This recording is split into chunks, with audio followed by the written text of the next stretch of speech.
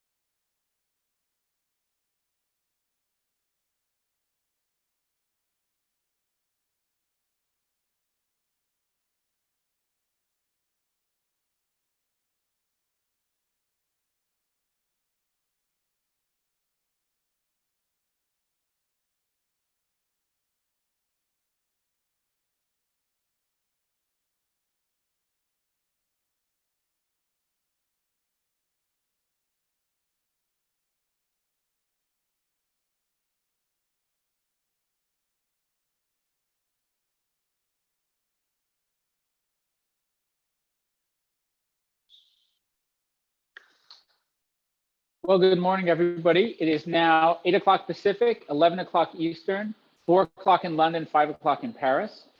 And so I think we're ready to get started.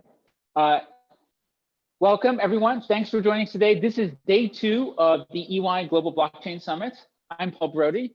I'm still the blockchain leader at EY, even after everything that happened yesterday. Now, granted, I have not checked my email yet, so I'm not going to probably until tomorrow afternoon. As usual, I'd say I'm really excited to be here, but the truth is I still haven't gone anywhere since yesterday. I did dress up again, and we are continuing the t-shirt rotation until we find something that people like. Also, bonus, we actually have very cool EY official EY blockchain masks. So those will be available at some point. I think we're going to start like a store for EY blockchain masks and other accessories like our shoes.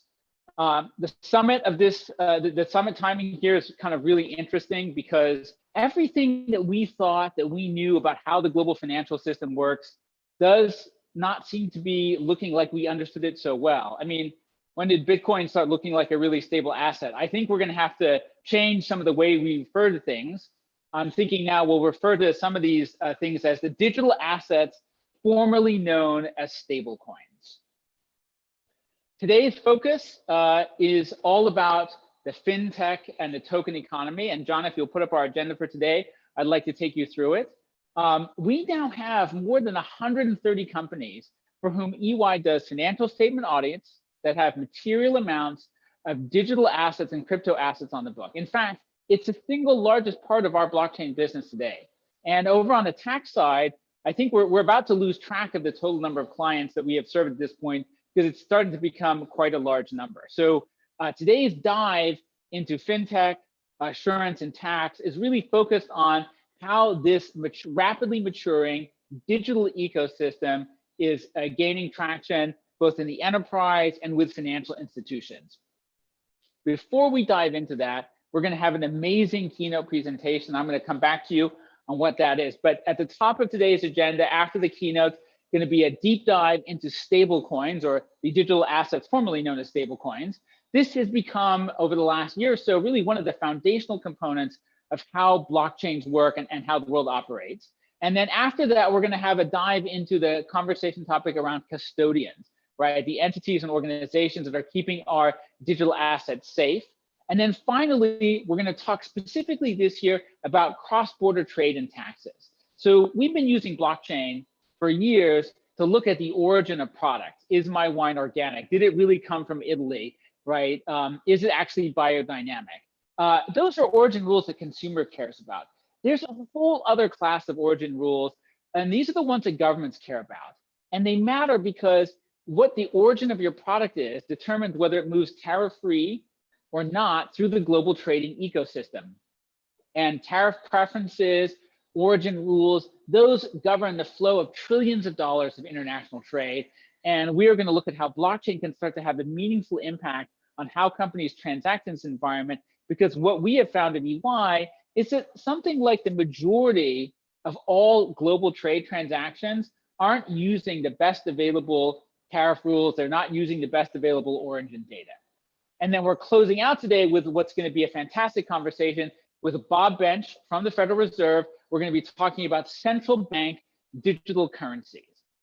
So we have an incredible agenda for today. Now, before I get into today's agenda and the actual content of it, we can take that down, and I want to share out a few more things. First of all, a quick deep dive into what we're looking at tomorrow. So tomorrow is a deep dive into technology. And John, you can take down the agenda slide.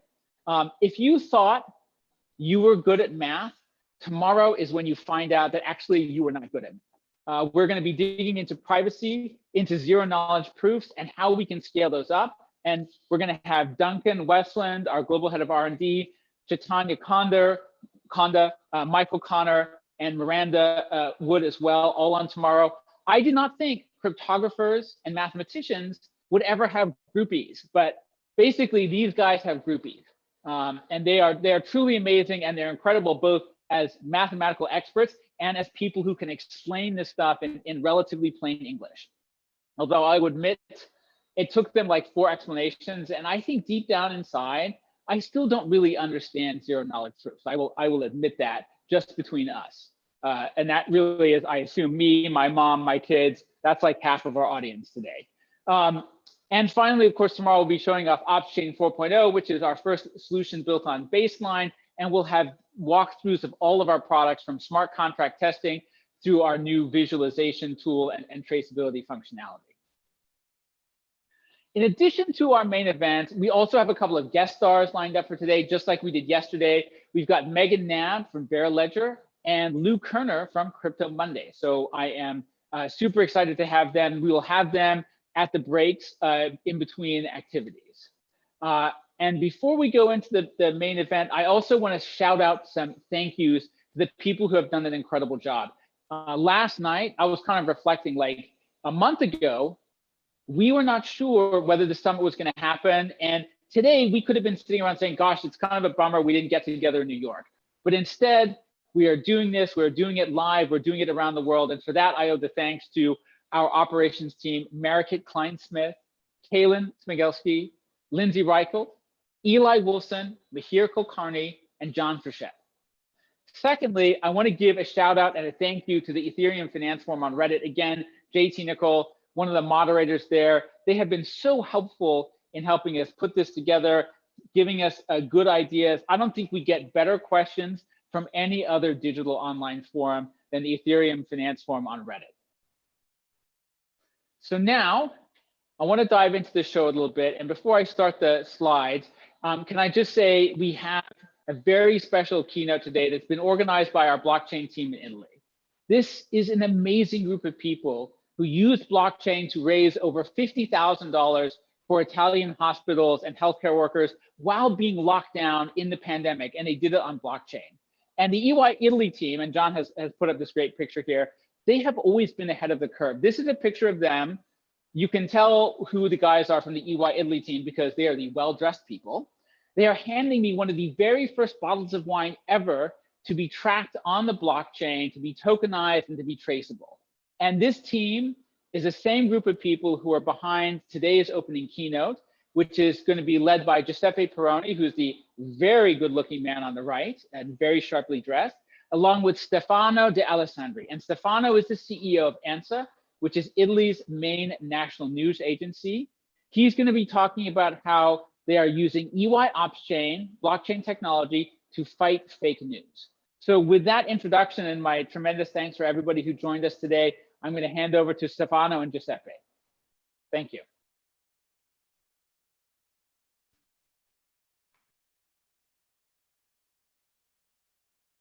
You're on, Giuseppe. Thank you. Hello, Paul.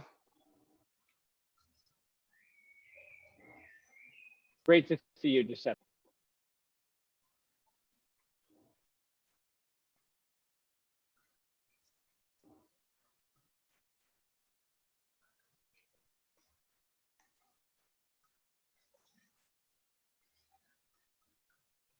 Hello everybody, and thanks to join this first section of the day 2 of Global Blockchain Summit of this year. And thanks to Stefano De Alessandri to accept this invite to present the ANSAcheck solution. That is one of the first solution applying blockchain on the news and in the media sector. I'm really proud today to present ANSAcheck project made for ANSA, the leading Italian news agency and one of the top ranked worldwide. Many of you today may not know that since April 7th, the news of ANSA on ansa.it website have a label called ANSAcheck. Through this label, the reader can see the entire history of each news from its creation to all related event like publication, distribution to third parties, modification, and so on. This project started with a simple idea less than 1 year ago. With ANSA and Stefano, we refined this idea and came out with the temporary name of ANSAchain, a concrete example of co-creation and innovation. Under the current health emergency, attention to the news and its sources is at the highest level. and EY has brought the blockchain in everyday activities. And this is thanks to visionary clients like ANSA and like Stefano De Alessandri that I'm really proud to introduce to all of you. In this section, we will overview the information about the context of these innovative services, the solution, the under the hood of the solution, the communication, and the approach that we have used in order to share and develop these innovative use cases. Stefano? Okay, can you hear me? Yes, Yeah, thanks. okay. Thank you, Giuseppe, and thank you, everybody, for having invited me to this event. Unfortunately, as everybody in this country, I am blocked in my house, at my home. I cannot, and I will not share you my photo, my picture. So I will only talk on the slides that Giuseppe will show. So let's start with introducing not only myself, but what ANSA is. I'm in charge of, I'm the CEO since a couple of years of the Italian leading news agency. I have spent all my professional career in the media business, and I've been working with all the largest publisher, international and local publisher acting in this country. And as I said, a couple of years ago, I stepped into, and this was my first experience in this specific field as a CEO of a news agency. What is a news agency? A news agency is the pillar on which what is called a legacy and traditional media are based. Specifically, ANSA has been founded 75 years ago, soon after World War II. Is a cooperative, so our governance is very close to Associated Press one. So we are owned by 24 publishers that are the major Italian newspaper publishers. Obviously, newspaper and website, they are our shareholders. Our main job, I would say 90% of our business is a B2B job. So we provide professional based information to the media system. We employ more or less 1,000 people. Most of them are journalists spread all over Italy, not only Rome and Milan, but we have 22 regional offices in the country. But we have as well 73 offices around the world in all the 5 continents. So we gather news as a primary source, and we provide this news as all the news agency to the media system.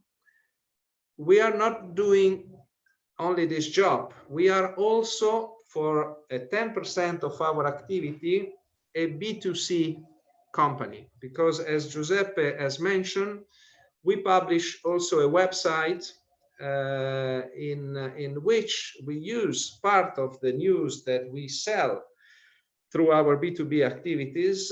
And so we are at the same time a B2B company, largely a B2B company, and a B2C company, as well as most of the news agency in the recent year. We are connected with all the international agencies, the main international agencies. We are, just to give you some figures, we publish more or less from 2,500 to 3,000 news per day.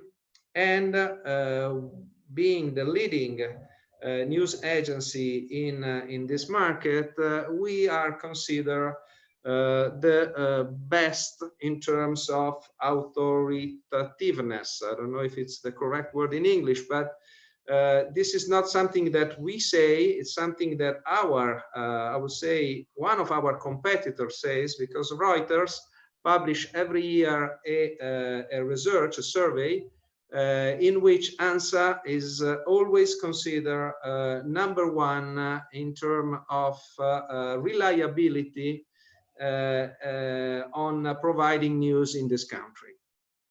So this is what ANSA is. Let's go to the problem. The problem is what everybody knows in this, especially in this time. The problem are fake news. The biggest challenge that is facing traditional media organization and social media platform, more social media platform than traditional media.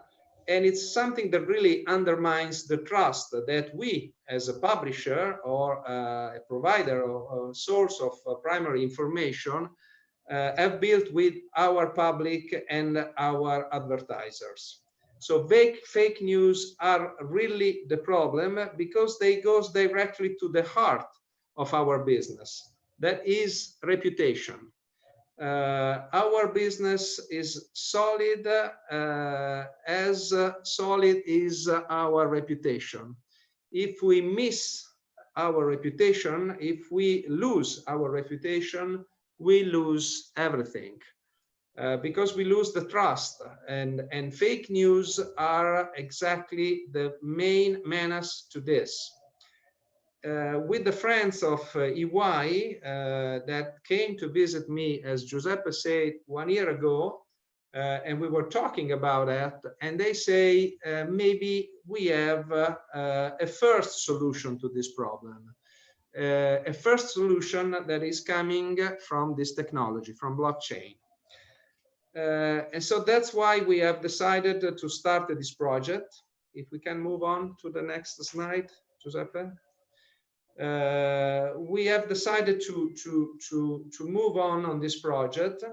We have studied a lot because it's not easy. As you will see, the solution is not easy, and was not easy to find the correct way to apply this technology in order to solve the problem that I was mentioning.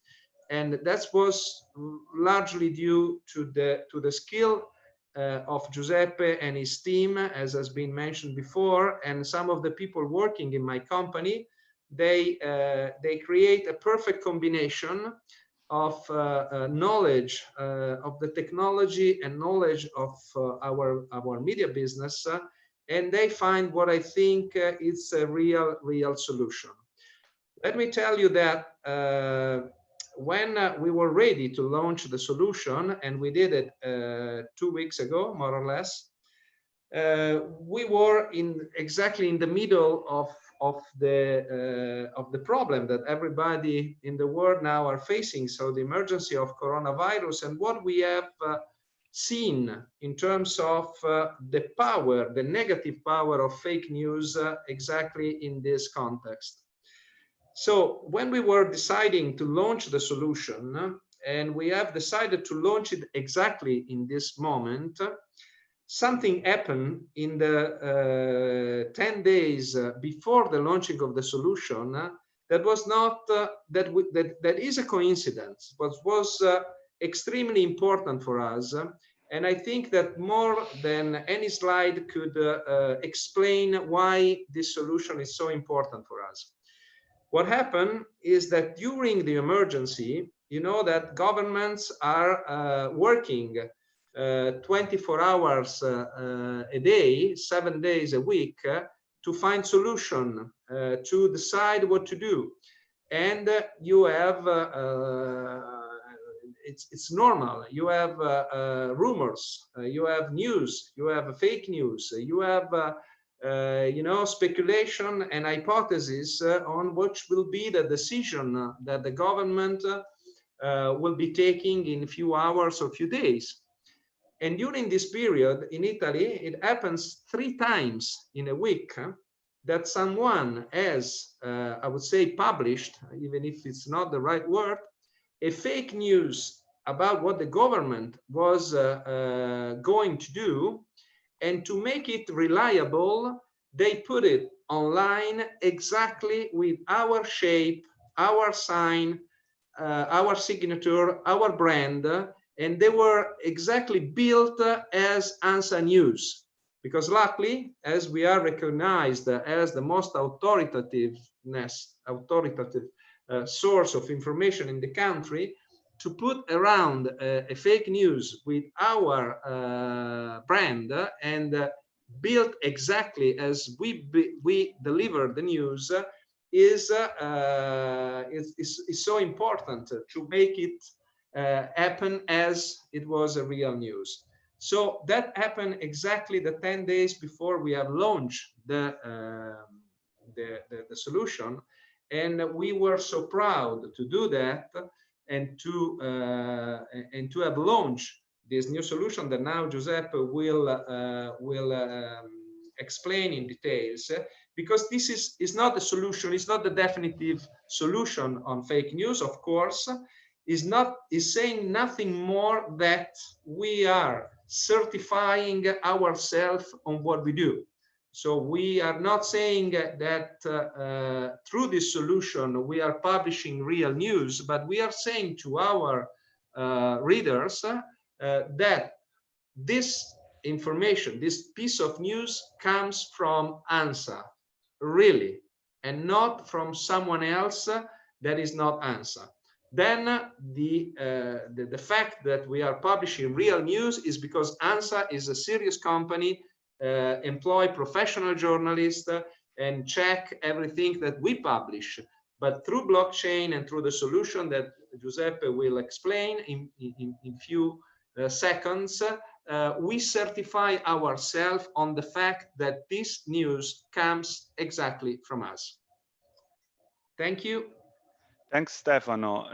As Stefano said, the aim of application of blockchain in publishing and journalism, and the principal main goal of this initiative is to create an innovative solution to change the classical paradigm and to approach on the analysis development of a first pilot. And in this chart, we can show how the solution can be done to create a real new world for the entire journalism.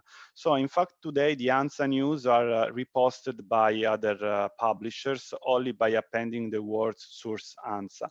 This is the real problem of things. As ANSA is not able to see how many publishers and blogs are referring to ANSA, and ANSA is not able to see if its name is associated with not reliable news or even fake. So the solution identifies named ANSAcheck as a tool for allow the reader to see a news story and verify its reliability, allow comparison of the news read with the ANSA source of origin, and enabling also its major customer to become a quality provider. So we have added on the classical HTML page of ANSA website a tag ANSAcheck to control. In fact, in this case, every player in the ecosystem will benefit from the solution ANSAcheck. The reader can check new reliability, and if he click on the tag ANSAcheck, we have the name of the article registered on the blockchain, the publication, the private key used to with a cryptographical way to create a link between the provenance and the origin of the first news to the registration and authorization on the blockchain, and the reader can see the information about the news registered on the website of ANSA in a specific date, in a specific timing, and check on the ANSA certificate the information linked on the public blockchain. So in this use case, we have used the public blockchain of Ethereum through our global solution EY Upstream Traceability, and we have created a direct link between the news and the tracing of this news and the registration on the Ethereum blockchain, thanks to an innovative way with the full public possibility to traduce this news. In fact, we started, as I said before, in the first day of April, and now we registered each days hour per hour more of 3,000 news for each days. So in terms of user experience, the reader can see this certificate with the information about the news release date and MD5, that is the cryptographical way to create this link between the first news and the news registered on the blockchain. And you can see the console viewer with the format of the news content and make it easy to copy and verify with the MD5 cryptographical string. News publication and certification on public blockchain, and the information about ANSAcheck to read more data or about what we mean on ANSAcheck and what is the principal benefit and the assurance to use this technology in this case. So at the end, we have a certificate with the block ID, the block hash, the timestamping, the block height, and the transaction hash, and the possibility to click on see on the public registry in order to have a direct link on Etherscan. By pressing verify, the tool will start a real-time data verification. So in a few seconds, the reader can see the check of this news on the specific tokenization and the registration of the same news in the blockchain. And the verification will be animated, offering feedback similar of that of a console application. In terms of ecosystem, we have selected 3 steps to create this ecosystem, because for now is a first step in order to create a link between ANSA and the publisher in the same environment. But the idea is to export the same properties applied on the ANSA website also on the other publisher.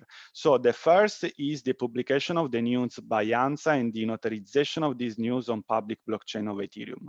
Any event related to this news will be traceable and linked to the chain, and when third party recognized on this ecosystem and associated to a specific public key on the ecosystem reposted the news, is possible to obtain the tag ANSAcheck or a specific publisher tag with a look and feel, like in this case of the main publisher in Italy, like Corriere della Sera, Repubblica, or the economical newspaper Sole 24 Ore, and obtain the link to the first origin, to the first news with all information about the provenance, the origin, and the traceability. So other side register and repost the news, and the story of the news is improved by this information. Under the hood, in terms of solution components, we have 3 principal steps, 3 principal components. The first is the JavaScript library, with the possibility with this library to allow the connection to the blockchain system for news verification, the recognition, and the sticker ANSAcheck that we can apply on each news, and the reputational benefits in order to use this link on the first origin.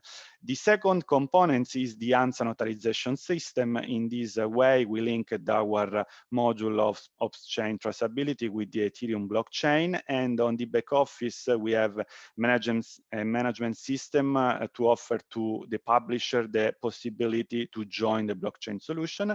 And the third component is the monitoring dashboard that we can use as a front end for ANSA news distribution monitoring in order to track reposted news, in order to track publisher and third-party repost frequency. Stefano, so in terms of communication, I would ask you if what are the first take-homes after the application of this innovation on your web properties, and which are the main benefits and the main insight and feedback that you can share with our audience of today's session. Thank you, Giuseppe. As I said before, and as it's clear in the Giuseppe's presentation, we are just now in phase 1. So what we have done so far has been to put the ANSAcheck tag and the blockchain registration on the news that we provide and that we use in our website. Phase 2. That will start soon is to allow our clients to bring into their website our ANSAcheck tag in order to qualify the information that they are providing with the registration on blockchain. So the real next step and the real application will be when phase 2 will start, and we will see which is the let's say the number of publishers that will use this. I would say that the reactions so far are very good. I have received a lot of compliments and interest in this solution because at least in our country, in our market, we were the first to introduce that. Everybody appreciates the fact that we are certifying ourselves.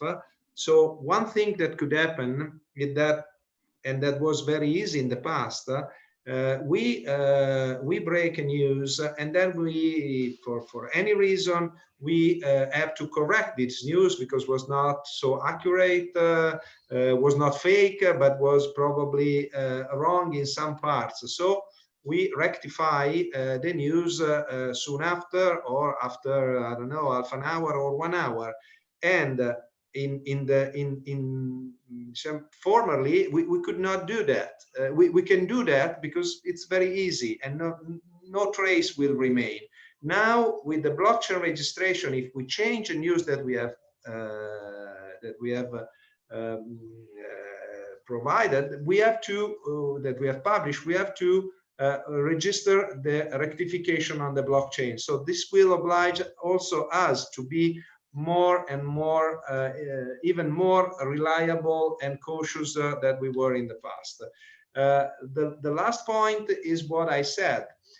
We were, I would say, attacked in the last week because fake news were tagged ANSA.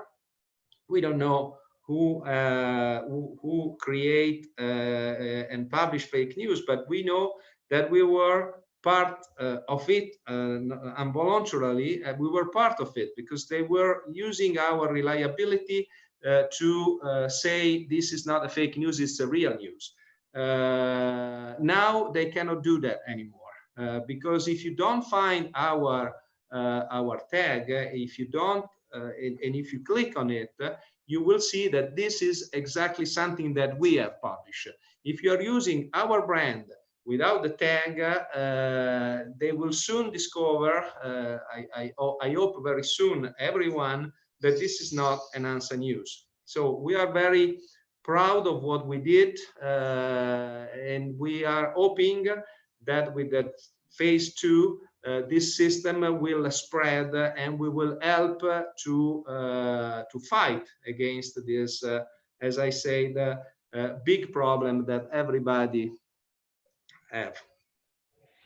Yes. Thanks, Stefano. Can we reflect the adoption of blockchain of ANSA News also in terms of impact on social media, for example, Facebook, WhatsApp, and the other? And what do you think about the impact of this application also on the social network, because we have seen some news about the usage of artificial intelligence or other digital emerging technologies. But what is your feedback about also the contrast of fake news on the social media, and what could be the best scenario that you think for the next years? I think that personally, the fake news problem is much more a problem for Facebook, for social medias, than for traditional medias. Because traditional legacy media, I mean, they are accustomed to publish news under a certain control, and they have brands that are reliable as we are.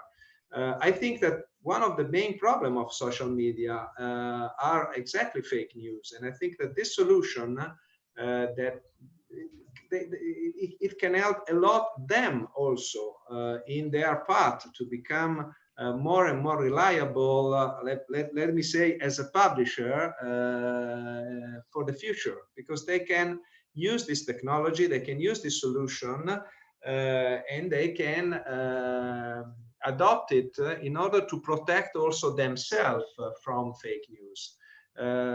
So I think it's important for us. It's important for, let's call it legacy media, because it's another step to qualify and to defend our asset, that is our reputation. But I'm sure that in the future, it will be an opportunity, a big opportunity also for them. I don't know if this was the question, Giuseppe? Yes, thank you. So in terms of new scenarios, as Stefano said, the possibility to export ANSAcheck sticker on social media news feed, the possibility to create a link between journalist signatures on the specific article and upload this information directly into the transaction on the ANSAcheck environment, but also the possibility also with the improving of the video news, photo news, to create a link between intellectual properties of one image to the property right notarized on the blockchain with a link on the author, but also the possibility, as we said in this page, to have a reporting in real time through smart contract management within the ANSA network. So in terms of application, as we said, ANSAcheck is the world's first blockchain solution based on transparency. And I would highlight also another aspect about the solution, that when we see about the certificate is linked to an Ethereum transaction executed with the wallet of ANSA, it cannot be spoofed, because we have created a direct link between the ANSA information and the application on the owner of this wallet directly to the company. So in this case, we have a link between the author and the notarization of this author. Obviously, the infrastructure proposed by EY through EY Ops-Chain traceability and the Ethereum blockchain is aligned with the major standard to guarantee the identification of the correct owner, and also with the possibility to have a clear view. Another aspect that is that the solution is aligned with ANSA using that, and is evolving in the upcoming days, because as I mentioned before, for now we use MD5 as a cryptographical way, but we are working in this day to move on SHA-256 in order to improve the security of this transaction. So at the end of this conversation, of this session, I would highlight these three aspects. So there are many studies about the application of blockchain. Blockchain is not only the way to solve the fake news, but is a way to change this paradigm and to create a new environment on the distribution of the news between the different publishers. The proposed solution offered, as we mentioned with Stefano, a quality provided by ANSA, because the reputation and the brand of ANSA is recognized already on the market. In Italy, ANSA said each news is ANSA, and obviously ANSA is like an oracle on the provenance of on the assurance of this news, but it's important to have a clear way to trace the distribution of news and to continue to move on the quality. And based on our research is the first application, but we hope that the major agency company could apply this technology in order to improve this solution in the news environment. So at the end, I would highlight also the principle of our approach. As I said before, it's important in this kind of blockchain project to create, obviously, as in each project, a collaborative environment, but also, especially in the digital solution, it is important the aspect of open innovation, of open framework with the client, co-innovation with the client, because the essential need and the essential application of the solution is in the mind of the ANSA, is in the mind of the journalist involved in this project, and that's it. One of the scope and the methodology that we are forwarding in this case. We believe real value can only be extracted with the consideration of a processes end-to-end, and also we define if a process can be eliminated, decommissioned, improved, or disrupted. Is important, obviously, to re-engineering the process and to understand the business and how we can collaborate in this way. So last but not least, I would ask a last question in these few minutes to Stefano. How do you think that this solution can improve also in terms of benefits for the publisher that I think you are trying to involve in this environment? And what do you think about the possibility to create this new paradigm for the news in the world?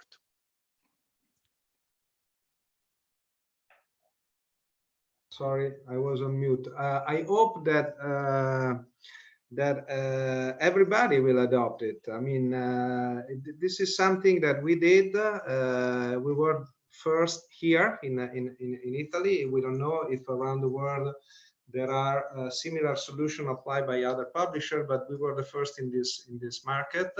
And frankly speaking, we are not jealous. I mean, we. If all the other publishers will adopt this solution, we are more than happy, because that means only that I mean the system is going through applying a better certification of the news that they are providing, and this is an advantage for everybody, for the readers, for the publisher, for everybody.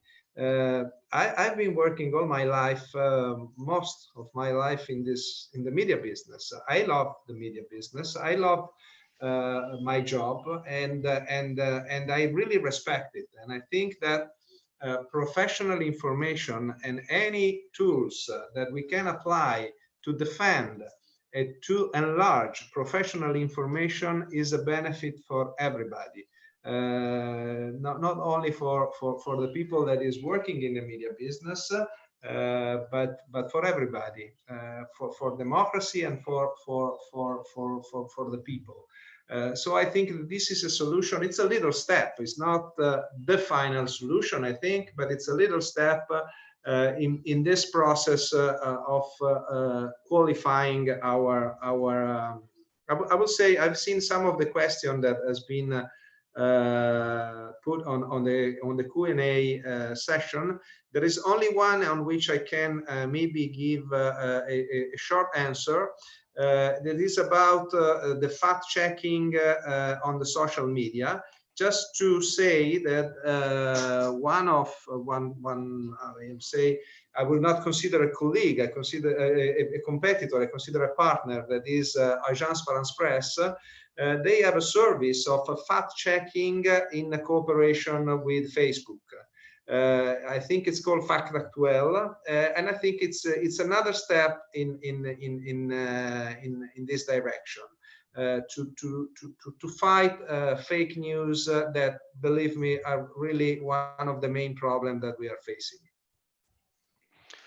Thank you, Stefano. We hope to share with the audience this real story, and we continue to improve and to apply blockchain on the real and concrete case.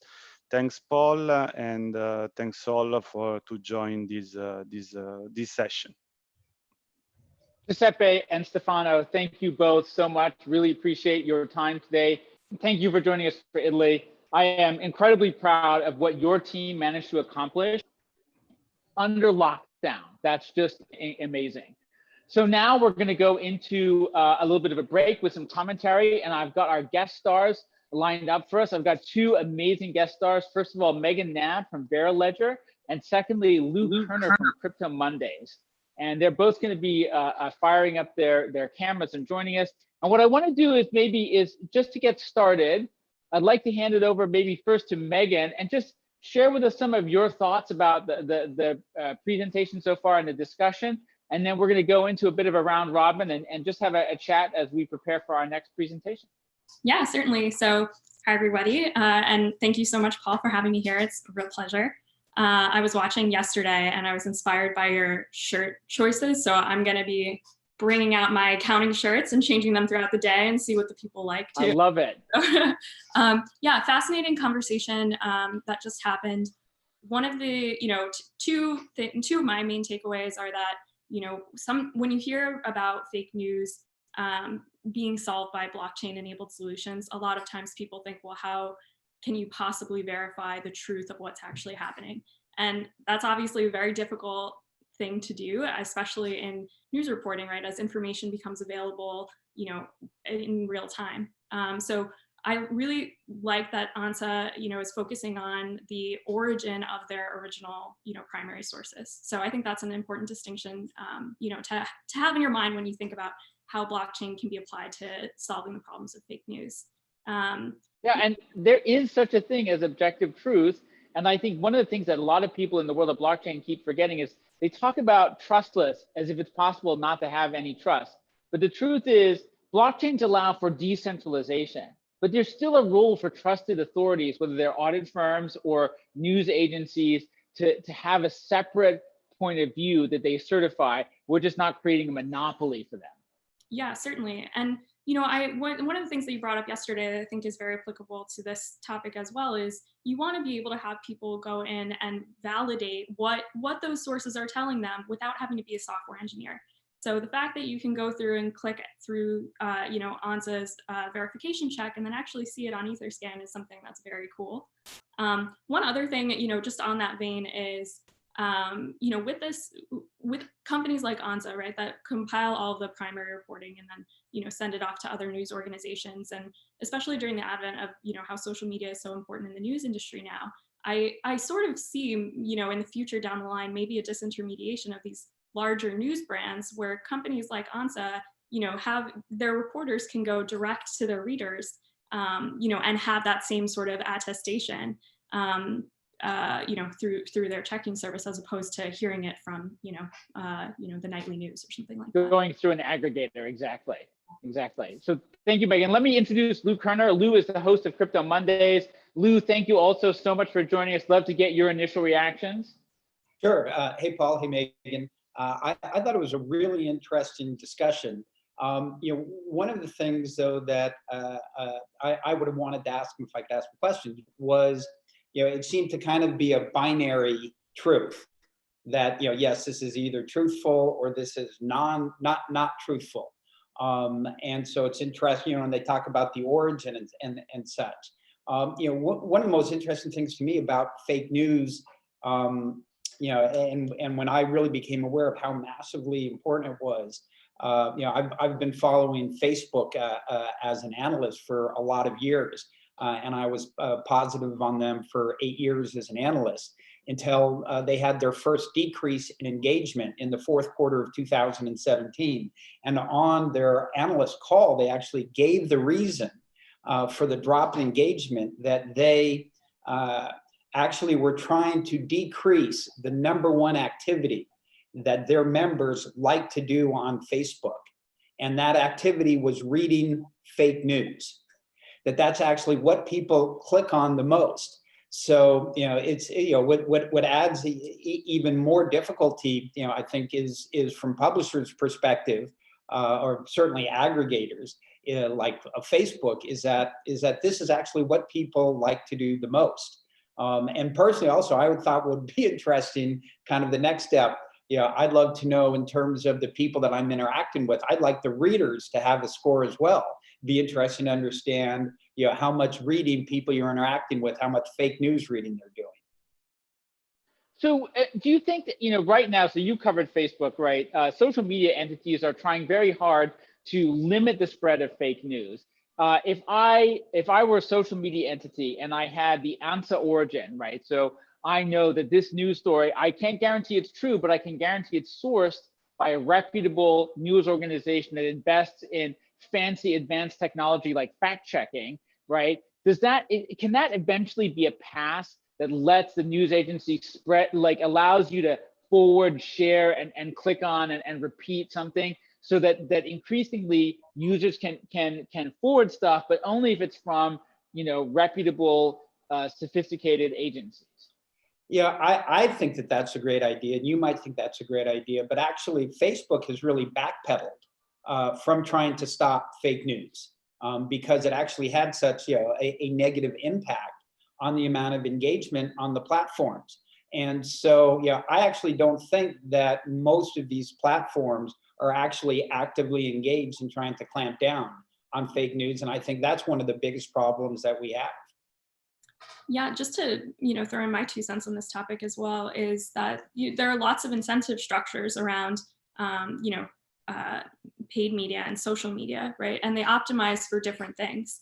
So, you know, figuring out how to like bring those 2 incentive structures into alignment is quite difficult. And, you know, getting the first steps right of ensuring, okay, we have traceability on our sources, and then, right, taking it to the next level and figuring out how do you market at this and make this a pleasurable reading experience and make people want to check their origin sources, helps those social media companies optimize for what they need, which is clicks and, you know, their own sort of like user engagement metrics. So, you know, it's certainly an enormous issue to try and tackle, but one step at a time. And it sounds like ANSA's on the right track. Do you think, have either of you seen evidence of companies that are really making an effort to turn kind of truthful verification into a positive business model? We got very good feedback from our clients that when they have the blockchain data available, people check it in numbers that they've never seen from any other sort of marketing initiative. Do you see other companies getting some traction with these kinds of ideas?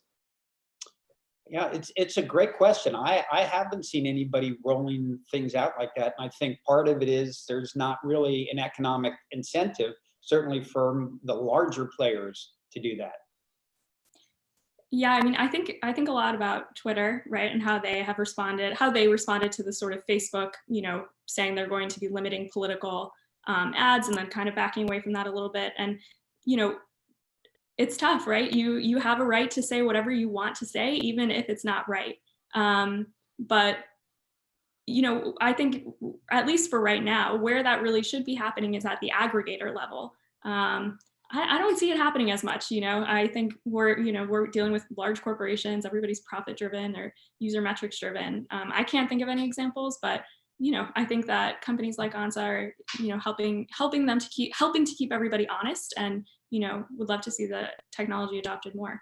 I think what we are seeing, you know, with COVID-19, because it's such an extraordinarily important thing, we are seeing actually places like Facebook and Twitter that I think are being more aggressive on some of the things around COVID-19 that they know not to be true, or at least that they believe not to do you be true. think as the emergency eases that the rules are going to stay different, right? Because I agree with you. I have seen a lot more evidence of a willingness to cut off people sharing medically dangerous information, right?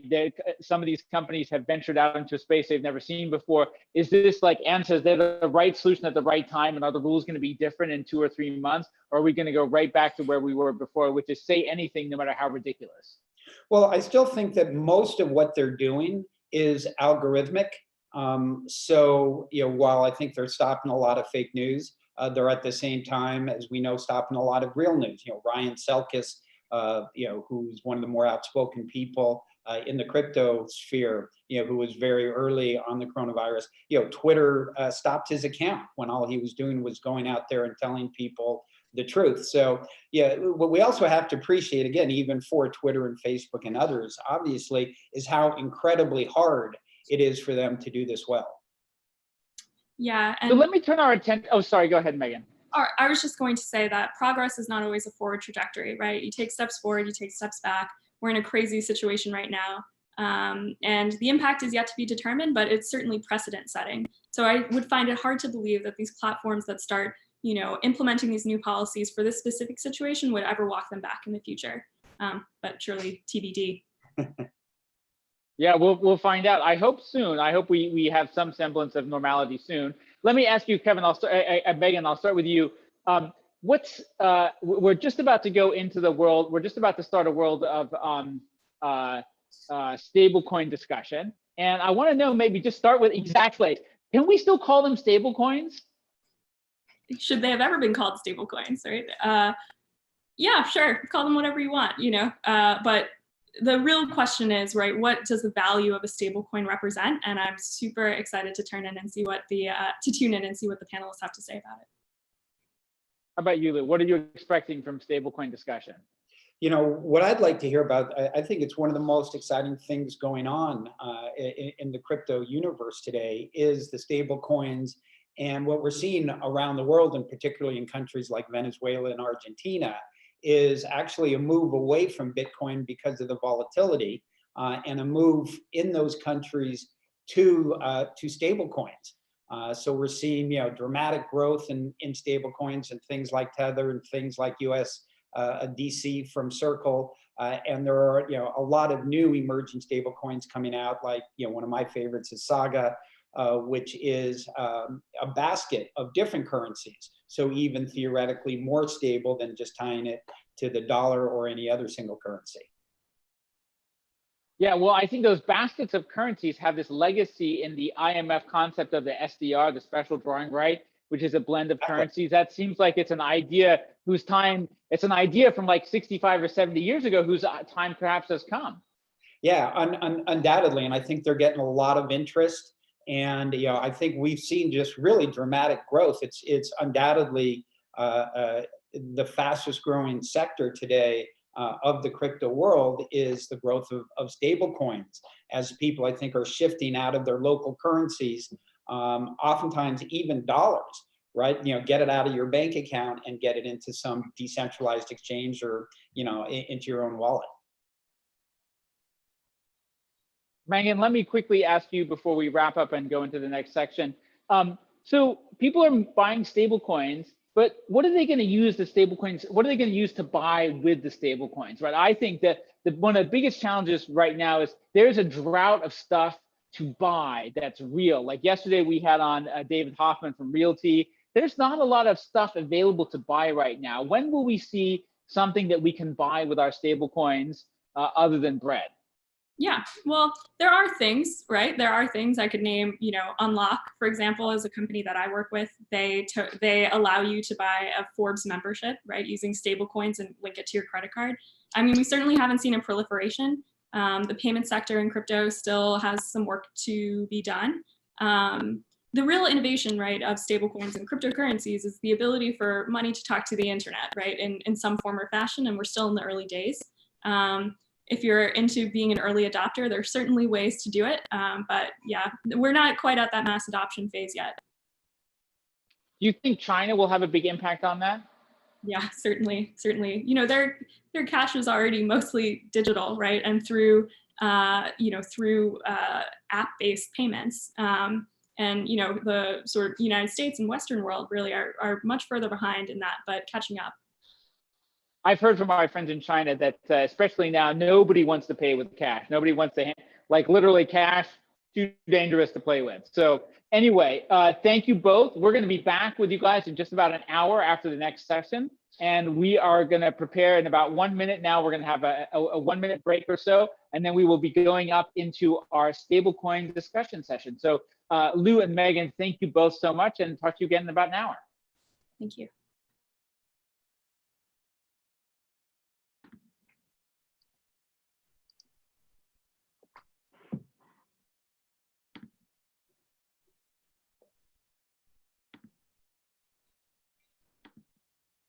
All right, Anna, if you want to get, Anna and Jeff, if you guys want to get started, that would be terrific. Thank you.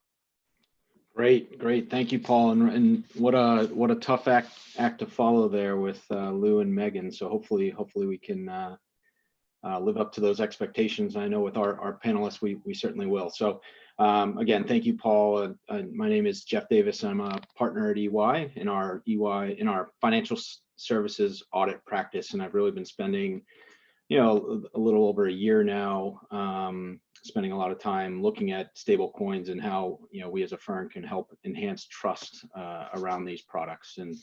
And before we get started, I just really need to commend Paul and his team for what the incredible summit that they've pulled together today. And I know Paul's alluded to it a few times, but the ability to pivot so quickly and put together such a great summit, I think really inspiring stuff. Not only are the t-shirts inspiring, but the way this has been pulled together is inspiring. And thank you for everybody joining us today. I hope you're all safe and healthy and really excited to talk about stablecoins. And it really is an amazing time to talk about stablecoins. I think Lou and Megan hit on it, but even if you look at this just this past week, at the end of last week, Libra announcing revisions to their proposed stablecoin product. China last week announcing or really launching their pilot of their new digital currency, and also the Financial Stability Board coming out and providing 10 recommendations to regulators and issuers related to the oversight challenges for global stablecoin arrangements. So really a lot going on in this space. So here's our agenda. So we're going to spend a couple minutes. I'll give a little lay of the land of the stablecoin ecosystem, but really excited that we have a couple of great guest speakers and leaders in this space. So Amy Liu and Namil Dalal from Coinbase and Joao Reganado from Circle, who together through the Center Consortium run USD Coin, one of the largest fiat-backed stable coins out there. And then last but not least, Anna Gosine from EY is going to spend a few minutes on the accounting considerations for stable coins. So really excited for that discussion as well. And it is a packed agenda, but we do hope to have a couple minutes at the end for a little question and answer. So let's dive in to the stablecoin ecosystem. But what this and how we got here. So what this really is a slimmed down version of a timeline I think many of you would be familiar with. So thinking about the blockchain journey back in 0809, following that financial crisis, the launch of Bitcoin and really the possibility of cryptocurrency and digital store of value. But what was really exciting was that technology that underpinned it. And since then, we've seen experimentation on a massive scale. So thinking about Ethereum and smart contracts, really opening the doors for a myriad of different blockchain digital assets. We've seen it move from cryptocurrency, payments, supply chain management of wine, as Paul talked about earlier, and also tackling the challenges of news transparency, as the folks from ANSA talked about right before this. So it's really been a journey. And now stable coins, or I think Paul coined the term digital assets, formerly known as stable coins, are really the next big thing. So what are stable coins? Stable coins are cryptocurrency that ties their market value or their value generally to a reference or an asset like the US dollar or gold or oil. And we're also seeing, as Lou pointed out directly before this, stable coins that are pegged to a basket of currencies. And we're also seeing them pegged to a basket of cryptocurrencies. So really a lot of different innovations going on in the space. A key component of stablecoins is the ability to maintain price stability. So really providing an opportunity for people and organizations to use cryptocurrency to pay for things. And one of the key components of that is the sufficiency of the collateral in a lot of cases that supports that stable coin. So thinking about, you've got a stable coin backed by the US dollar. So each time you buy that coin, you pay $1. And when you want to redeem out, you get $1. A key component of that is the trust inherent in the sufficiency of that collateral. And a lot of organizations, a lot of issuers are looking to audit firms like EY to provide some attestation or assurance over those collateral balances. And what we're seeing in that space is that the frequency of that assurance is becoming more and more frequent, if you will. So, quarterly, monthly, and we're certainly seeing a trend to more timely assurance there. Before we start the panel discussion, maybe just some examples of where we're seeing people using these or starting to use these in some of the innovations. So financial services. So JP Morgan launching their JPM coin, or they've been talking about their JPM coin that's going to be used or primarily used for transactions between their large institutional clients. In the tech and social media space, I'm sure many of you, if not all of you, have heard of Libra, and if not, you've certainly heard of Facebook. And Libra is really their foray into the digital asset space and the stablecoin space. And they announced at the end of last week some adjustments to their stablecoin to be responsive to some regulatory and other stakeholder concerns. The real power here and why it's, I think, made such a splash is the network behind Facebook. So the 2.5 billion users, immediate access to digital payments and things of that nature. Governments, and Paul's gonna bring on Bob Bench towards the end of the day from the Fed, talk a little bit about how digital assets are impacting that space. But China seems to have sort of the head start there with their digital currency in the process of being launched, and then blockchain native. So we're going to spend some time now, let's say, and we'll talk to the folks from Coinbase and Circle, but the launching of their blockchain-based stablecoin. So with that, I do want to dive into a panel discussion. Let me stop sharing my screen so we can get a full view of our panelists here. So before we dive into USDC, I thought a good opportunity now for our panelists to, tell us a little bit about your backgrounds, how you got to Coinbase and how you got to Circle and whatnot. And maybe Amy, let's start with you. Yeah, sure. Thanks, Jeff. And of course, thanks to EY for having me. By way of introduction, I'm Senior Counsel of Global Business Development at Coinbase. And to answer your question, Jeff, my background mainly has been a mix of sports and entertainment, spending a lot of time in LA and New York working for companies like Paramount Pictures and Major League Baseball, and to private equity at a big law firm doing a lot of domestic and cross-border M&A work. Like everyone else here, I'd heard about crypto and Coinbase many years before, but I didn't seriously consider it until early 2017 when a friend sat me down and taught me about Ethereum. And I kid you not, in the same breath, I was so convinced that I downloaded Coinbase and purchased the max amount that my limit will allow of ETH. So down the rabbit hole I went ever since 2017, and I started attending conferences around the world to learn more about this. And at that time, I was going to even developer-focused conferences like DevCon, and I remember being one of the only lawyers there. It was just me and the Coin Center guys. And I was very pleased to see last year going to Osaka DevCon that now we formed like a small contingency of lawyers. So the space is definitely growing. Well, if you can imagine, 2017 was also the year of the ICO boom, where projects are popping up left, right, and center. And so more often than not, entities are setting up offshore in light of sort of the regulatory uncertainty on the mainland here. So I followed the money, as they say, and quit my secure, high-paying law firm gig and moved to the Cayman Islands to consult for a legal boutique specialized in crypto. And that really allowed me to delve head in a really hands-on approach in the space. And the more I learned about it, of course, the more potential I saw and the more excited I got. So armed with that offshore experience, I moved to the States and joined Coinbase last year.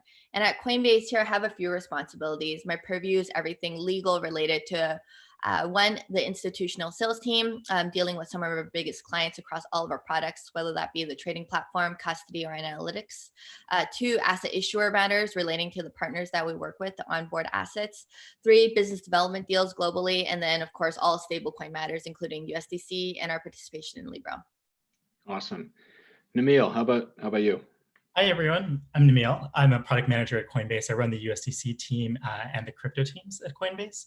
And I got into finance, actually. So my first job at college was at the World Bank in East Timor. And I was seeing just the challenges of early financial services around the world, especially outside the US, outside other developed markets. And after that, I went to work for about 3 years for large banks in the US, just seeing how they worked, how they operated, the challenges. I spent a lot of time on the IT side and just saw just how many challenges there were, because a lot of the US banking system is built on a lot of banking systems over 30, 40 years and mergers and acquisitions kind of cobbled together.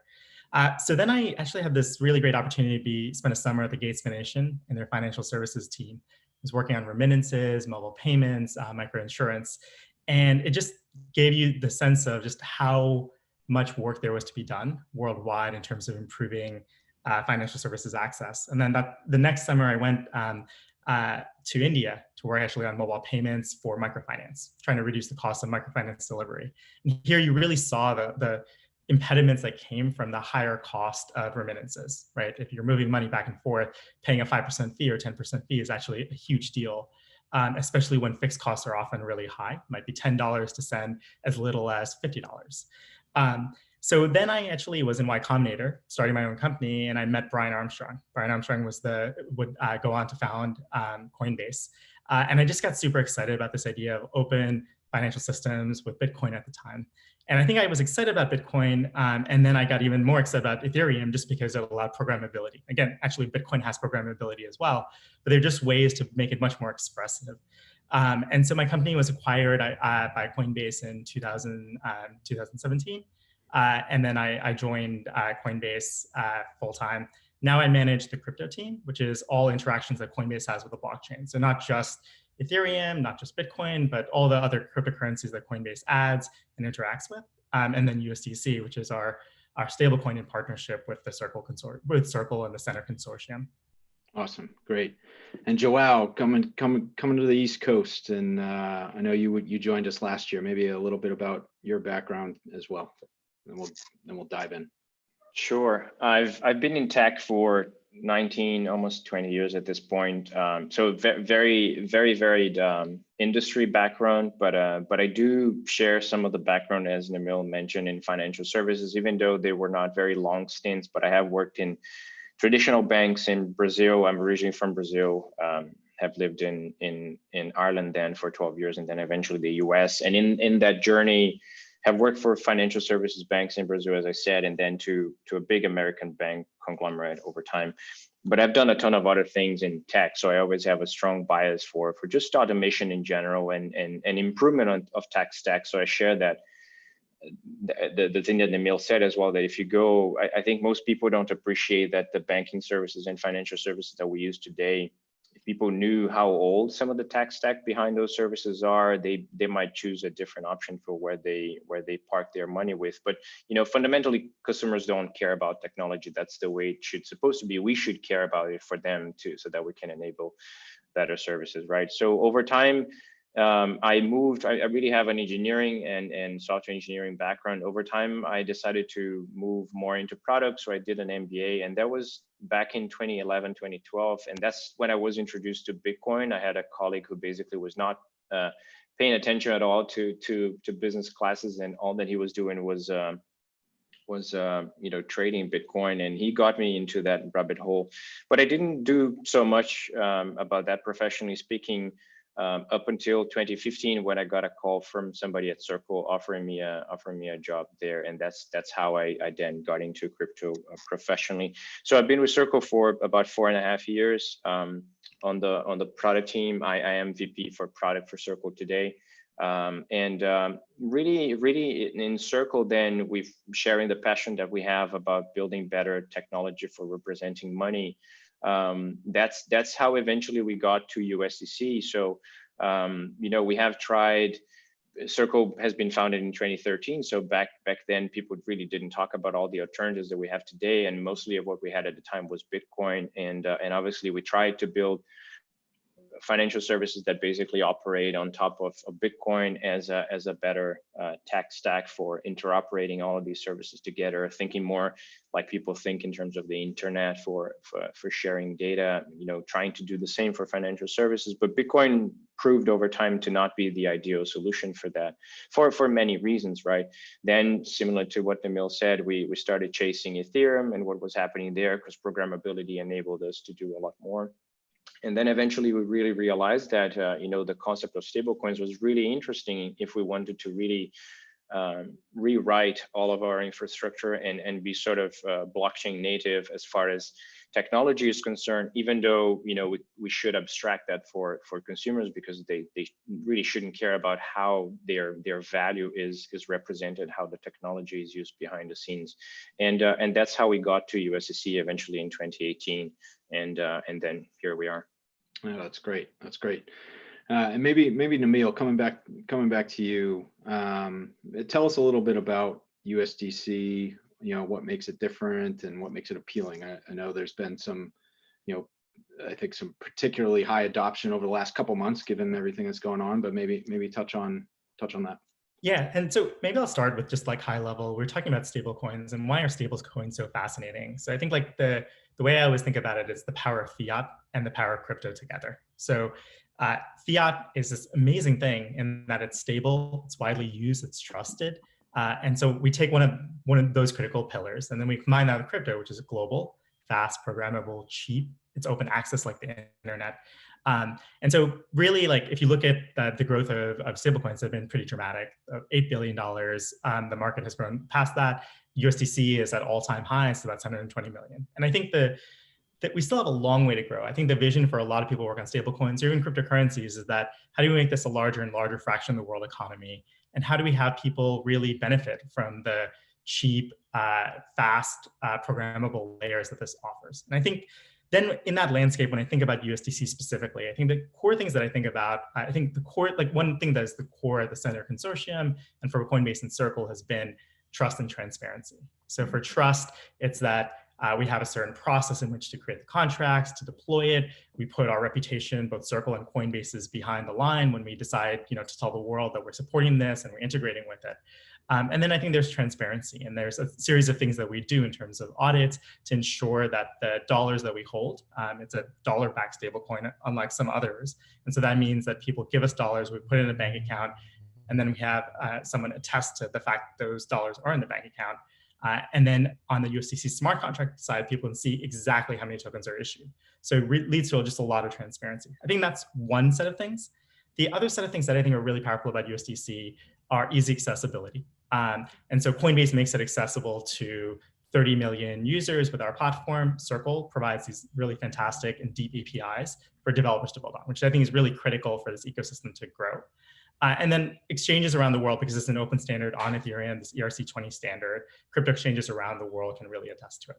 I think the last thing I would say would be that Coinbase has and Circle have really approached this as a consortium. And so the idea being, if you might see other consortiums in the industry, I think the goal here is that a lot of other parties can get involved, they can integrate, and this isn't like a single company-led initiative, which I think some stablecoins are. Our goal is really that this is open across a number of different parties. They can all contribute in different ways, be it developing on top, be it actually being like an issuer, of the USDC stablecoin. So I would say, like, really, if I think about the three main differentiators for us: trust and transparency, really critical, and goes to the heart of what we do. Easy accessibility, and doing our best to make it so that people, be they developers or consumers, can access them. And then lastly, a consortium so that other parties can get involved and really work collaboratively together to grow this. Oh, that's great. That's great. And maybe Joao, from your perspective, how do you look at USDC growing over time, and what are some of the use cases that you see coming out of USDC in your business? Yes, that's a great thing that I think we humans were definitely not good. I think COVID is now one of those instances. We're definitely not good at imagining the future and when exactly things might happen, right? But all that we can do is to look at the data and see what kind of inflection points we're seeing. So definitely, when USDC was launched, it found product market fit really quickly into this in this use case that the crypto industry have, particularly for investors and traders, right? Which is to move in and out of volatile positions. I mean, there's a ton of business and a ton of people, who have that as a life, and obviously they have access to services like Coinbase and others in the world, and they might want to transfer funds from across these services, and just as you transfer funds across different investment services, and stablecoins proved to be a real hit for that use case, just as it proved to be a real hit for Tether and some of the other alternatives even earlier than USDC. And so USDC, obviously, for all the benefits that Namil mentioned, found a lot of traction there. But we were always certainly more ambitious than just that use case, because, as I said, we believe in blockchain, we believe in cryptocurrencies as just a fundamentally better technology for a lot of the delivery of financial services. So recently Circle has then been operating from the perspective of delivering infrastructure and APIs that developers can use to build on top primarily of USDC, but more broadly stablecoins. And that puts us in a prime position to then look at what people are beginning to use USDC for. And I have to say, we are really excited to have that lens then, because basically all of these developers, all of these businesses are coming to us and saying, we want to build something, and then obviously they try to use our services for that. But it's really interesting to hear about that something that they want to build. And I actually have a few notes here just from monitoring a couple of weeks that I wanted to share with you guys. But some of the things that people mentioned they want to do, right? I want to be able to issue my invoices in USDC. I want to be able to do global payouts to my publishers in USDC. I want to be able to pay my freelancers in USDC. I have a need for a P2P system that supports USDC. I want to use USDC as a payment option. That's the one that we see the most. I want to pay my suppliers on my supply chain using USDC. So that's just a couple of, I collected that from our system when we interview these developers. And I find that fascinating because, the word that you actually don't see invariably now as we talk to these developers is crypto. You don't see, you don't see that anymore. People are talking about, global payments, cross-border payments, fast settlement. They're talking about invoicing. They're talking about paying suppliers. So what you really see is a trend here, and I think particularly with what's happening in the world, it has sort of accelerated, and you also see that angle in terms of the dollarization of these services. But we see tremendous demand for, as we always imagine, just using USDC as a different implementation for how you use dollars, right? And a better implementation in many quality attributes as far as speed and cost of transaction and reach in terms of global coverage. So that's fascinating to see. And obviously, in the grand scheme of things, these are very small shoots and these are very early shoots. But we are confident that this is the beginning of an inflection point that is going to mean that stablecoins are just a real option for the financial services infrastructure. No, that's really exciting. That's awesome.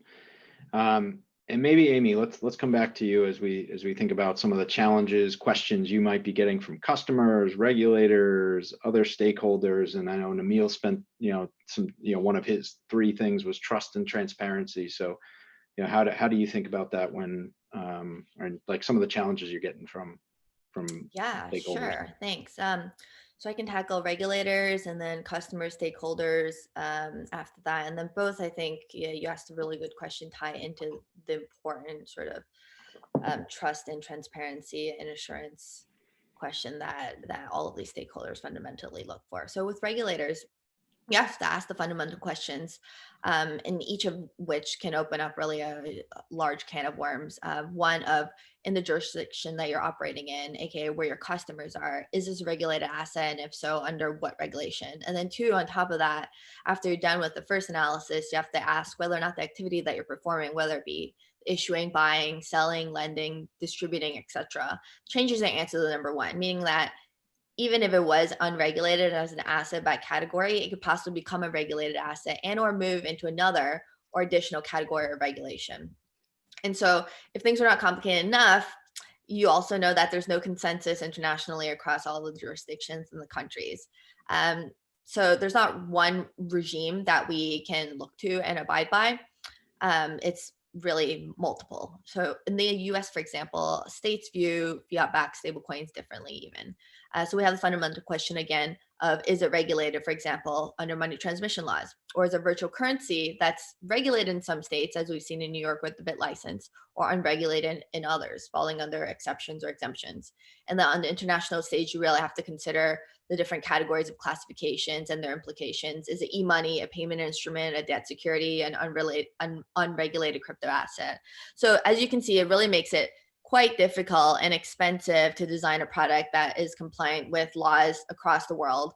And oftentimes there's very little clarity on what exactly those laws are. So we at Coinbase and Center do a lot of time doing our own legal analysis and communicating with regulators whenever there's an opportunity in an effort to be compliant. And this is what makes my job really interesting, actually, to work on cutting edge matters that have never been explored before. Now, customer wise, so we have retail and institutional customers, of course, and our stakeholders run from small businesses wanting to provide extra liquidity to their platforms to DeFi developers transacting and building on the ecosystem, and many of the players that Joao just mentioned. And these folks really want a stablecoin that allows them to unlock their use case in an efficient and safe way. And they also want to ensure that they will be able to redeem a US dollar for that USDC whenever they present it to one of the issuers, right? So trust and transparency and making sure that we actually have those dollars in the reserves is fundamental to this entire model. Now, we've all seen in the past what can happen when there's a lack of trust, assurance, transparency. I'm sure everyone here on this call recalls a very high profile stablecoin project that resulted in the New York AG's investigation and lawsuit relating to whether or not there were actually reserves. $850 million reserves went missing, and there are allegations of commingling, corporate funds used to cover missing funds, funds being seized, etc. And all of this could have been resolved or at least mitigated by transparent attestations. Mm-hmm. However, there was no public audit trail that they could really point to. So hence the current investigation that we're currently in. That said, we at Center have tried to tackle this issue. We believe that transparency to our users, to the regulators, to all of our stakeholders across the board is really, really important. So we publish monthly audit reports, and these are published online to the public, accessible to anyone that wants them on a monthly basis. And they say exactly, one, how much USDC is out there, how much is issued and outstanding, and two, how many US dollars are actually held in the banks in our custody accounts. And this audit is conducted by a major accounting firm in accordance with attestation standards established by the American Institute of Certified Public Accountants.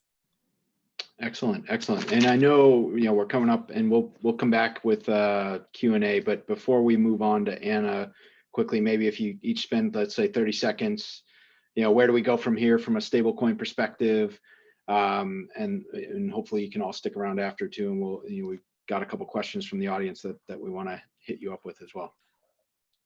Yeah, maybe Namil, why don't you start? Yeah, absolutely. I think the things that I'm super excited about, one is just making things easier to pay. So I think actually Megan asked a question in our chat And I think like the idea of like making it easier to send money without ETH is an example of something we're excited about, but just generally this idea that you can pay at merchants, you can move money back and forth between users just for person-to-person payments, I think is really powerful and critical. The other area that I'm super excited about has been decentralized finance and kind of the growth there. I think it's still very nascent. I think Joao made the point of talking about green shoots, and I totally agree. I think we're very in the early innings of this market, but I think there's some really interesting forms of programmability that will come. And the power of this is that it's not just taking a use case that already exists, it's creating something brand new. And I think there's a power in this of like creating a brand new palette for developers to be able to build apps that we didn't even envision 10, 20 years ago. The same way the internet created a lot of things that we never envisioned before the internet. Awesome. Amy, how about you? Yeah, I've been super excited about stablecoins. In the past few weeks, we've been extremely busy, and it's been very exciting for the world, not only USDC, but stablecoins in general. As an asset class, you mentioned stablecoins really saw their market cap grow upwards of 40% in the past few weeks. And importantly, we're seeing this demand in sort of two main ways. One, a flight to safety, sort of in a time of uncertainty by the traditional crypto market players, whether that be traders, miners, retail investors, etc. And really new inbound interest from non-crypto businesses, as Joao mentioned at the beginning, opening accounts to sort of take advantage of the e-commerce marketplace, and traders wanting to take advantage of the market volatility, and stablecoins are sort of their gateway into digital assets. I think many of the changes that we are having to embrace during this sort of crisis period will eventually become the new normal. And I think that stablecoin growth and adoption will remain one of them as people get onboarded onto the platform and ecosystem and see how easy this as an asset class is to use. Stablecoins, in my humble opinion, I think have all of the qualities of cash, but are better because they're more trusted. There's a capacity, sort of an ability to move globally in a very secure and quick way without the security risks, waiting times, fees associated with the traditional banking system. And as Namil mentioned, they're programmable. So that opens up a whole new world of possibilities. And on the international scale, I'm super excited about the growing interest in stablecoins and CBDCs. This comes on the heels of the release of the Libra white paper, the Financial Stability Board guidance that you mentioned at the beginning. We see the Bank of France is soliciting proposals for a public-private CBDC partnership. Bank of England is producing CBDC webinars for the public. And then, of course, People's Republic, Bank of China, potentially releasing the digital yuan, potentially very imminently. So I think that stablecoins are here to stay. They're going to continue to grow and sort of become a staple in the ecosystem that we operate in. And we're excited to see more action in the space. Awesome. And Joao, if you give us your 30 seconds too. Yeah, I think I agree with everything that Namil and Amy said. To punctuate what Namil said, I think the part that excites me is really the new things that developers and businesses can build on top of really an infrastructure layer, as I see in USDC. I think in the previous panel towards the end, I caught we were saying, there's really a drought of stuff to buy with stable coins, and I hope that's not the case for much longer. But I also hope that consumers, as I said in the beginning, don't become aware that they're using USDC, right? I can't wait for some of the apps that people are about to launch on top of our service, where consumers actually don't know that they will be dealing with USDC, and it's going to be beautiful to just have a balance on their app. They use that to pay for something, or they use that to transfer to somebody else without knowing that it's really USDC in the back end. Awesome, and thank you all, and hopefully you can stick around for the Q&A. So now we'll come back to the presentation, and Anna's going to take us through some of the accounting considerations. Go ahead, Anna. All right, thanks, Jeff. I'll try to make this quick because I know there's a couple of great questions that we want to ask our great panel we have here. So my name is Anna Gosine, and I'm a senior manager at EY's National Professional Practice Group. I specialize in the accounting for digital assets, amongst other topics. So now that you know what a stablecoin is, we had this great discussion. Let's talk about the accounting for stablecoins. Now, what Amy was talking about is how it might meet a different definition for regulation purposes. It might meet a totally different definition for accounting purposes. So typically, we look at the FASB for guidance on how to account for different financial instruments, or whatever, just generally US GAAP. So right now there's no US GAAP guidance specifically addressing digital assets, whether that's going to be cryptocurrency, tokens, stable coins, or something else. So obviously there's questions about how do we apply our current GAAP to these stable coins. And as we mentioned earlier, stable coins don't have a true definition and people kind of use that term loosely. So I'm going to go through a couple of one example that's just going to kind of keep it plain vanilla that we kind of see the most common used stable coin. So let's go on to the next slide, please. All right, to start the process to determine the appropriate accounting for this stable coin, whether that's going to be on the issuer side or the holder side, we want to ask ourselves a few questions that are really important to answer. So the first one would be, what's the purpose of the stable coin and how does it achieve that purpose? Who is the issuing entity or the group of entities pooling the resources to support the stable coin? Really important, what are the rights of the holder and what are the obligations of the issuing entity? And then, of course, what's the asset that's the collateral? Is it fiat currency? Is it a commodity like gold? Or is it another cryptocurrency or crypto asset or group of crypto assets? If it's redeemable, how often can it be redeemed? And are there significant barriers to redemption like fees? Does the stable coin actually represent an ownership in a legal entity? Again, none of these considerations by themselves are going to determine what your appropriate accounting is. So these are just kind of data points that you want to look at collectively. Let's move on to our example. Next slide.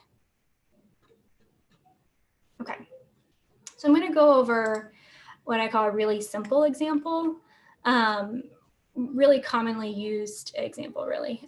So let's take a stable coin, which is issued by an entity who is not a bank. The holder gives us $1 to the stablecoin issuer in return for 1 stablecoin. The issuer then puts the dollar into a segregated bank account, and that serves as the collateral backing the stablecoin. The stablecoin is then put into the holder's wallet, and of course, the holder can do what they please with it. That includes redeeming it back for their dollar. They can sell it on an exchange, or they can transfer it to another party. So if they transfer it to another party, like maybe say to pay for a cup of coffee or whatnot, or pay for services or goods, it's also going to transfer the rights and obligations as well. In our case, the collateral, which is the US dollar, it's going to be fully reserved and its use is going to be restricted by the issuer because it's in a segregated bank account. And then let's further assume that the stablecoin is not considered legal tender anywhere with any jurisdiction, and we're going to ignore the fees. So let's explore maybe the different accounting models that we might contemplate. Next slide. Okay. So because our stablecoin in this our example is redeemable for cash, it's going to meet the definition of a financial instrument in US GAAP. So this is unlike our uncollateralized cryptocurrency like Bitcoin that we treat as a non-financial asset or an intangible asset for accounting purposes. So let's ask ourselves, why is this a financial instrument? In US GAAP, a financial instrument is cash, an ownership interest in an entity, or a contract that imposes an obligation to deliver cash or a right to receive cash or another financial instrument. So in our example, it's clear from the rights and obligations that the stablecoin represents a contractual obligation of the issuer to deliver cash and a right by the holder to receive cash. So now that we've established that it actually represents a financial instrument, we want to ask ourselves, well, what kind of financial instrument is it? Is it a receivable? Is it a debt security? Is it an equity security? That's an important question and distinction to determine because that'll have different accounting implications. In our example, the stablecoin likely meets the definition of a security, but because it doesn't actually represent an ownership interest in the entity, it's going to be a debt security instead of an equity security. So as a debt security, it's accounted for under ASC 320. On the issuer side, because it's an obligation by the issuer to transfer cash upon the holder's redemption, it's going to represent a financial liability. So the issuer would debit cash, credit, financial liability. And in this case, it would be a current liability because the holder can redeem it at any time at their discretion. And also the cash is probably likely going to be classified as restricted because its use is restricted and it's segregated in its own bank account. So one question that may come up and is coming up lately is why can't the stablecoin be classified as cash or cash equivalent? I just want to dive into that issue really quickly because I know we're running up on time. The general view is right now, given the nascent stages of nature and the immature market of stablecoins, it's hard to really call it and represent cash because right now it's not, consistent with common usage. It's not the standard medium of exchange. It's not the basis for measuring and accounting all financial statement elements. And because it can't be widely used to settle business debts at this time, we're not completely comfortable calling it cash or cash equivalent. Another reason is our example, we said it wasn't issued by a bank or regulated financial institution. That's an important distinction because financial institution, although it's not kind of a specific definition in US GAAP, the general view is that financial institutions in the context of the definition of cash are going to be entities that are subject to rigorous banking regulations or broker-dealer regulations or money transmitter regulations. And all of these regulations are designed with the intent to protect and enhance the depositor's kind of ability to transact with their balance in a manner that's consistent with cash. So there's basically no risk of nominal loss at this point. So moving on to kind of cash equivalent, although in US GAAP it's defined as it's readily convertible to known amounts of cash and so near the maturity that they present insignificant risk of changes in value. Again, because the stablecoin is just largely untested and not in the nascent nature, it's a immature market, and it just kind of poses right now not the same comparability to liquidity investments that are classified as cash equivalents. So outside of our example here, different stablecoins, depending on their rights and obligations, are going to have different accounting implications. For example, you may have one that's a financial instrument containing an embedded derivative, and you have to account it under ASC 815. It may be a receivable, like you said, and we account for it under ASC 310. It's also could be just an equity investment if it represents a security, an equity security in an entity. If that's the case, you might have to consider equity method investments or even consolidation, depending on how much of the stablecoin that the holder has. Just want to stress really quickly that the accounting is completely driven by the specific facts and circumstances and the terms and obligations of the holder and the issuer. And they're all just largely different. So it's really important, although we talked about one kind of common example, I think each one is going to have a unique answer. So it's really important to kind of understand that, and it's going to apply a lot of judgment given the fact that there's no current US GAAP on this. So I'm going to turn it back to Jeff to hopefully get in at least one good Q&A before we have to drop.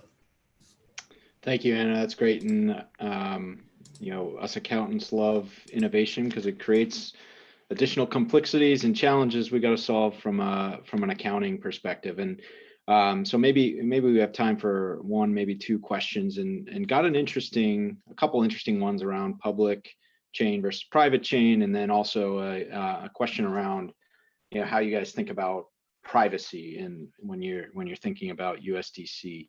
And so hoping Namil or Jeff, one of you could touch on that topic. Yeah, absolutely. This is Namil. Which is the first question? So like, how do you guys think about, well, the first question was, are all, the question itself was around whether the, stable coins are all on public chains versus private chains. And then, separately to that, it's somewhat related, but, how do you guys at USDC think about privacy specifically? So I think that first question, it's a core, I think, that goes to the heart of Center. I think our general belief has always been in interoperability, that we have the openness to use this on any chain. It's not like we have our own chain. We haven't, and so I think we're very open to this being used across different chains. We started on Ethereum because we think that's where there's just tremendous amount of developer interest. It was one of the chains that just has a lot of usage and has great programmability elements. But I think we're very open to others being able to either issue on other chains directly or figuring out other ways to do bridges across the different chains. Generally speaking, I think like our belief has been in an open blockchain world, that there are open blockchains. But again, I think that the goal of this is that it's a primitive that anyone can build on top of. So if there's a way to be able to use it on a private blockchain, that's up to whatever organization that wants to build on top of it to be able to do. Great. And then for privacy, maybe I can have Joao kind of provide some feedback there. Yeah, what's the angle again on privacy?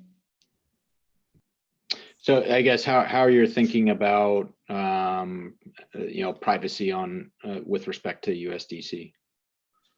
Yeah, we get asked. I just wanted to confirm that it was that angle. We have been asked that a little bit more often as of lately, and than say in the last 2 years. And I guess it's because we now see, at least from our circle perspective, we now see a ton of financial services use cases trying to use USDC as a piece of infrastructure. And then people say, we might not want our transactions to be publicly, available on Ethereum, at least as far as the amounts and things like that. So we don't have a straight up answer for that. As Namil said, one of the things that we have been investigating in the recent past is how USDC as an asset can function in multiple blockchains. And to me, that's one of the possible answers is how you can leverage a ton of existing technology that is there to protect the privacy of some transactions in public blockchains, and how that can be used in conjunction with USDC. So that's probably the direction we would go, but it's one of the topics that we have been beginning to discuss in the technical committee at Center, but it's very early days, and we are far from having an answer for that right now. Oh, great. Well, we are up on time, and I want to thank you all for joining us today and for this great panel. And I guess we'll hand it back to Paul. Wow, thank you guys so much. That was an amazing panel discussion. I loved it, and especially Anna, you really nailed in on what I think is one of the most important questions for me, which is why can't this yet be considered as cash? So thank you all very much. We are back with our celebrity guests, and what I would like to do is just start with our two experts, first Lou and then Megan, and just give us your reactions and your thoughts about kind of what we saw in the last panel. Sure, it was super interesting discussion. All the panels were really terrific.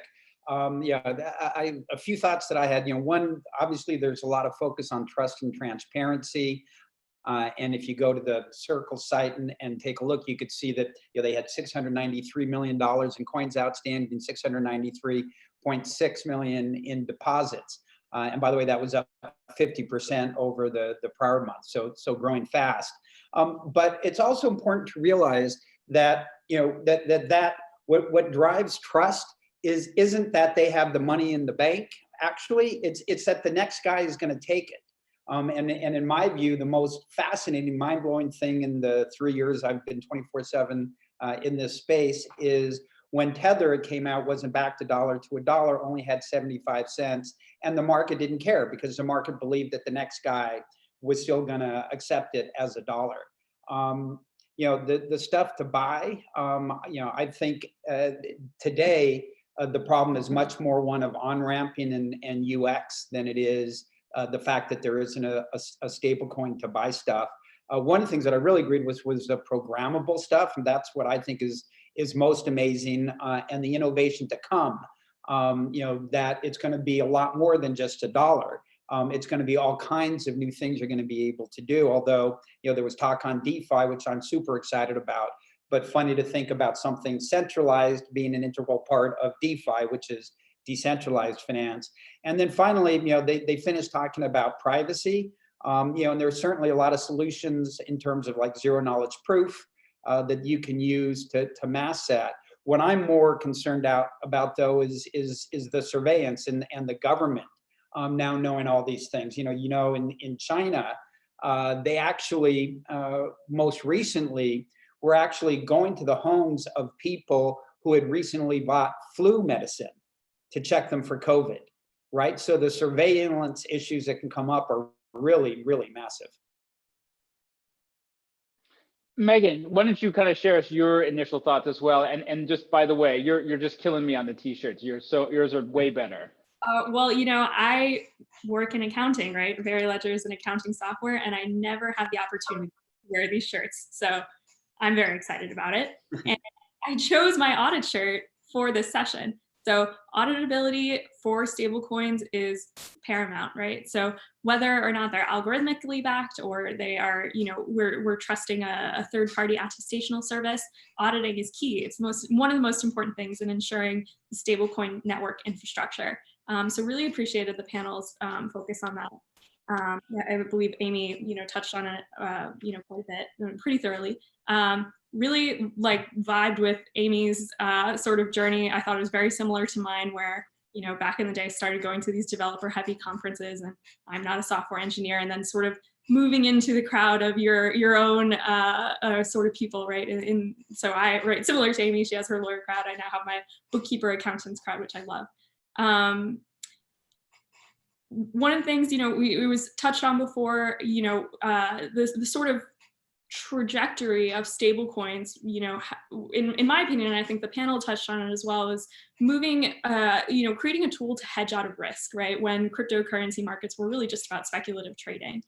So, you know, back in the day, I remember trading with the Circle trading desk, and when, you know, stablecoins came out, it was like a real like lifesaver because we could hedge out of our positions. And, you know, it's now moved into this, you know, totally different animal, which is exciting to see. You know, this idea that stablecoins, you know, should be something for wider adoption, you know, really important. As was mentioned, we still have these issues where people who have stablecoins need to maintain ETH to pay gas, right? At least for stablecoins on the Ethereum network. There's been great work with Meta Transactions, the gas station network, to sort of put the onus back on the application developers to help their users pay for their transaction fees. So it's fascinating, right, when you think about these networks from a macroeconomic perspective, how those sort of like little levers are starting to shift and enhance usability. Also, you know, really appreciated the accounting deep dive, right, because this is the world that I live in, and to maybe offer a counter perspective.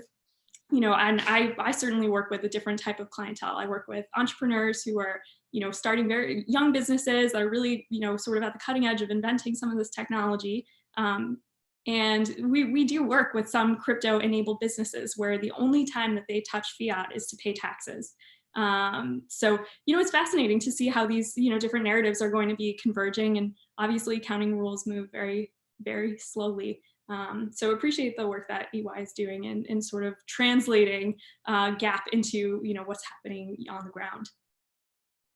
It's really, really challenging. And I think that our audit teams, our professional practice group are doing really good work. I think one of the things I'd love for you to touch on a little bit is, how do you think eventually we're going to be able to, or should we be able to tell the difference between an asset-backed stablecoin with dollars in the bank versus something that's a bit more algorithmic, right? I have a hypothesis that many enterprises will want to start with the asset backed because that will make them feel more comfortable. What's it going to take to get them comfortable with the algorithmic flavor as well? Yeah, well, I have some thoughts on this, which are, you know, from a back office reporting perspective, you know, the sort of you know, opaqueness with dealing with algorithmic stablecoins is a little bit of a risk issue. So it's to the extent that these issuers of algorithmic based stablecoins can penetrate and be like the first, you know, people moving into these new areas of securities laws, I think it would help, you know, more mature businesses be okay with using algorithmic stablecoins. One of the things particularly I think about with MakerDAO, right, which is very popular algorithmic stablecoin, and their release of multi-collateral DAI, is, you know, in at least to my knowledge, there's not really a sort of solid process for unfolding those additional assets into their basket outside of voting, right? And so I would like to see, you know, a little bit more of sort of structure come in to think about, okay, if we're going to be putting assets into this basket, what is the framework for it? How do we ensure that the community has input, but how do we also make sure that, you know, this stable coin is actually going to stay stable? We don't want to be loading up that basket of assets with, you know, assets that aren't worth anything. So it's certainly dangerous, and I think there's a long way to go in terms of regulatory approvals, and also you know, frameworks from the community to make these things more safe. Fantastic. Hey, Lou, I have a question for you. Why don't you think we see any of the world's big global banks issuing stablecoins? It's all startups right now. What's it going to take for the world's big leading banks for us to have kind of branded bank-led stablecoins on the public blockchains? You know, I think there's still so much uncertainty around regulations and how different governments are going to approach this. You know, I think we're going to obviously see probably China be the first huge government to come out with, you know, a digital currency, and I think that's going to be a huge on-ramp for much of the world. It'll be interesting, obviously, when Libra comes out, backed by Facebook. A lot of people back Facebook, or a lot of people trust Facebook, but also a lot of people don't trust the government. A lot of people don't trust Facebook. Who do they trust? You know, the institution actually that people trust the most, far more than banks, is people trust their religious institution. They trust their church, right? So, you know, in my mind, if you want to get something out there that people are really going to trust, you know, is our religions, our churches going to start issuing dollars, you know, or issuing stable coins? You know, now that it's an open, I'm going to have to file away that question for my chat later with Bob Bench, right? Maybe the Federal Reserve needs to get set up in churches, perhaps. Yeah, look, you know, I think MakerDAO is amazing. And MakerDAO is hopefully on the path to decentralization. A lot of what, you know, crypto, and I thought it was funny in an earlier discussion, he said, you know, we're not using the word crypto anymore, as though that's a bad word, even though it's obviously just short for cryptography, which all of this deploys. But again, kind of pointing to the moment in time where we're at. And because we're early, we're seeing issues with the things like MakerDAO that are more decentralized. And so, you know, hard to imagine this becoming massively mainstream until more of those issues on the decentralized front, at least, are worked out. Megan, I wanted to circle back to something that you said, which I thought was really interesting. You know, Lou's got this vision of who can be trusted.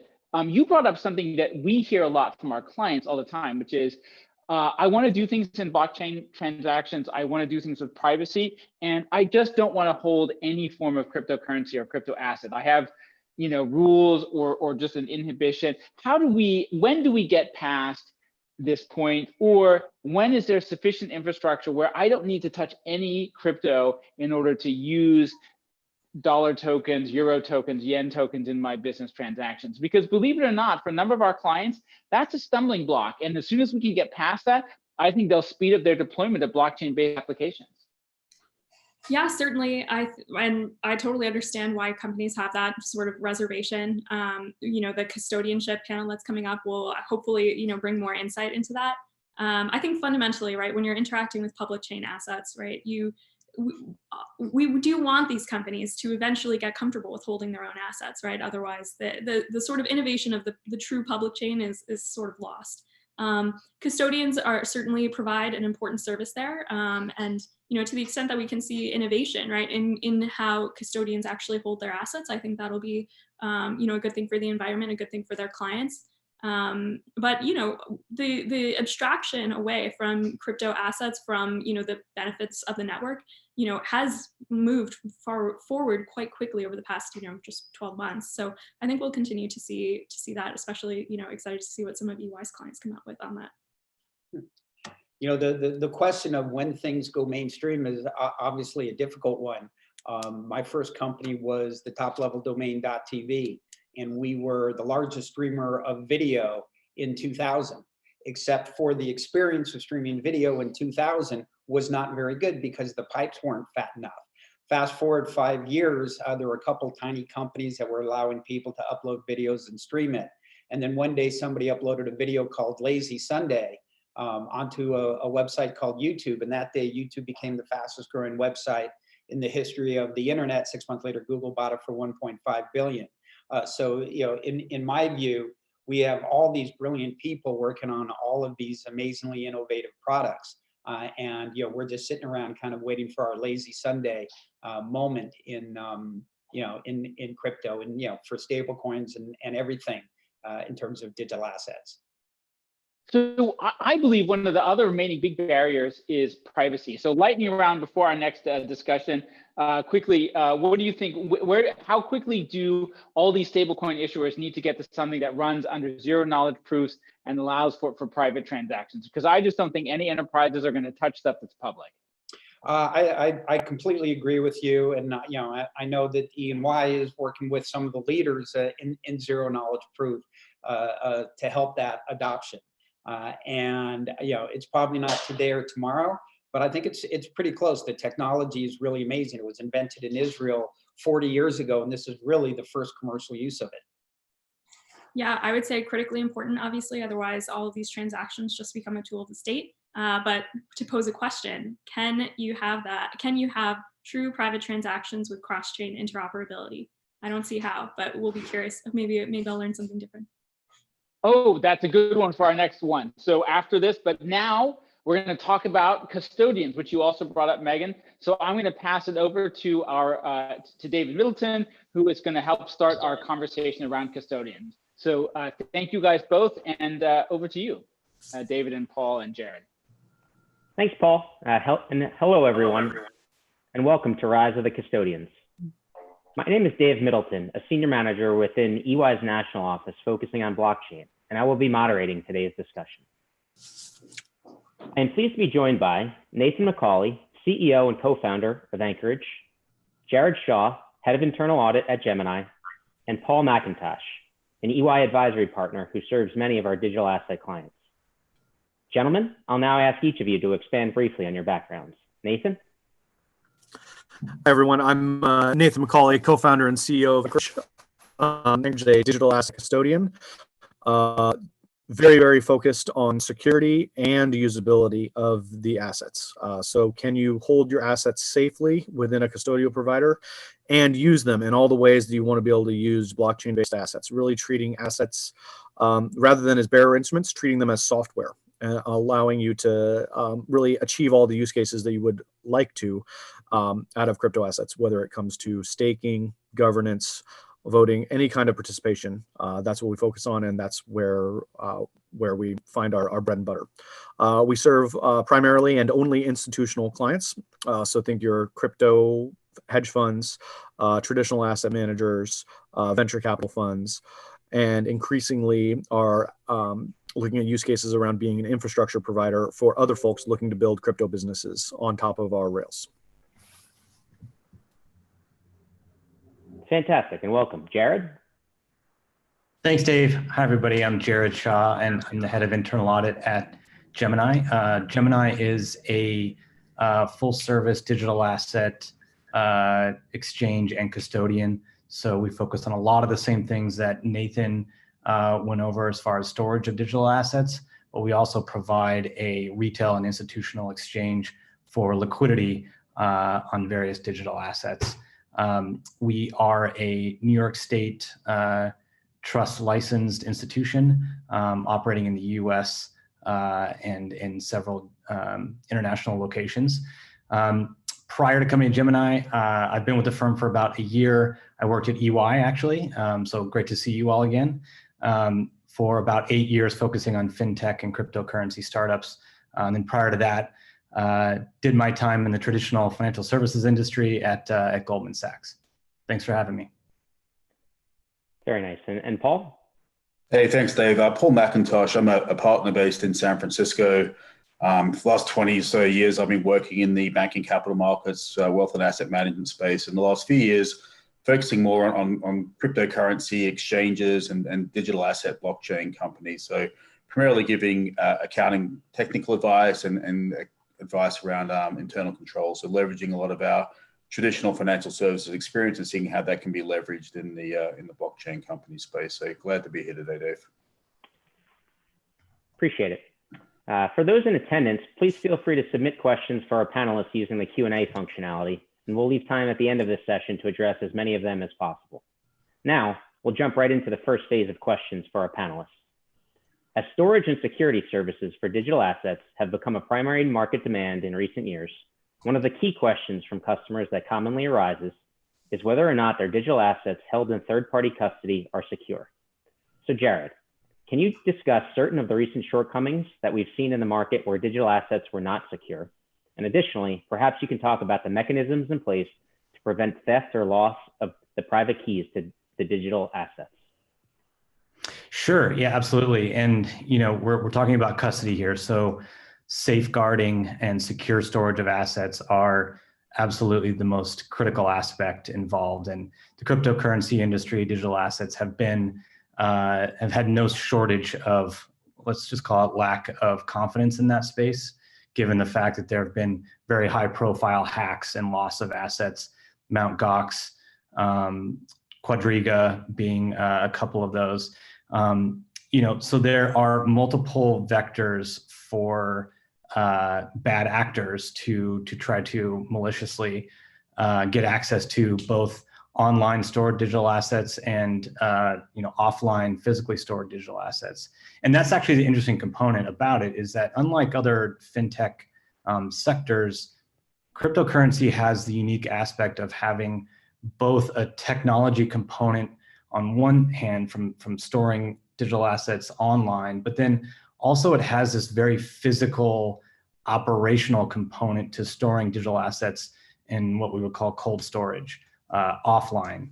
And that combination is, I think, very unique to digital assets and something that requires a whole new set of implementing controls and layers of protections for securing those assets.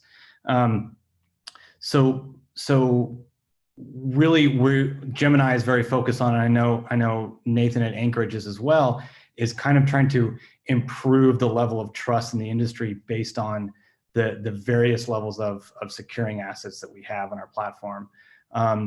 That path to really earning trust is a long one, and it's one at Gemini we think we're a forerunner on. Part of what we've done is to just really build a system that has as many layers as possible of controls. And then when you think you have enough layers of controls in place, you add more layers.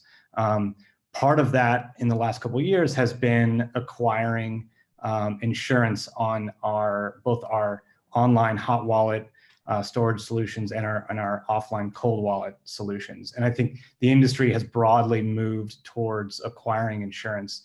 And that's also been a climb from the sense that it's getting insurers comfortable with our platform and how it is secure and safe. And so we've seen kind of this race to the top of custodians getting more and more levels of insurance to cover their assets. Again, with the focus on really just trying to obtain as much trust as possible from the marketplace around the storage. So we've also done things like having external certifications of our platform. So whether that's in the form of a SOC 1 or a SOC 2 assessment, or having additional cybersecurity, AML, BSA reviews around our platform, all of those things are done to demonstrate that our platform is as secure as possible. And that's just going to largely become table stakes for the industry. And so we're really excited about being at the forefront of that. And we're looking forward to, for the rest of the industry to continue on that path. Thank you, Jared. That was a great overview. In terms of the security of digital assets, Nathan, perhaps you can discuss what new and innovative solutions are being developed, and do you have a preliminary sense of how the regulators are reacting to these solutions? Sure. So I think it's a really interesting area to talk about security, talk about assets and how we use them and how we think about them. In many ways, I caught a little bit of the last session where we're talking about stable coins, and you start talking about stable coins, you start talking about utility tokens, and then cryptocurrencies like a Bitcoin and Ethereum. There's just so much going on that it is in many ways an irreducibly complex problem to think about how does all of this fit into a regulatory structure. So I might just table the regulatory discussion for a moment to talk a little bit about security. On the topic of security, We at Anchorage want digital assets to end up being able to be treated like any other asset, or in many ways, we think that we ought to be able to be better than the usability profile that you have with cash, usability profile that you have with stocks, and the usability profile you have with bonds and other kinds of assets. And so our view here is that if we're going to take this digital transformation, we should actually have things end up being better. It should be seamless to be able to integrate custody solutions into another offering. It should be seamless to settle crypto between different counterparties.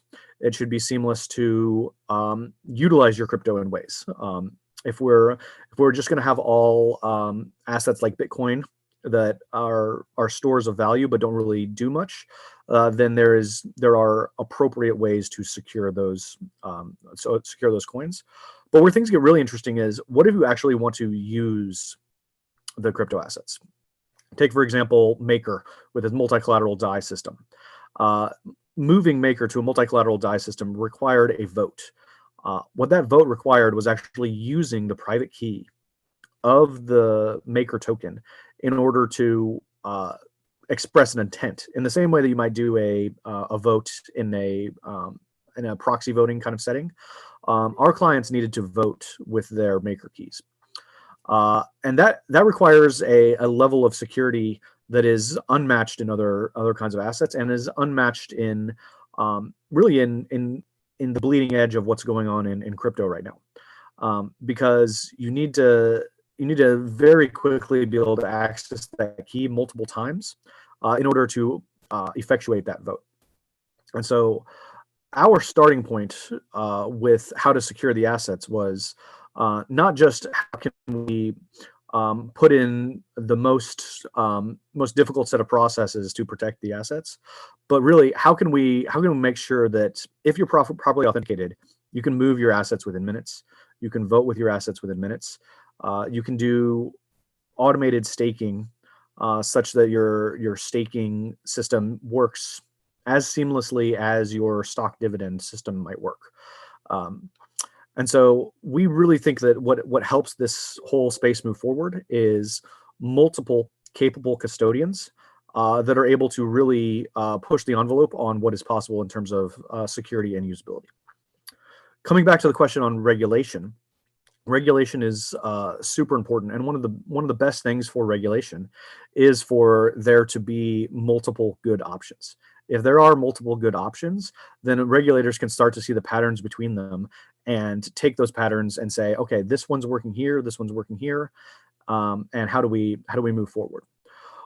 What's interesting in financial regulation as opposed to other regulations is that financial regulation doesn't really have a kind of experiment, try it out, and then see what wins kind of approach. Many regulators want to get educated before rolling out any kind of regulatory regime, and then update as it goes. And so what you're seeing at least the regulatory landscape in the US is a state-by-state rollout of regulations where people are figuring things out in anticipation, we all believe, of eventually some sort of federal regulations being able to be executed. And so typical licensures right now are state money transmitter licenses or trust company licenses, both of which end up having a pretty significant security component where you need to let the state regulators know, hey, what is the security process here? In addition to what is the financial process, in addition to what is the settlement process, capitalization, all of those things kind of come into play. And so what's so interesting here is that like so much of this is a build out that gets people comfortable. And it's exciting. There's a lot of things that are totally new in this space. There is no existing regulation to follow if you're talking about an asset that is also software that has smart contract type interfaces there. There is no well understood insurance market that understands how to underwrite the risk of using the smart contracts in that network. So there's still a lot of work to do, and what's really nice to see is that a bunch of the custodial providers are looking at ways to work together come to regulators with like working solutions that are safe and that are usable and that are secure. And so it's a really exciting time to be in crypto. Really feel like we're getting close to an inflection point on what is possible within custodians, and that'll allow kind of the second layer of businesses to get built on top of all this. Thanks, Nathan. Very informative. So Paul, with the mechanisms in place that Jared mentioned, we've seen a number of custodians heading down the path of issuing stock reports. Can you discuss where the broader industry stands on this topic? And if you think this is something that will become more commonplace, especially considering challenges that external audit firms are facing surrounding existence when an entity's digital assets are held in third-party custody within commingled wallets?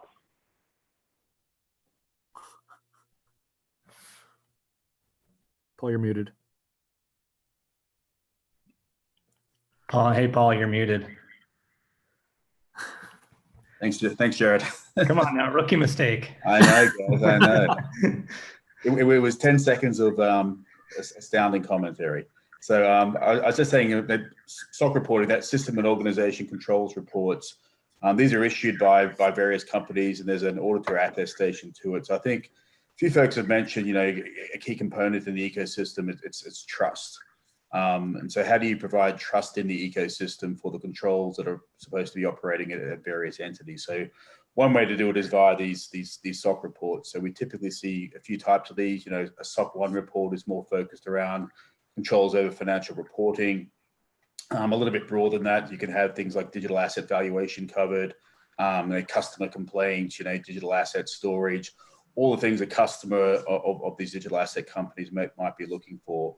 And then there's a SOC 2 report, which focus more on security and privacy. And there's a SOC 3 report more intended for general audiences. So I think in general, the industry is moving towards those. I think as a barometer for the maturity cycle of companies is whether they're issuing, these kind of attestations, providing the marketplace with assurance. So Nathan was commenting on the regulatory environment, and the one thing regulators would like to see in addition to investors is there's this kind of independent attestation, and you see companies move along the maturity cycle from tech startups into more established companies, particularly in the financial services space, issuing these kind of reports. So I think we're going to see a lot more of it for investor confidence and things like that. Thanks, Paul. And I can touch on, I think it leads into your next question as well, Dave, around co-mingling of assets. So one of the challenges we typically face as audit firms, so we need to independently validate the existence of digital assets. That sometimes becomes problematic when a third-party provider is storing those assets. We're using a third-party vendor for transacting, because typically, there's one public address which might house the digital assets of multiple entities. So for us as auditors, we go in and we're trying to audit a specific firm. Those assets are commingled, so it's very, very difficult to identify the specific assets related to an individual entity.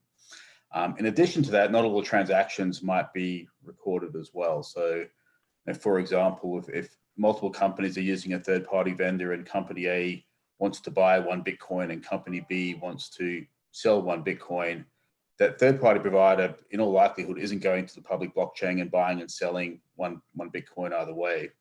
What they'll do is they'll have a separate set of books and records, they manage for themselves, similar to a stock record and a broker-dealer, and they'll just record the transactions on that individual ledger. So for independent audit firms like us, it's very difficult to go to the blockchain, or impossible to go to the blockchain in this instance and see that transaction happening. So what do we do? So this all ties back into the overall control process. So we often look to see if is there a SOC 1 Type 2 report, meaning are there controls over financial reporting which indicate there's this, and for want of a better term, this digital asset ledger that's being kept? What are the controls around that? Has that been tested? Has that report gone out to the public? Or there might be some additional substantive procedures we perform over, withdrawals, deposits, old school confirmations, things like that. But I think most importantly, what we would look to see is the controls that the company themselves have implemented in this space. Thanks, Paul. It definitely sounds like SOC reports could potentially be useful in the future as it relates to overcoming some of these challenges. So Jared, building on this topic, can you provide some insights on the controls third-party custodians may have in place around the commingling of digital assets and whether or not these controls are currently being described in SOC reports across the industry? Yeah, sure. So Paul gave a great overview of some of the challenges and the way that exchanges operate with digital assets. Kind of from what we think about from a traditional broker-dealer standpoint as kind of an omnibus and sub-accounting relationship. And without getting too in the weeds on that, it is something that we're very focused on. And from a SOC perspective, let me talk about that first. So we would, a SOC 1 and a SOC 2 provide assurance to our customers that we are securing their assets, handling their funds appropriately, and then also reporting to them accurately, so that they can rely on the accuracy of the information that we're providing them. Part of that is making sure that we can appropriately account for their assets. So our SOC reports do look at the controls we have in place to make sure we're accurately reporting to our customers. And we think that's, again, kind of trust is an overall theme here. That's a really important thing to be as transparent as possible with our customers around in order to build that trust. And so that would include controls around how we reconcile to various blockchains to prove that assets are in existence. It would include controls around how we manage and reconcile between customer accounts and omnibus firm accounts. And so that level of transparency is definitely addressed by a SOC. And if you're a customer out there of a crypto custodian or exchange and you're not seeing that included in a SOC report, then you need to be going back and asking why it's not there or if they even have controls in place. So it's super important. I would say we also, from a business model standpoint, crypto has evolved, I think, from years ago where some of the original exchanges held a bunch of assets, digital assets on their balance sheet and provided liquidity into the market, into their exchange in order to facilitate buyers and sellers, kind of to be the buyer and seller of last resort. And when you're sitting on a bunch of digital assets to do that, that really makes the accounting and the controls very difficult to administer. I think we've evolved away from that a bit, and certainly Gemini's business model has been to step away from being the liquidity provider on our exchange and to attract institutional customers who are market makers to come onto our platform, have very quick and transparent access to our order book, and so that they can provide liquidity on the platform and take us out of the game of needing to hold a bunch of digital assets to provide liquidity. And that simplifies the overall internal controls and kind of the reliance on this omnibus customer accounting situation that's in place. And I think that just involves making a very attractive exchange for market makers and other liquidity providers to play on. And I think we'll continue to see that more in the future as well. Thanks, Jared. That's very timely as we've received a number of questions from the audience related to SOC reports, in particular related to your firm, Gemini. So shifting gears a bit, I wanted to touch on how the COVID-19 pandemic is impacting custodians, specifically in scenarios where custodians maintain private keys in cold storage. Nathan, can you elaborate on whether there have been any challenges for custodians during this pandemic with regard to accessing cold storage? Dave, it's a really interesting question for us because we went to shelter in place so Anchorage is based in San Francisco. We went to shelter in place for about a week and a half before some of the official orders started coming down. And then what happened was probably 2 weeks in, 2-3 weeks into shelter in place, some of our clients started reaching out and asking us, hey, are are your operations going to be affected by the shelter-in-place order? And it was a bit surprising to us because the way we have built our system doesn't require us to manually go anywhere in order to access clients' funds. Our notion of storage does not take the trade-offs between hot and cold. We've built a secured, authenticated system that doesn't require any sort of manual travel to a data center or anywhere to, say, unlock a cold storage system. And so our mental model within Anchorage is that, of course, your assets are available, and of course, us going to shelter in place wouldn't affect anything. And so we're a little taken aback by clients asking us, because some of them are custodying with other custodians who are having major operational problems. Some of them rolling out schedules to say, hey, you can only access your funds at 3 p.m. daily because that's when our people are going to go out of shelter in place to go access the funds, or things like that. And so it has been something that has affected some of the custodians. We're fortunate enough to have built our system from the beginning so that we are able to operate totally independently to where we are geographically. Our clients are able to operate totally independent of where they are geographically.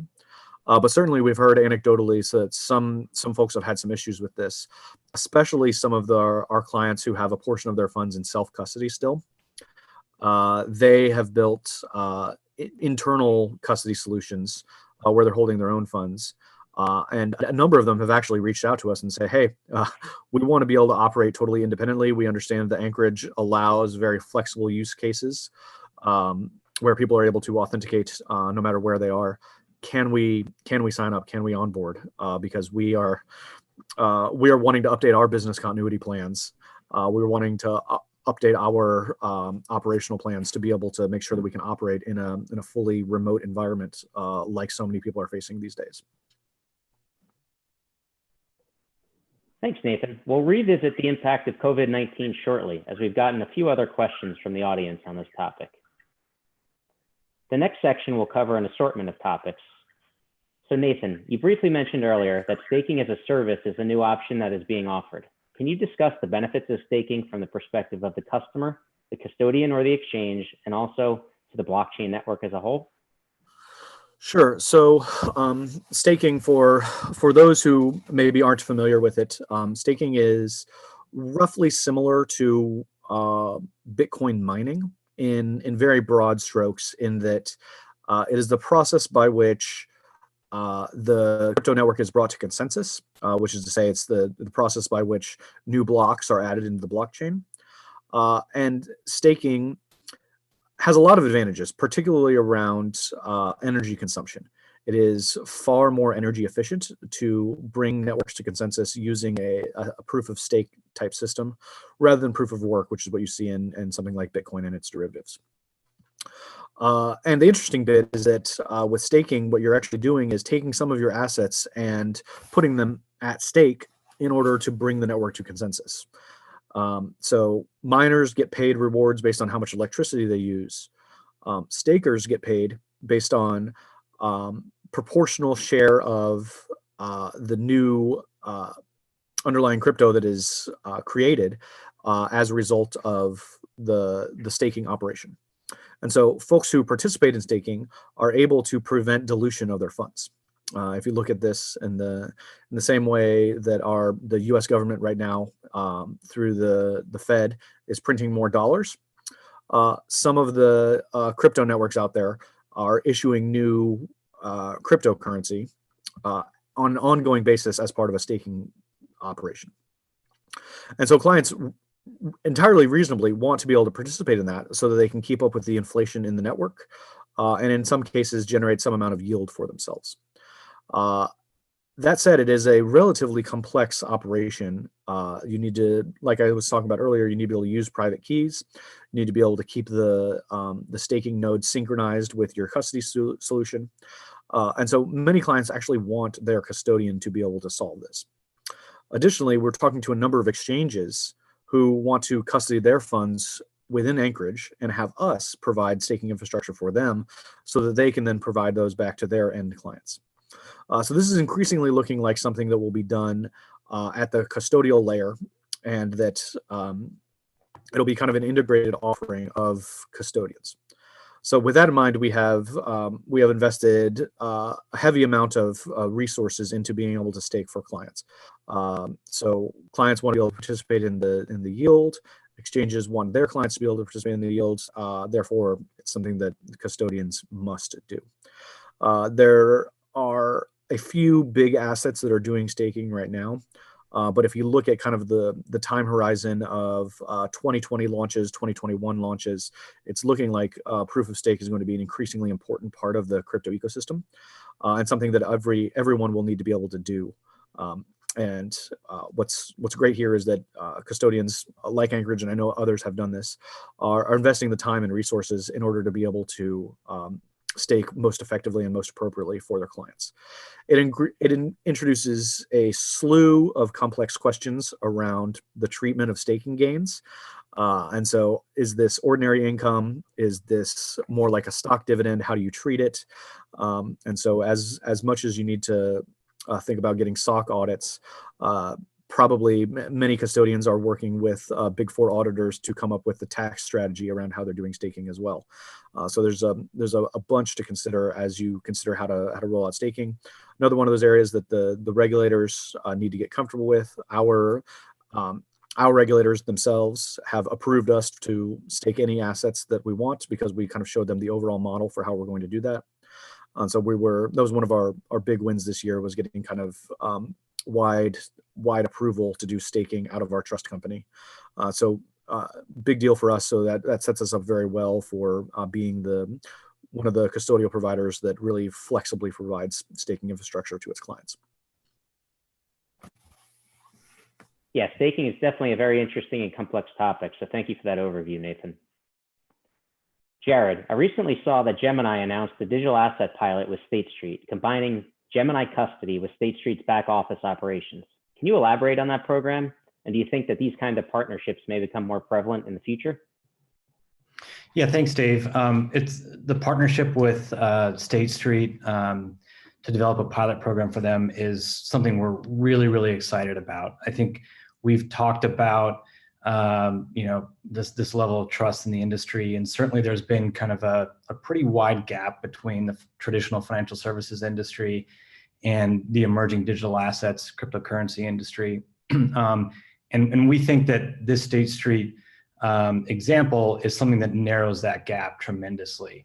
And overall, we look forward to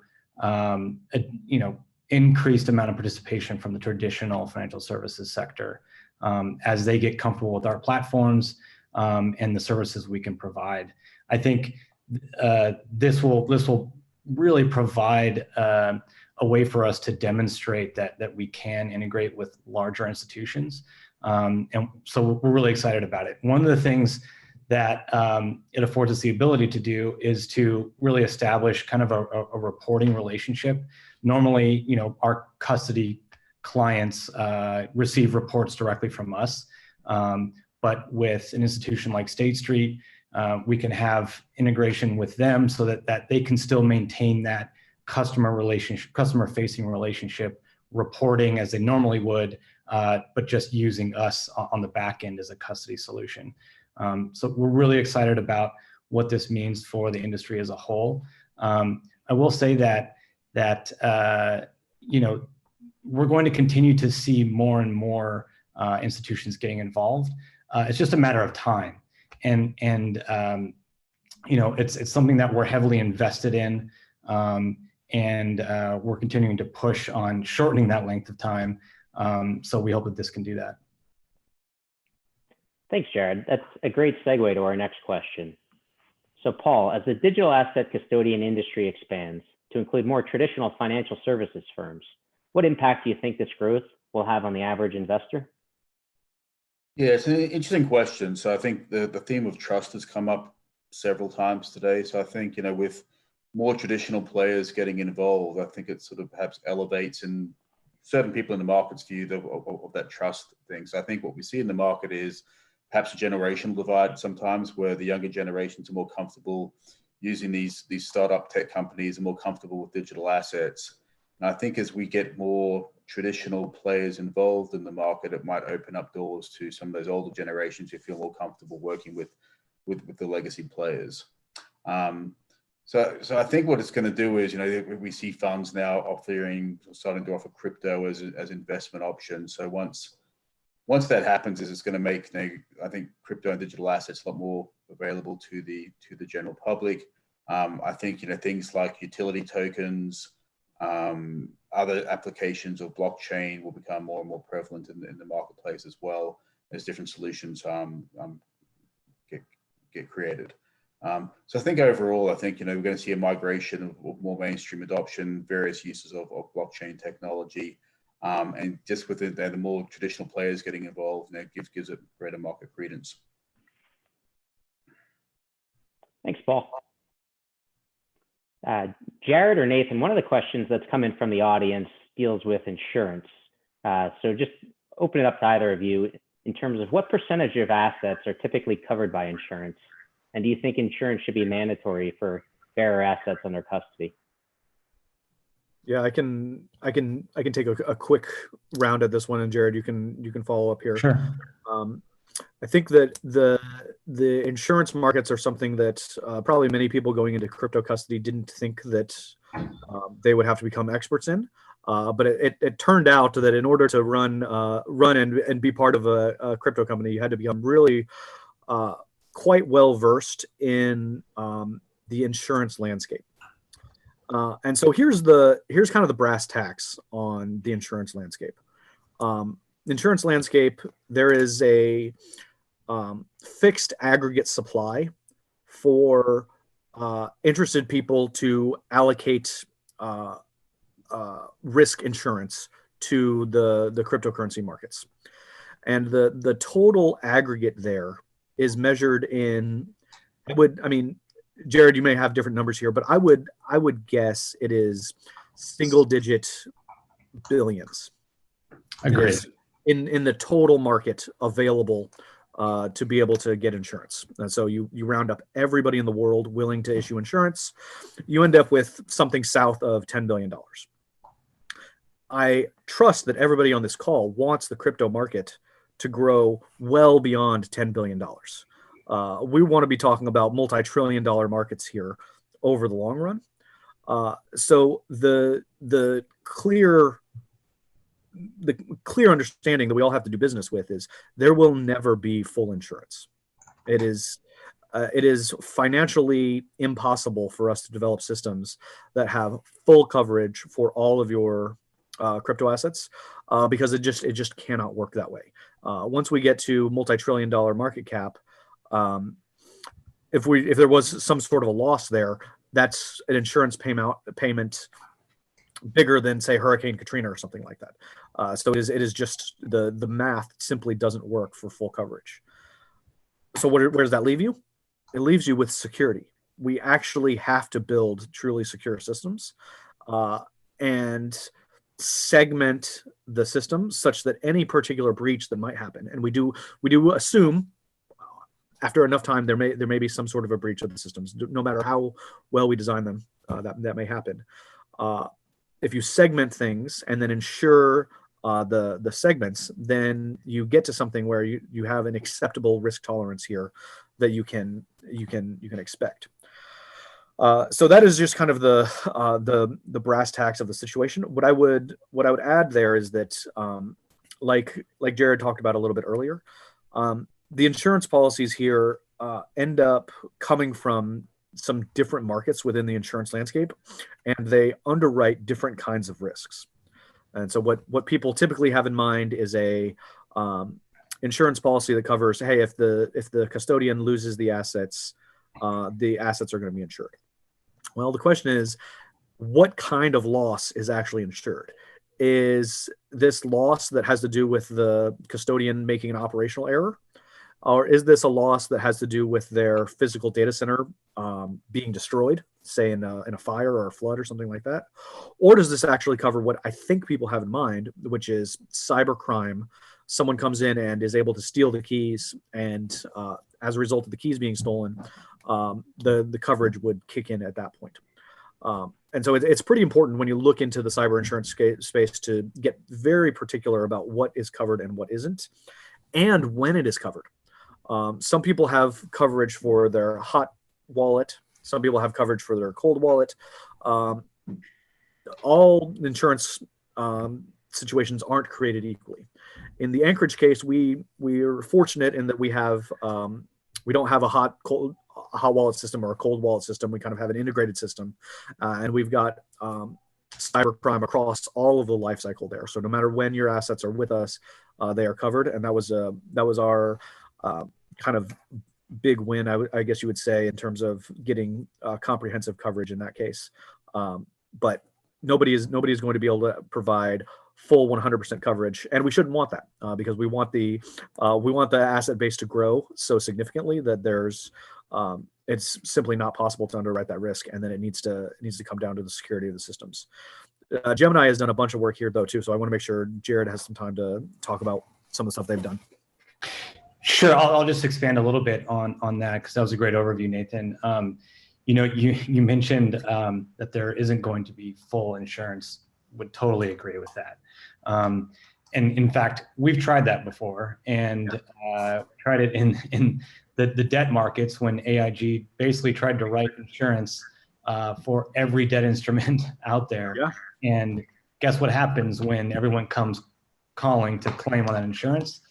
You have a financial crisis. So, obviously, but Jared, we got Bitcoin. Yeah, we got Bitcoin out of the financial crisis. That's a good point. So what'll come out of that, I don't know, but it's probably not a scalable solution. That doesn't mean to say that there isn't room for a tremendous amount of innovation at this point. And we think there is. One of the things that we've done at Gemini is to establish a captive insurance company, meaning we have an entity that is an affiliate of Gemini that is domiciled and licensed in Bermuda to provide insurance. We currently use it as part of our custodian insurance.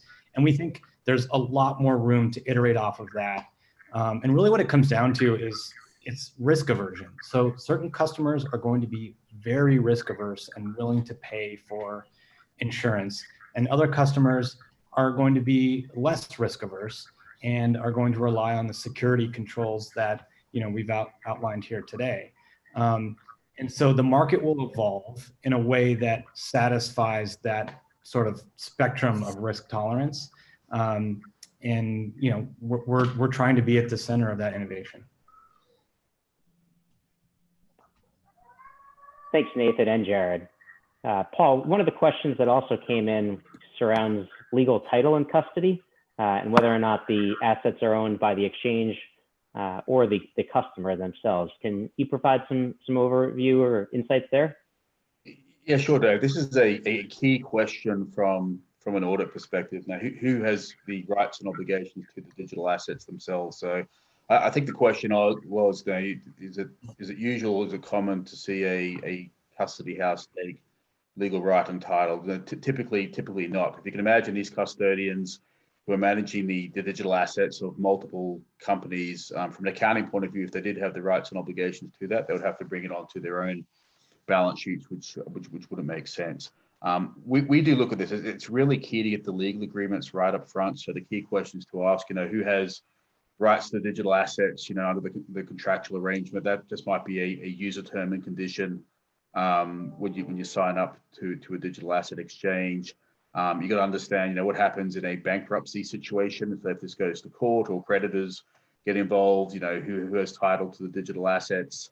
Now you look at things like other third-party arrangements, whether the digital assets are segregated with the custodian. So typically, no, the digital asset rights and obligations should remain with you, the individual customer, if it's an exchange, or you, the individual company, if you're an entity that has digital assets. But it all comes down to the legal agreements, and we encourage a lot of our colleagues and our clients to be very, very tight on the legal descriptions in their documents and their terms and conditions.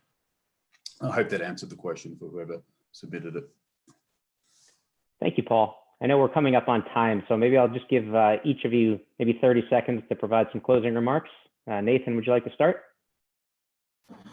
Sure. I think one of the interesting things here is just if we look at kind of the overall landscape here with coronavirus, my view here is that we have a really interesting opportunity to provide new financial infrastructure that will, in many ways, help alleviate some of the issues that we've seen, either with distribution of wealth or access to financial services over time. And so I think in many ways, the whole situation that we're dealing with right now worldwide is a bit of a call to arms to the crypto ecosystem. Like, hey, we think we have a better plan. We think we have a better way of doing things. Let's execute on it. Let's get this done. And so that's kind of what I'm consistently telling our team over at Anchorage is like, this is our moment. These kinds of world-changing events are opportunities for dramatic reconfiguration of how things work. And so let's be thoughtful about how we fit into the new world as it comes into being and development, and use this as really a way to think about how can we maximize impact worldwide. So exciting times. Appreciate Dave and Paul inviting me to this panel. I really appreciate it, and thanks a lot for letting me be here. Yeah, thank you, Nathan. Appreciate you joining. Jared? Yeah, sure. Would also like to thank you both and EY for letting us participate. And always good to be in discussions with Nathan. We've been in them in the past, and so it's great to get together again. I would say we're also extremely bullish. I mean, we're still at the very early innings of cryptocurrency and becoming more of a mainstream asset. A key part of doing that is having custody solutions that are, as Nathan said earlier, seamless to the user. It's really important to have a system that doesn't have any question around if it's going to be secure, if my assets are going to be there when I need them, and it's easy to use. And so because we're so early on that, we think that there's just the sky is the limit at this point for where it could potentially go. And we're super excited to be at the early innings. I think overall, we're going to continue to see the regulatory environment evolve. We're going to see certifications around like things we talked about, like SOC 1 and SOC 2 continue to be critical. I noticed Chase had a question around SOC 1. So, hey, Chase, thanks for the question. Yeah, I think we'll continue to see more and more exchanges pursue that kind of level of transparency as we climb this trust curve. And so what that means for the broader industry is that, hey, we're going to have more and more people involved, and we're going to need a secure platform and secure infrastructure to give access to individuals. I just had my my parents, who are both north of 70, wanted to get involved in cryptocurrency and help them get onboarded to Gemini. And so, if individuals in that demographic are getting involved, then I think there's really no limits to where it can go. So thanks for having us, and really appreciate the time and for the questions from the audience members. Yeah, thank you again, Jared, for joining. Paul, I'll turn it over to you to wrap it up. Yeah, just very, very quickly, I think that the two T's for me, trust and transparency, was I think Nathan and Jared have mentioned a few times. I think that's what we're here as part of the ecosystem to support. So I know we're running up against time, so I'll turn back to my colleague, Paul Brady. Paul McIntosh, thank you very much. I keep hearing Paul, and I start up every time. I was like, wow, I need to be paying attention. So thank you, guys. That was an amazing panel. And thank you for taking the time to join us. We are now going to come back to our guest stars for a little bit of thoughts and commentary. And today, this time, I want to start with Megan, CEO of Veriledger. And Megan, I want to ask you, give me your thoughts about custody and stable coins, and especially, how does this fit? How does a maturing custody framework really fit with the original vision of cryptocurrencies as something that people manage themselves?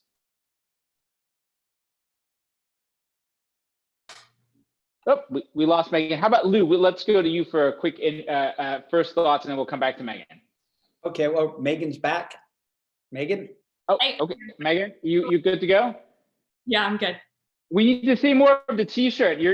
I'm trying to keep up with you, but it's hard. This one's A+.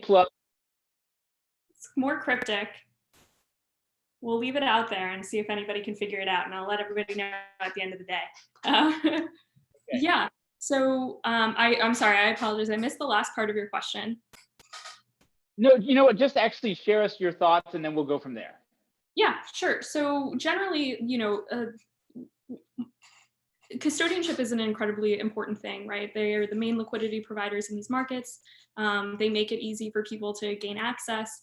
So I applaud our custodians, right? As you discussed before, they make it easier for businesses, for larger institutions to get involved, which is all really important. My take is that there always needs to be a balance, right, between the kind of power that custodians have.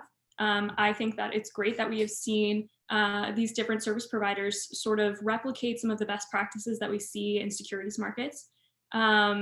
But we also have these sort of interesting sorts of financial instruments that exist in crypto that don't exist, in these other markets.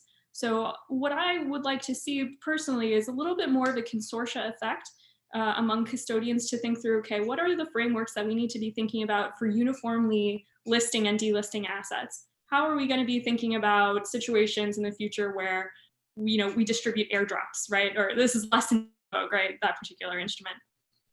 How do we think about, uniformly distributing staking gains to those who are delegating to us? They're not easy questions to answer, but they do. We have some very industry specific sorts of problems that these guys are going to be really critical in figuring out how to solve. And Lou, let's get your thoughts real quick. Yeah, well, I thought it was great hearing from them. Obviously, a lot of progress being made. We need a great custodianship services to really get the institutional involvement. And so there's a lot of progress going on. I think what they didn't talk a lot about, though, was the regulatory environment, because that's another critically important piece to getting the institutions involved. And I still think the regulations in the US are very lacking, which is, I think, one of the major reasons why this industry is happening much more in Asia than it is here in countries like Singapore and Korea, and actually even in China. And so, I think that's a real potential problem for the United States. I was most interested in, myself in learning about the different services they were offering on the voting and the staking side. And I'm actually wearing a T-shirt now from Tezos. So hard to tell, trying to up my T-shirt game. And Tezos is a great blockchain layer 1 protocol, solving for security of the protocol and for privacy. And so, it's a favorite of security tokens. And so, and one of the things that they're pushing on the staking side is instead of staking, as we think of it today, which is you get kind of a dividend. They're thinking of the people, which is probably a taxable event. They're actually thinking of implementing, instead of staking, slashing. So for the people who don't stake, actually taking tokens away. And so that can be much more taxably favorable for everybody in the ecosystem. Of course, that would require some level of uniformity about tax rules, which isn't necessarily true around the world, at least not yet. Tell me, maybe I'll come back to Megan. If you listen to the last panel, it sounds complicated, right? This is starting to sound very complicated. Are we in embracing all the maturity that's required for staking, distributing those benefits and so on? Are we irrevocably moving away from the era of individual users as custodians? Certainly not. I don't think so at all. We're missing the infrastructure in a lot of ways, right? But ultimately, for these networks to be able to succeed, you have to be able to have people be their own custodians, right? So running your own node, right, for ETH2, right? The ETH2 Topaz testnet, right? has just come out 4 weeks ago, right? It's not at the point yet where people can necessarily be out there, you know, your normal like Jane and Joe, whoever can do it. But you know, it's totally necessary.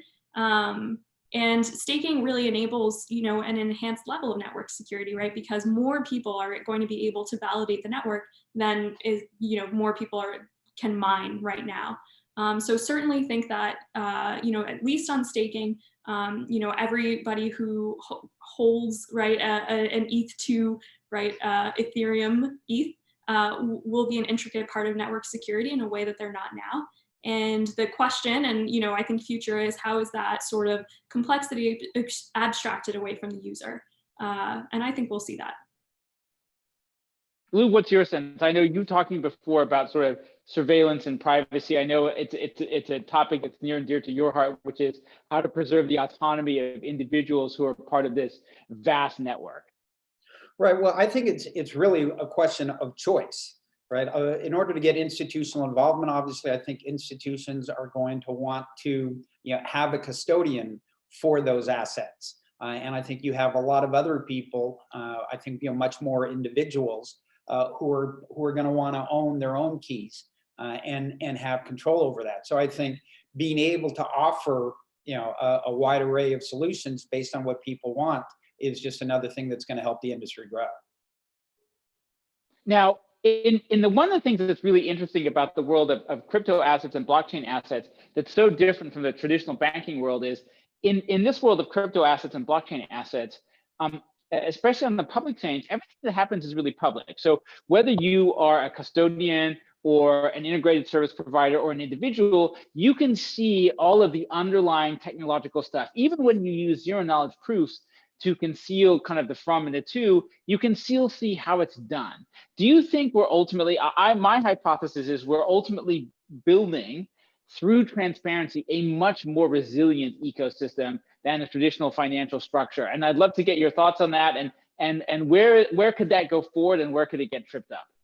Yeah, so I mean, I completely agree with you. Obviously, we're building something that is more resilient for the people who want it, that is far more private, that you can actually, you know, hold your assets yourself and take it around the world wherever you go. There's not a person in the middle, you know, who's deciding the rules and what's going to happen.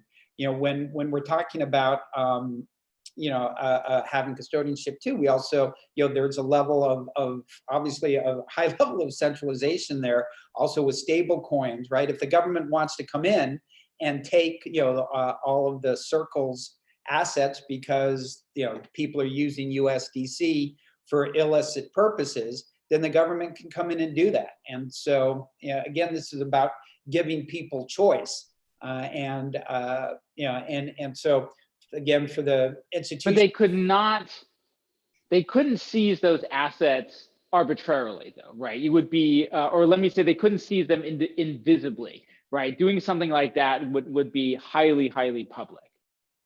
Well, sure, but the government's, you know, in my view, the government's a bully. The government is solving for the government, right? If the government was solving for us, we'd have regulations about how all of this could work and we'd be much further along.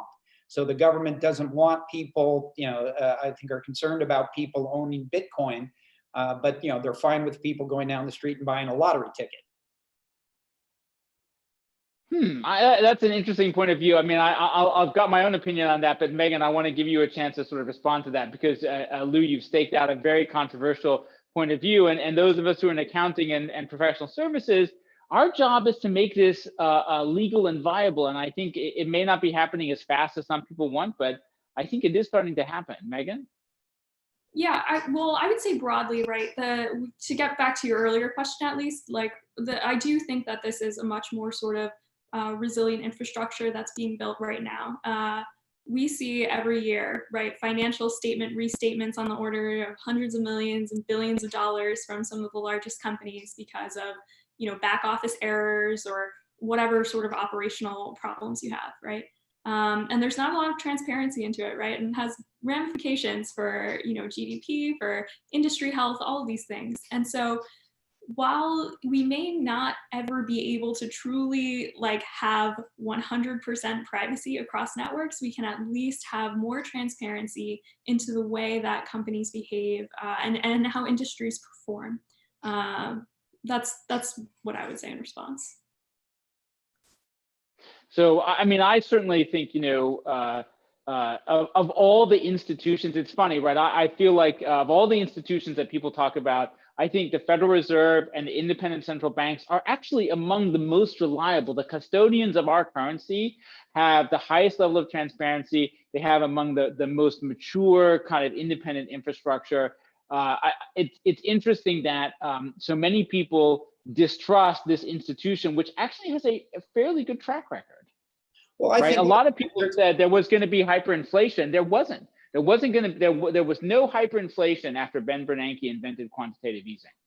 Well, right. I think there's a lot of transparency in terms of what happened, what's going to happen next. There's a lot less transparency on that. And obviously the problem is the government can print as much money as it can, right? We don't know when it's going to cause inflation, right? Could the government print 5 trillion, 50 trillion? If the government can print $100 trillion, why does the government need to collect taxes from everybody, right? The government can just print whatever money it needs for its services. Well, I think there might be a lot of people with stuff to lose. I'm sorry, Megan. No, I was just going to say, certainly the Federal Reserve has done its job and brought us through, you know, financial crises in the past. It's just, is it how yeah, like how will that system evolve, you know, going forward? Well, listen, this is a fascinating discussion. After this session, we have Bob Bench from the Federal Reserve. Now, that one's going to be very exciting. This one is going to be awesome. And I previewed this a little bit at the beginning of our conversation today. We're talking about origin. And so we spent the last 2 sessions really talking about fintech and financial services and audit. But I think one thing that's going to be tremendously important as we go forward for the next session is thinking about how this affects the physical flow of goods. And so I'm going to hand over to our tax leaders to talk about origin, right? How we certify origin, how we think about origin in the world of global trade, and how we are working on that in a public domain, open source approach inside of EY. So Dennis, thanks for your participation. Please take it away. Thank you, Paul. And I just want to say it's great to see that you're wearing your best shirt before the tech session. So that's awesome. Let me see. So welcome, everybody. Welcome to this session, Certifying Origin, Managing Global Trade in a Changing World. And that it's a changing world is obviously an understatement. Global trade, as we've known it, will not be the same as we will hopefully emerge from this global crisis. Just want to see if Todd, are you sharing your screen? Yes. I am now. Can you hear me okay? Yes, yes. So the question is, how can blockchain technology facilitate frictionless free trade as we will hopefully, you know, trying to reboot the global economy? So that's what we're going to talk about today. My name is Dennis Post. I am a tax partner with EY, and I lead our global blockchain efforts in tax, and I will be your host for this session. So today we're going to talk about, you know, one of the platforms I am most passionate about, which is the Origin platform. But before doing so, I just want to introduce today's panelists. So first of all, we have Todd Smith. So Todd is a global trade partner with EY, and he's also a licensed customs broker. Also with us today is Raquel Javara from Microsoft. Raquel is part of Microsoft's global tax and trade team. Then I'm also very glad that we have with us today Vincent Annunziato. Vinny is a director of U.S. Customs and Border Control, and Vinny's basically involved with everything U.S. CPB is doing around emerging technology, such as blockchain. And then last but not least, we have with us today John Robotham, our tech lead from the Advanced Technology Tax Lab from Cambridge, Massachusetts, as well as Frank Putman, a manager from our blockchain and tax team, who is the product manager for the Origin platform. So welcome, everybody. All right, Todd, so let's start with you. You know, given your background and experience as a customs broker, why don't you, you know, set the scene a little bit and help us identify the problem that so many companies are facing in the world of global trade today, and why you think the Origin platform can potentially help solve that problem. Thank you, Dennis. I appreciate that. We have a diverse group of attendees with different levels of experience in regard to Origin. And so to frame our discussion, I wanted to first provide a basic overview of Origin before getting into what we are solving for. So in the context of global trade, country of origin is used by customs agencies around the world to determine whether goods qualify for preferential treatment, for example, under a free trade agreement like NAFTA or the new USMCA, or for non-preferential treatment that can subject imported goods to anti-dumping duties or retaliatory trade measures like the China 301 tariffs. Information about the origin of a good is also used by customs for admissibility purposes. For example, goods manufactured with forced labor or certain species of wood are restricted from being imported into certain countries. In terms of how origin is determined, typically information found in a bill of materials or a BOM is used to determine if a specific rule of origin for a good is satisfied.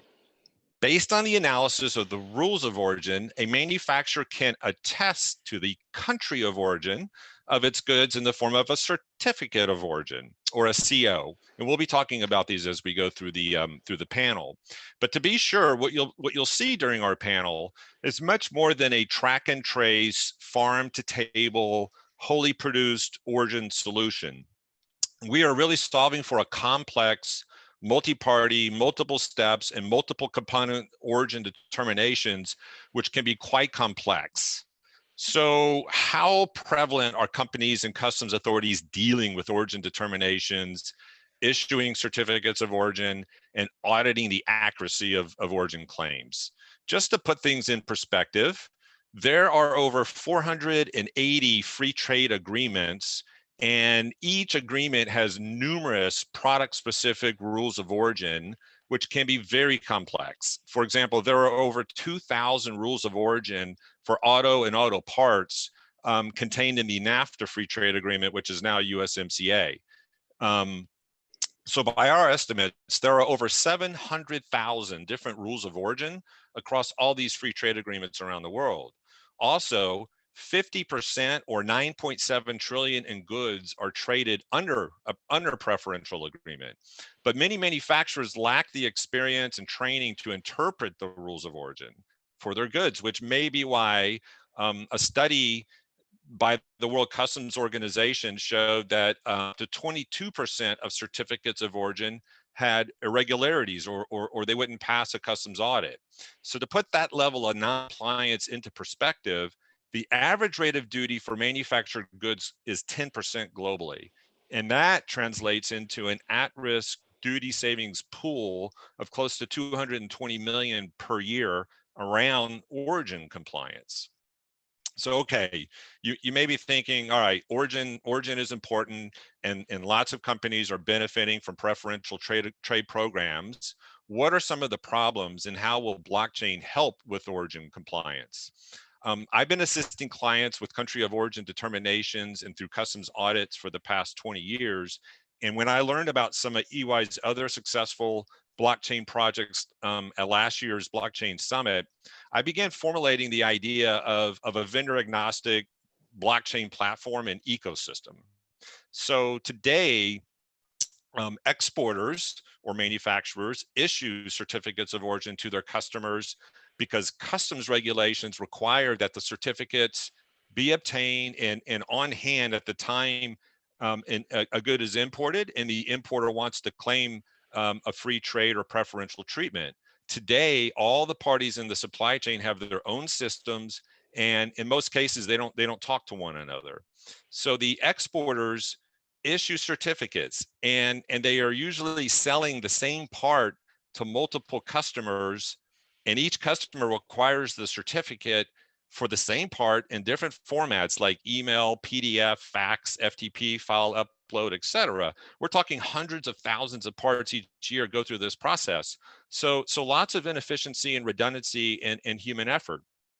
Also, whereas the BOM is needed to back up the certificate of origin so that you can interpret the rules of origin, manufacturers are understandably reluctant to share sensitive BOM component pricing and supplier information.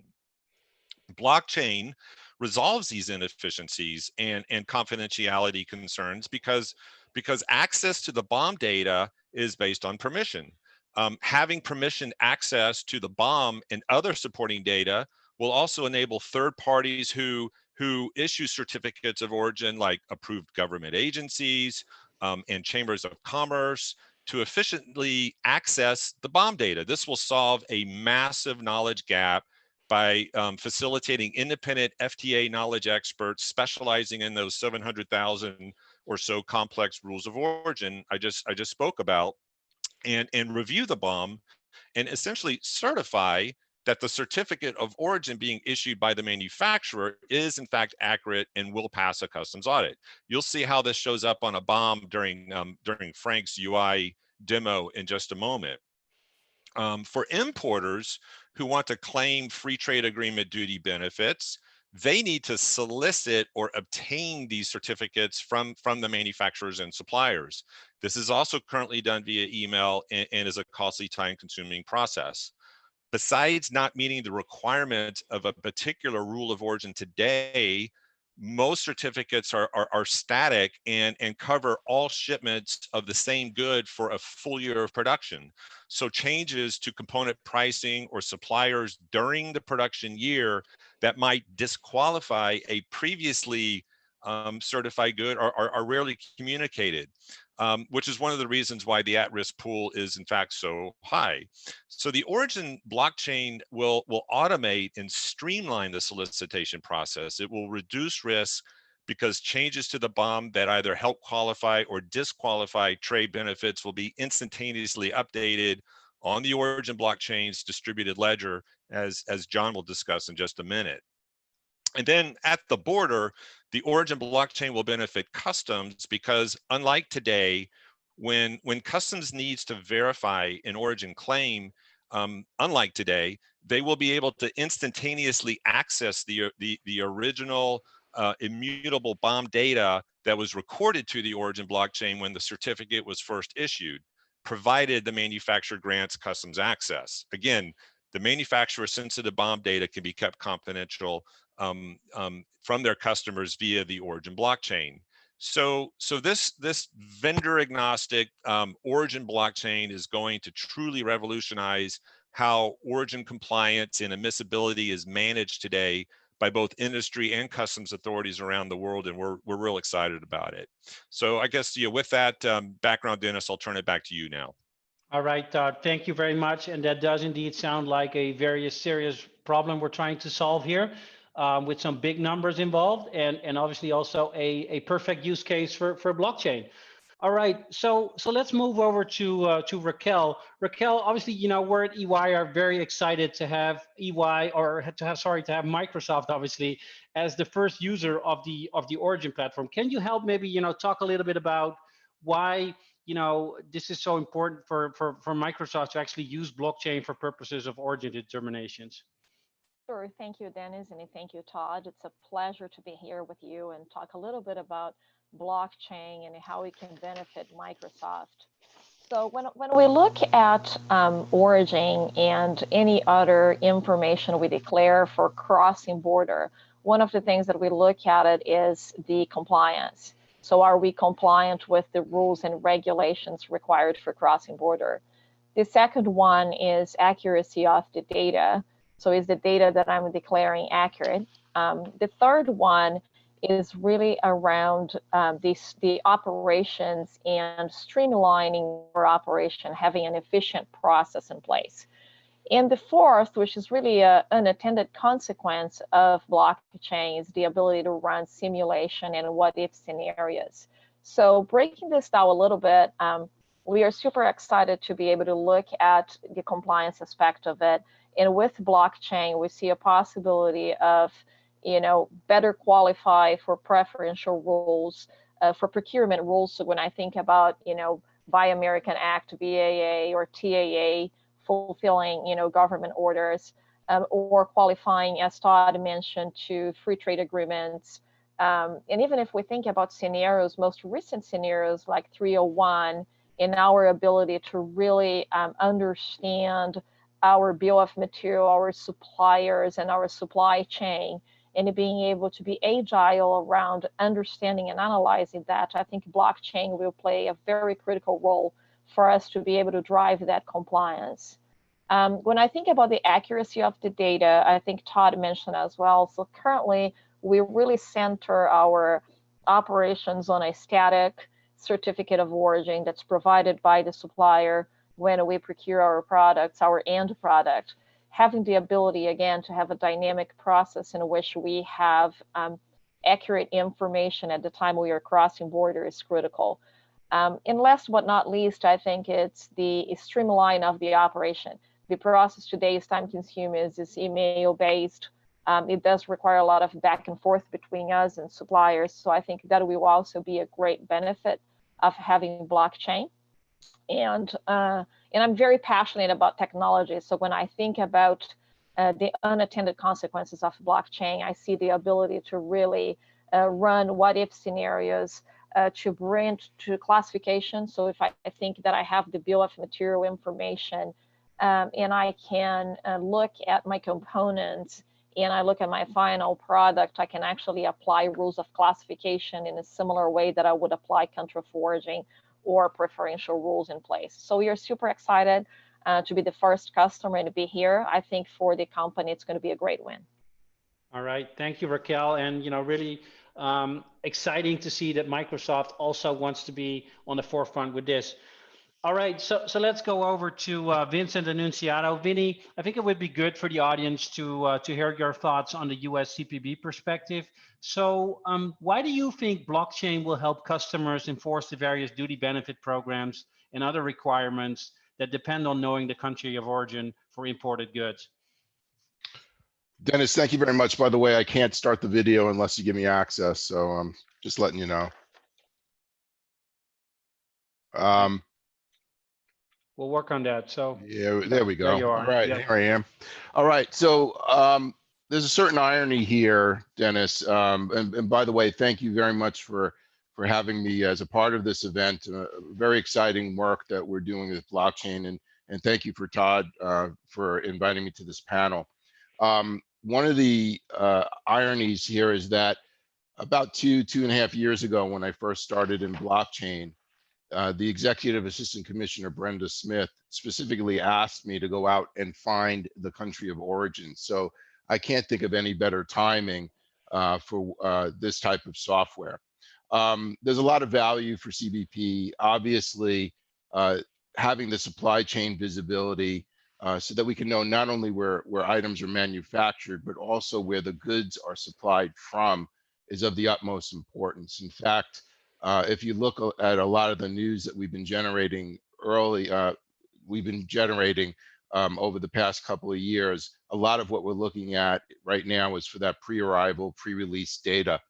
Not only is it important for us to know the aspects of the visibility from the manufacturing and where the materials are coming from, but how do you derive duty rates once it is entered into the country? And this will help make it a lot easier. There's one other aspect of this that I think also stems from this, and that is that the blockchain technology will not only help us see where the origin is, but also start to look at the validity of the companies that are handling these products. So I think it's a win-win situation for everyone. All right, thank you, Vinny. And it sounds to me like USCPB really wants to be on the forefront of this, also driving emerging technology to the next level. All right, so we've talked about the business problem we're trying to solve in the world of global trade, and I've heard some interesting perspectives from the Microsoft side as well as from USCPB. So let's move over to John Robotham. John, as our tech lead, why don't you give us some insights on what's under the hood of the Origin platform in terms of architecture, tokens we're using, smart contracts, and other technical merits. Yeah, sure. Thanks, Dennis. So before we show you a demo of the product that we're working on, I just want to go over some of the major concepts that really do underpin this whole technical design. And the place to start with is the basic workflow. And in this workflow, the center of that workflow is some kind of producer who's looking for trade benefits using origin. So this producer could be an auto manufacturer, could be an electronics manufacturer, could be a pharmaceutical company, or a furniture maker. It really doesn't matter. The system is pretty agnostic as to who the exporter is. It's just that they are looking for benefits of using origin. So anytime you produce a good of any type, you have a bill of materials that underlies it. In this example here, we're just using a very, very simple bill of materials that only has 3 components to it. In the real world, you'd have dozens, hundreds, maybe even thousands of components. But for this, we're just going to look at a few. So in this case, we'll look and see that this manufacturer, this producer, has 2 suppliers. Each of them had previously already obtained their certificates of origin from their suppliers. And so they have those all available.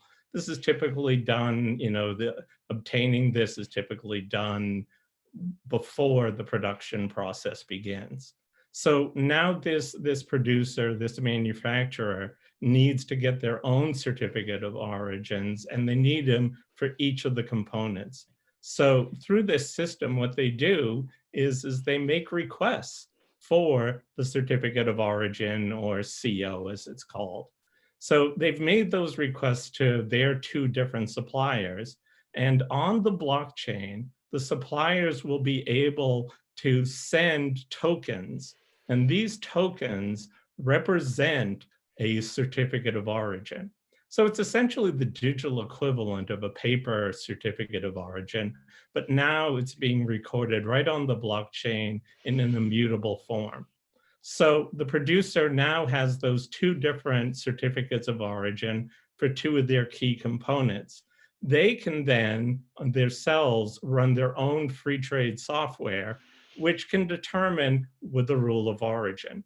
And in this case, they're using something called a regional value content, or RVC, and that has a certain threshold. And looking at having those 2 certificates of origin, they've now met that threshold. So by meeting that threshold, they are qualified to be able to do their own certificates of origin. So these manufacturers themselves have their own customers. So here we have 2 customers of that manufacturer, and it's the same process again mediated through this system, mediated through the blockchain. So they themselves, their customers, are going to make their own requests for certificates of origin, and the producer can reply by issuing certificate of origin tokens. So what you can see is this is a process that can go from many, many different levels of a multi-tier supply chain. And it's also applicable to basically any kind of producer, any kind of importer, any kind of exporter. We envision having various industries all participating in the same blockchain. So at any point in time, any of these producers can talk to a third-party expert who would also be members of this blockchain ecosystem. And there could be many different third-party experts. They could review the information on that certificate of origin, review that bill of materials, which, as Todd has mentioned, the bill of materials itself is not on the blockchain. Is instead being referenced through the blockchain.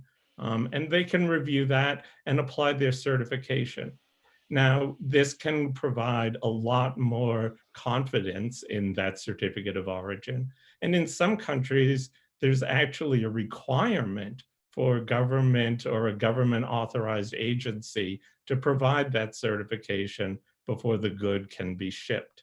Now, speaking of the government and the customs authorities, They, on the other hand, could go anytime into various places in this blockchain and trace the flow of tokens, request the data that is needed in order to back this certificate of origin, request the evidence, and do their own verification.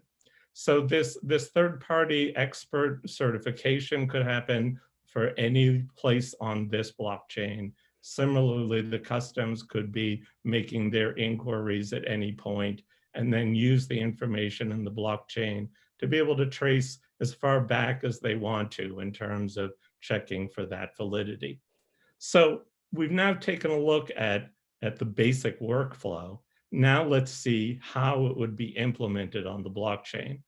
And in this system, there's three primary modes of communication. The core of it, the center of it, is of course the blockchain and these tokens that we've talked about flowing through the blockchain. And every party can have their own node if they wish to, or multiple parties can share a single node. But every node has its own immutable copy of the blockchain, giving them a lot of confidence in that data. Now, in addition to the information that's on the blockchain, every node can be talking to their own local databases, talking to their own ERP systems, talking to their own free trade agreement software. And all that data is off the blockchain, but it's then being communicated, as the blockchain provides transactions. Now, we talked about the idea of people being able to exchange confidential information. And so what we have for the third central part of the system is a set of point-to-point communication paths for being able to move the confidential information, but it's not on the blockchain. It's used in combination of secure messaging and REST APIs to be able to put this together.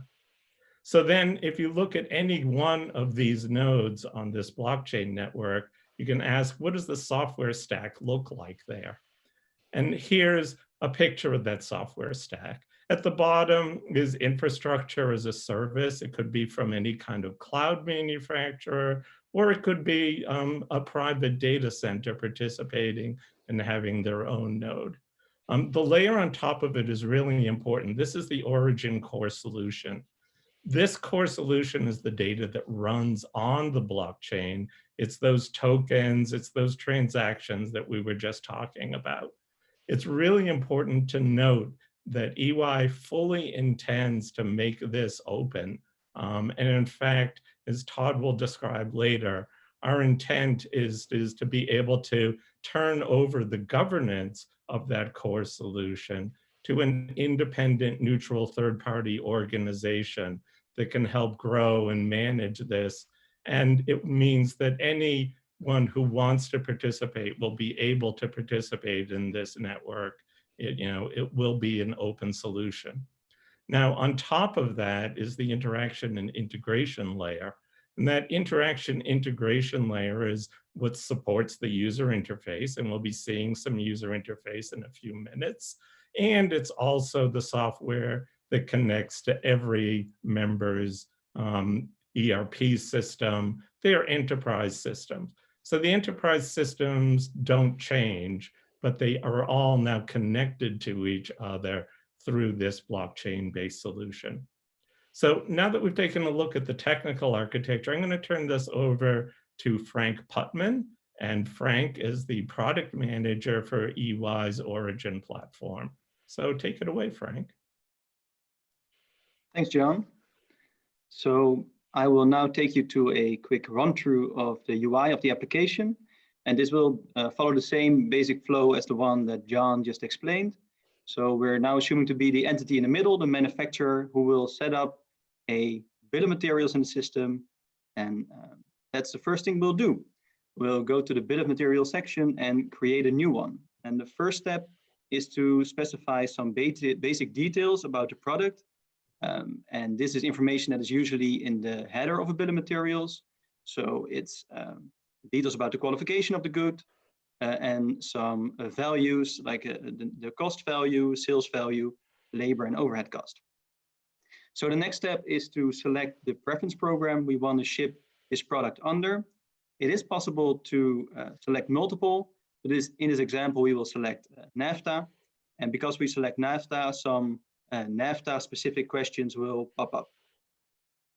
So if we've answered those, we can move on to the most important screen in this application, which is the Add Components overview, where we can actually build our bill of materials and add components to it.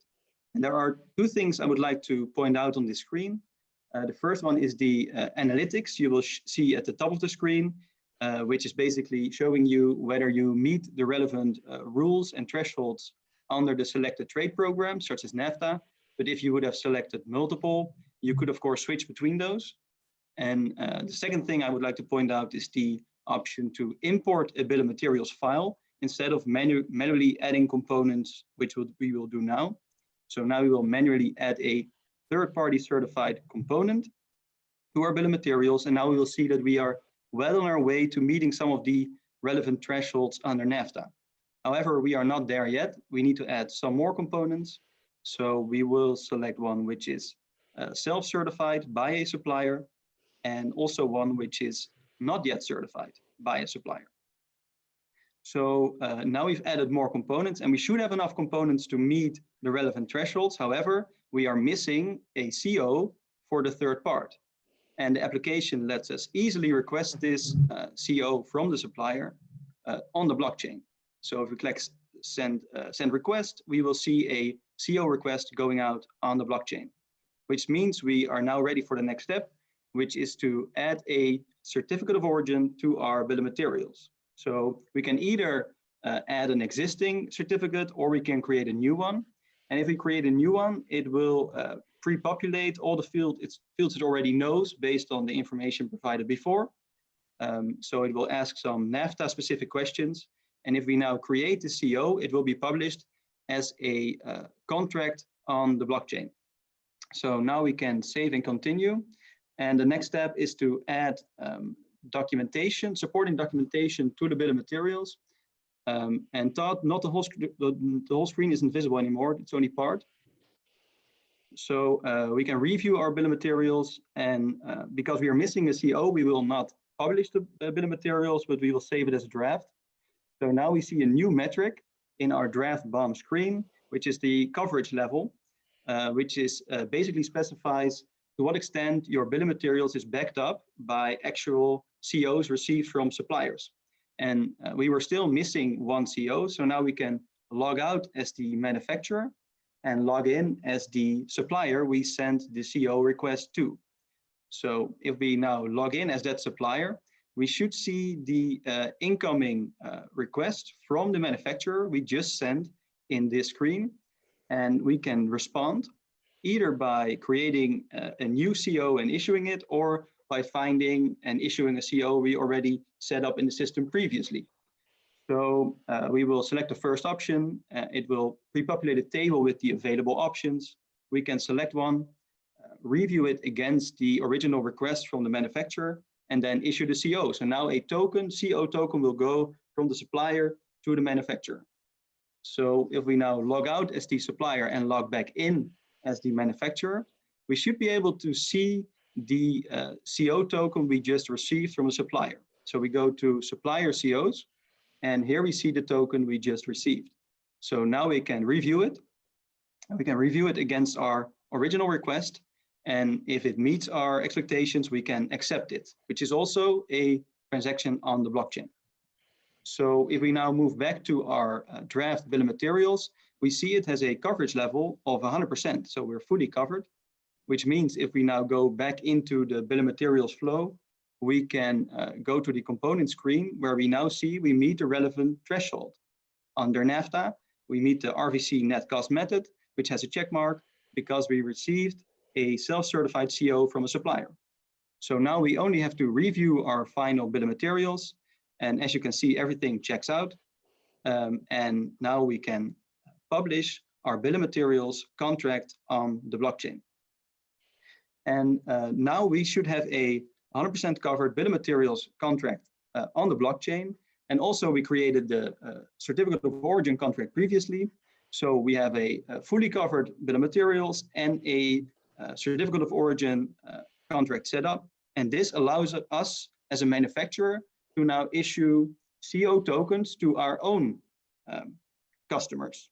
So now we see an example of that. So a CO token flowing from the manufacturer who has a fully covered bill of materials and a certificate of origin for NAFTA in this case, can now issue a CO token to its own customers. And that concludes the demo.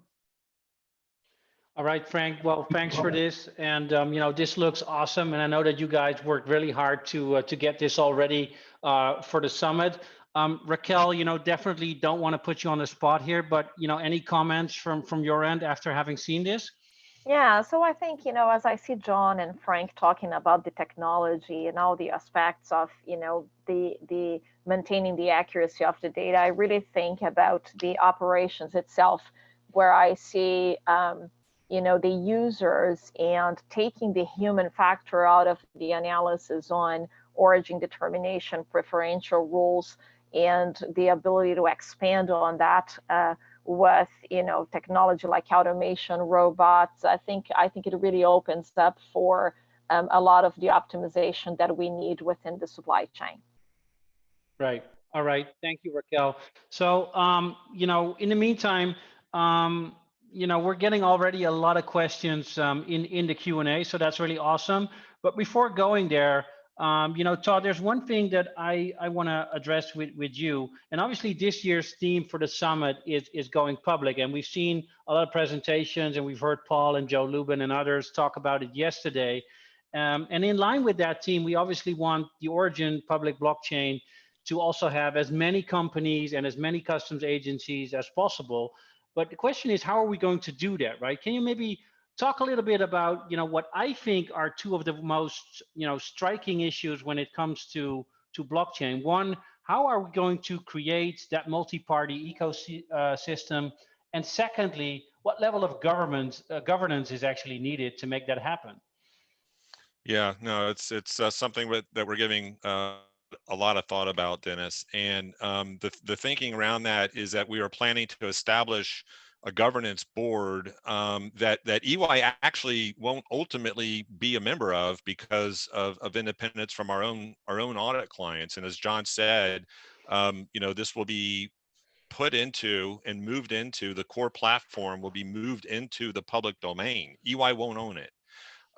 So we envision that this governance board will set field level standards, functionality, and API specifications so that the Origin platform will be interoperable with existing ERP and FTA management software systems, customs administration systems, and other blockchain platforms. We envision the governance board will receive input on standards from several stakeholders, including what I call trade facilitators, such as carriers, customs brokers, trade finance banks, law firms, FTA software providers, other customs consultants, and then the governance board will also have what I call observers, and these observers would consist of regulators, customs authorities, and global policy setting organizations like perhaps the World Customs Organization and the International Chambers of Commerce, for example. There are others. And then from the users of the Origin platform, we envision the formation of industry sector subcommittees or of the governance board itself. And those sector committees would be, as we're envisioning it, in the automotive sector, the industrials sector, technology, consumer products, and life sciences, each of whom would advocate for their own unique standards and communicate those up to the specifications board.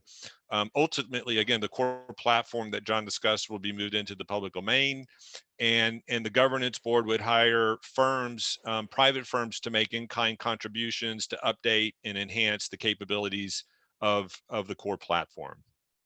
That's the thinking. All right, Todd, sounds awesome. So as I said, in the meantime, we're getting a lot of questions in the Q&A already. I'm not sure whether we can address all of those today in this session, but obviously we'll try to address those separately, you know, later on. So Raquel, there's one question actually. I want to direct this one to you. Hopefully you can help us with that one. So what type of companies do you think will ultimately participate in the public origin platform? Yeah, so thank you, Dennis. So I think about, the complexity of the bill of material and the diversity of the supply chain really will determine the industries that will benefit from it. I cannot think about an industry that I would exclude from benefiting of it, but I think the automotive industry, pharmaceutical, technology, of course, I think those are industries that have, diverse supply chain. They have a multitude of suppliers. They have complex components and layers of components. So when I think, for example, about some of the Microsoft bill of materials and what makes our boards and subboards, I see that as a lot of opportunity to again streamline and ensure the compliance through that.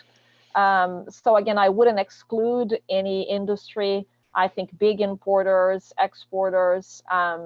Automotive is an industry that definitely jumps up to me just because the complexity of their bill of material. Right. All right. Thank you, Raquel. All right. So we have another question. I think, Vinny, this one has your name on it. Definitely. It's about the future of technology. It's all about, so what role do you think should, customs agencies like USCPB play? Should they lean back and just have, facilitate companies that are driving this, or play an active role in this, and should they run nodes on platforms like this? What is your take on this? It's a great question, Dennis. Obviously, I can't speak for every customs authority out there, so I'll speak for the U.S. But what we're doing right now is we're really trying to take a very holistic, a visionary approach to blockchain. We're already deeply invested into standards. We've been working with DHS Science and Technology Directorate, doing things with the W3C to try and help this out so that we can reduce the cost for businesses and also increase market adoption. One of the things that I do want to bring up in that proactivity realm, Dennis, is that I'm not going to sit here and tell you that blockchain is the answer for everything. Obviously, there's always issues with software and there's other technologies that need to be included when looking at the blockchain position. But really, what it has done for us is really opened our minds in looking at what we term the team sport of data. And that means that everybody in the supply chain is now issuing data on that supply chain, which is something that we haven't gotten before. And the downstream event of this is that the approach is going to move us from a paper-based system into a completely digitized, informationally based system. And all of this is going to be in real time. So it's really fantastic to look at. And just to kind of close out, just imagine a world in the future where all of the data from the point that the product is made coming off the manufacturing line is tracked seamlessly all the way to the consumer. And not only do we see that, but the consumer is also able to look on their phone and check out the legitimacy of a product. Talk about being able to engage in greater safety and more efficiency. It's a very exciting prospect for the future. All right, awesome. Thank you, Vinny. So we have so many, very interesting questions. So here's a, it's hard to choose, but here's another one. John, I guess this one's for you. Will the platform be public and allow customers who already invested in FTA systems, interact with the platform and use it for the connectivity with customers and suppliers? Yeah, I think that's a really good question. And I'm just going to refer back to the last diagram that flashed up, I'm sure, very fast. The way we see this is that at that core solution, we're moving around these tokens that represent the certificates of origin, but we will integrate with existing FTA rules engines, existing software. The idea is not to replace existing systems, but to supplement them and provide that connectivity amongst all the participants, including the customs agencies, to be able to exchange that information without obsoleting this. So the smart contracts that underlie this are not trying to calculate those percentages. Instead, what they're doing is they're interacting with software that would run on each node in the network and allow people to use their own free trade agreement software, or they could also refer it to third parties who could provide that as a service right there on that blockchain. So I think that's the basic way we see this. All right, thank you, John. So, okay, so we, the questions keep on coming, but, Todd, I think this one has your name on it. Some countries require a government agency or a chamber of commerce to actually issue a certificate of origin. Can they also participate in this platform? Yes, absolutely. What we're doing by introducing this notion of having a third party certify a certificate of origin that the manufacturer may be responsible for issuing, isn't intended to replace what a free trade agreement right now may already require, which is, as you just said, or as the question raised, is some free trade agreements between countries require an authorized agency authorized by a government to actually issue the certificate of origin.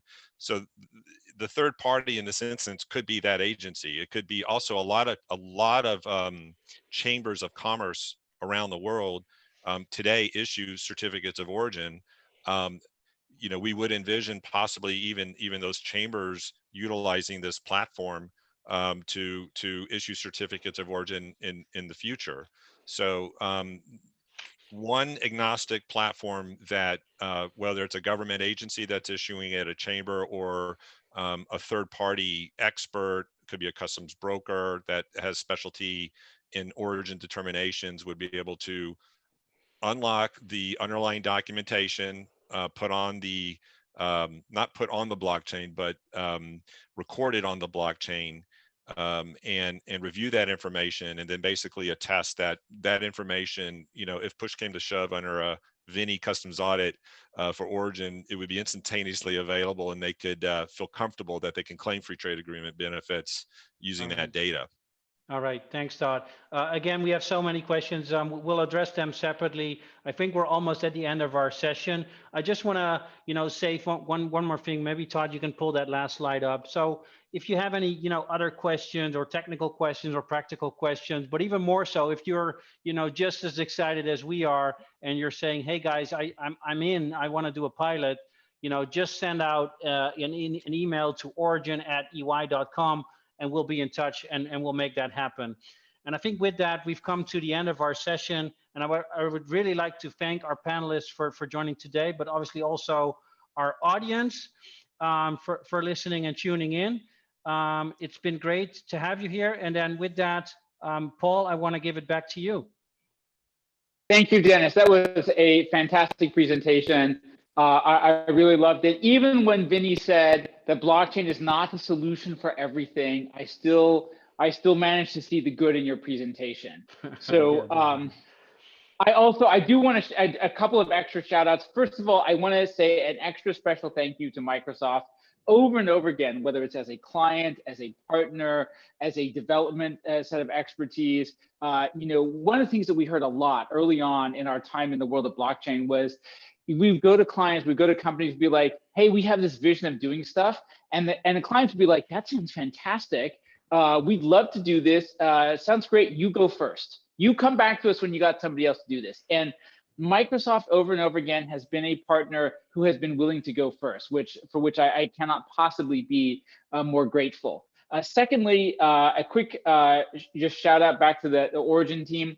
What you saw there today was, in that demo video, was an advance on some of the progress that has been made around blockchain user interface, right? Simplifying things, creating APIs that make it easy to access the blockchains and actually hide a lot of the complexity from enterprise users. So those two things. I want to answer just a couple quick questions here that we get over and over. Number one, the replay of this. So this will be available probably a couple of hours after the session completes. You'll be able to go on and watch this anytime you want. Number two, presentations, we're going to post them to the same page as you registered for the summit. We'll post them overnight, actual presentations. And we are gathering up the pending questions. So we are going to, we're going to try our best to answer those over time. Now, let me turn back to our celebrity guests. I want to start with Megan. And before we do anything else, I just want to give you a moment, because I failed to do this before. Talk to us about your company, Better Ledger, what you do, and your kind of vision and thoughts for the future. Oh, you're muted still. Sorry. Okay, here, there we go. So Better Ledger is a company I started. We just turned 2 years old last week, and we build accounting software for businesses. So companies that are transacting in cryptocurrencies, right? It's has historically been a fairly manual process to be able to go through and reconcile those transactions. So we just look to automate that process. We integrate with QuickBooks. We work with some of the coolest companies building on top of Ethereum. So that's what we do. We act as an outsourced accounting office. Fantastic. Thank you very much. And let me ask you, Lou, to do the same, which is tell us about Crypto Mondays. Sure. So Crypto Mondays is a meetup that we started in New York on January 8th, 2018, which is meaningful because that was a peak day of crypto market cap. And it's now held in 57 cities around the world, including Los Angeles, San Juan, Miami, London, Paris, Tel Aviv, Shanghai, Singapore, and on and on. And it's just to help people in the crypto community get together. Most of the meetings have people who are doing fireside chats or panels. And now that we are obviously on lockdown all over the world, Crypto Mondays happens in VR, which has really been interesting. I think VR is going to go up into the right. It's one of the things that's really, it's a technology that was happening anyways.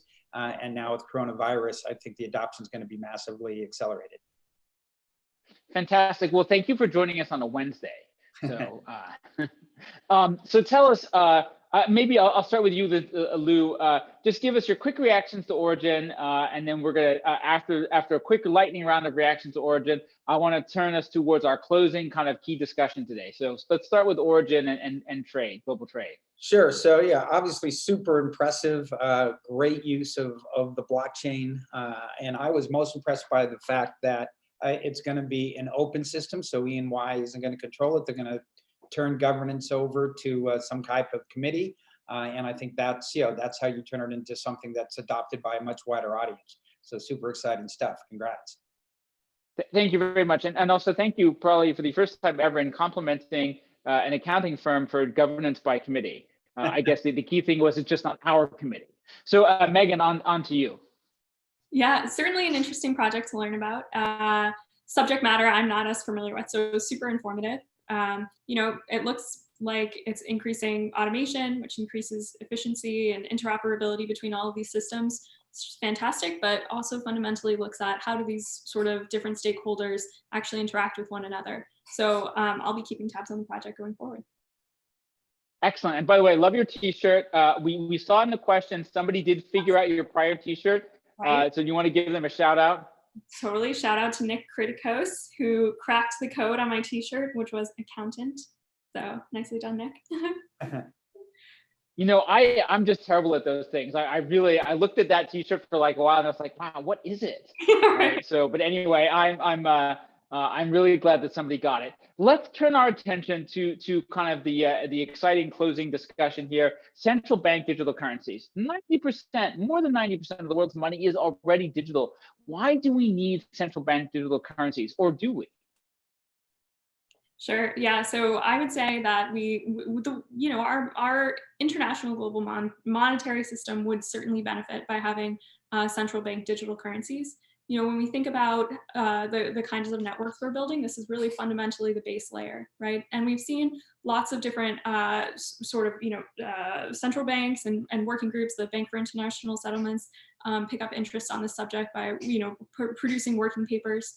It will, theoretically, increase interoperability between central banks and commercial banks, which can only benefit the end consumer. And it really builds that foundation from which we all are building our services on top of. So certainly think that it's a worthwhile pursuit. Lou, what do you think? Look, the whole world, obviously, for a long time has been going from paper to digital, and it's about time that central banks did that as well. What I'm most excited about is to the degree that the central banks open it up and allow other people to build new applications on top of it, which can drive all kinds of incredible innovation. So this is the thing I'm really struggling with. If it's just moving money from one account to another and it's only dealing with cash, I sort of think we already have a very large amount of central bank kind of digital integration. And it's not clear to me if it's a bunch of central banks all transacting with each other and they all trust each other quite a bit and they know each other, does it really need to be a decentralized system? The thing that really struck me about China's plans is they envision, at least as far as we can tell, that DCEP, that digital currency electronic payment, will ultimately include smart contracts. And I really think for this to work, blockchain has to become, it has to incorporate smart contracts in B2B transactions. Do we need to be thinking about that as we go forward? Yeah, I certainly think so. And that is really the fundamental difference, right, between having digital money and having a central bank digital currency, right? Central bank digital currencies have the ability for it to be programmable and our money's smarter. And it is ultimately the future. It's not just about increasing efficiency, it's about pushing innovation out. And I see central banks as being one of the institutions that can help lead us into that future. Lou, should we have central bank digital currencies on public blockchains? Why make a separate blockchain? Well, I think what you want is, or what the governments want, obviously, is to have control over it. Obviously, how much is issued is something that's not going to be decided via a decentralized governance. So while it certainly solves for some of the things that decentralized money solves for, it obviously doesn't solve for other things, but it certainly moves things forward. And again, from my perspective, one of the things that makes it so exciting is it'll probably be the major on-ramp for the vast majority of people around the world. And how long do you think that's going to take? You said major on-ramp. Are we talking 5 years, 10 years? How long before the average person in this world, not just the technically sophisticated types, have access to these kinds of central bank digital currencies? Well, I think it's going to depend on where you live. If you live in China, I think it's probably going to be in the next couple years. And if you live elsewhere around the world, I think including the United States, it's likely that we're going to take a lot longer than that. And Megan, what do you think is the impact, right? Your company serves SMBs, right? Small and medium-sized business. Is this going to really have a big impact on SMBs? Is this going to change their opportunity to do business? Well, hard to say, right? Theoretically, a central bank digital currency can open up access to those who might need it. It's unclear how all of these, these institutions will structure it. I don't know, TBD. I would hope so. I'm not sure though. Excellent. Well, I'm really looking forward to this session. I want to understand as we go forward, how many of your clients are already using some kind of stable coins in their payments, right? If I have a stable coin and it's a dollar-backed stable coin, will I just swap it out for a central bank digital currency, do you think? Will people prefer it? I met actually with a central banker, and to some degree, they cited a really interesting example for me. They said they feel that one of the important reasons for having central bank digital currencies is because as cash disappears from people's wallets, the opportunity to have a direct relationship between the central bank and the end consumer is going to disappear. And that's going to affect their ability to really establish and maintain the trust of the people in the financial system. Yeah, I mean, that's certainly a consideration. I think for most, entrepreneurs that are out there right now, that may be less at the front of their mind, honestly, just taking a guess. What I think would be hard, at least with some of the clients that I work with, which are really, early adopters in some of this technology, is they like using stable coins for a variety of different purposes that you may not be able to use a central bank digital currency for yet, right? Like lending protocols, right? Trying to earn interest off of your assets and things like that. So we'll see. It's really about what central bank digital currency is going to be great. What can we do with it? Will be the bigger question, and will ultimately, I think, lead to those smaller sort of SMB adoption. Lou, what do you think? Like when you host your meetups, what do people say they're excited about when they talk about central bank digital currencies? I don't think it's something that a lot of people are talking about here in the United States yet, because I think the general belief is that it's a long ways away. If you go to other countries, again, like China, they already, we don't use a lot of cash here, but everything already there, everybody, I've been there, you never use any money, you never even use a credit card, right? It's all just digital, it's all with your phone. And so from that perspective, I think if you live in countries like that there's not going to be very much of a difference. And I think maybe the major difference might be just an additional layer of surveillance, outside of then again, how much are they going to open this up? How much you talk about smart contracts, right? Who are they going to allow to write smart contracts? How open is it really going to be? Which is going to drive then how much innovation is it going to enable? I'm so glad you talked about that, sort of how open is it going to be? How programmable is it going to be? Because we've had a number of conversations with central banks around the world. And one of the things that they've been clear about is that early on, they want to strictly limit the programmability, right? They want to avoid a scenario. Can you imagine having a Dow-like situation with the actual US dollar or with the renminbi, right? That would be kind of quite extraordinary. So I think we'll see a very, very gradual opening up of programmability. The one thing I did want to share is kind of strange, right? I mean, I'm in the category of people who are very, very well financially included. But I have to say, in the last few years on my trips to China, I have felt more and more financially excluded because until fairly recently, until actually last December, foreigners were not allowed to have WeChat Pay or Alipay accounts. And so I would go to China and I would find myself taking out like my wallet for cash, and people are like, I don't want that. And I'm like, but I can't pay. And then we would go through like 4 different credit cards. It was my first ever experience in what I can only describe as financial exclusion. So, there is a danger, I think, that sort of not done properly, people who are outside of the digital environment or outside of the digital infrastructure of that country will indeed find themselves financially excluded.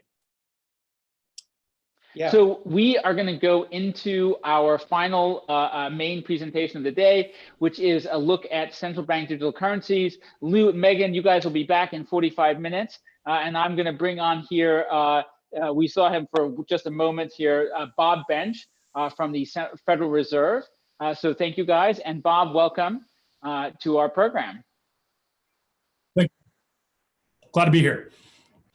And thank you so much for dressing up. I love that. You look very sharp. You're the image of what we want to see from a central bank. Now, I'm going to ask you to introduce yourself because you have an amazing background and resume. I do want to sort of, kind of just do a little bit of expectation setting for the audience here, because this is a fun and super interesting topic. However, I do want to be clear, like, you are not here to talk about stuff that hasn't yet been planned or announced. You're definitely not going to talk about politics or fiscal policy or specific questions about specific companies. You're really here to talk about central bank digital currency models, some of the advantages or disadvantages, and why people are pursuing this, and private sector models. And so I just want to lay out that expectation. So if you're expecting Bob Bench to go on a long discussion about why we were printing money or not printing money, I'm afraid that we won't be able to do. So Bob, with that, before I dive into some of the pre-prepared questions I have for you, and by the way, I love the fact that you're standing by your fireplace for our fireside chat. I wish you would have, if you could have lit it, that would have been even more amazing. But thank you, welcome, and tell us a little bit about your amazing background, because I think when I learned about this, I thought you are the person for this discussion. Yeah, well, again, thank you for the introduction, and thank you for putting this on. This is a fantastic forum for this time, and it's very timely to be talking about this item. I do want to start off with my disclosure that my words today do not represent an opinion of the Federal Reserve Bank of Boston, the Federal Reserve System, or the Federal Reserve Board of Governors. These are my opinions alone, and I'm excited to share them with you and everyone online. We're in a really interesting time, and I've found myself here, like a lot of folks have found their way into this space, not necessarily in a clean and straight path. I started my career at the U.S. Treasury Department, examining banks post 9/11 in New York City, and then found my way to law school and helped banks at a large firm like EY meet laws and regulations post-crisis, post-2009 crisis. Following that career in bank regulation, I moved into Circle, one of the first large blockchain companies in the US, and helped lead Circle from a regulatory perspective and work with the team at Circle to launch multiple blockchain-based products, including US Dollar Coin, which we launched through the Center Consortium along with Coinbase. Following that work, I think I saw that there was a lot of potential here. And the leadership at the Federal Reserve Bank of Boston had been doing vanguard work among central banks early on, and I got to know them well, and they invited me to join, and I saw a really great opportunity to work with what is the deepest bench in the world when it comes to economic thinking, financial policy, bank regulation at the Federal Reserve. And so I've been at the Federal Reserve a year now, focusing exclusively on blockchain, crypto, and the application of these technologies, not only to the mission of the Federal Reserve, but how the emergence of these technologies could cause an externality to our mission. We need to see ourselves as a partner in the world economic community, and there are externalities that we need to think about and be prepared for. And so I'm excited to talk about that and hear what the folks on the panel have to say.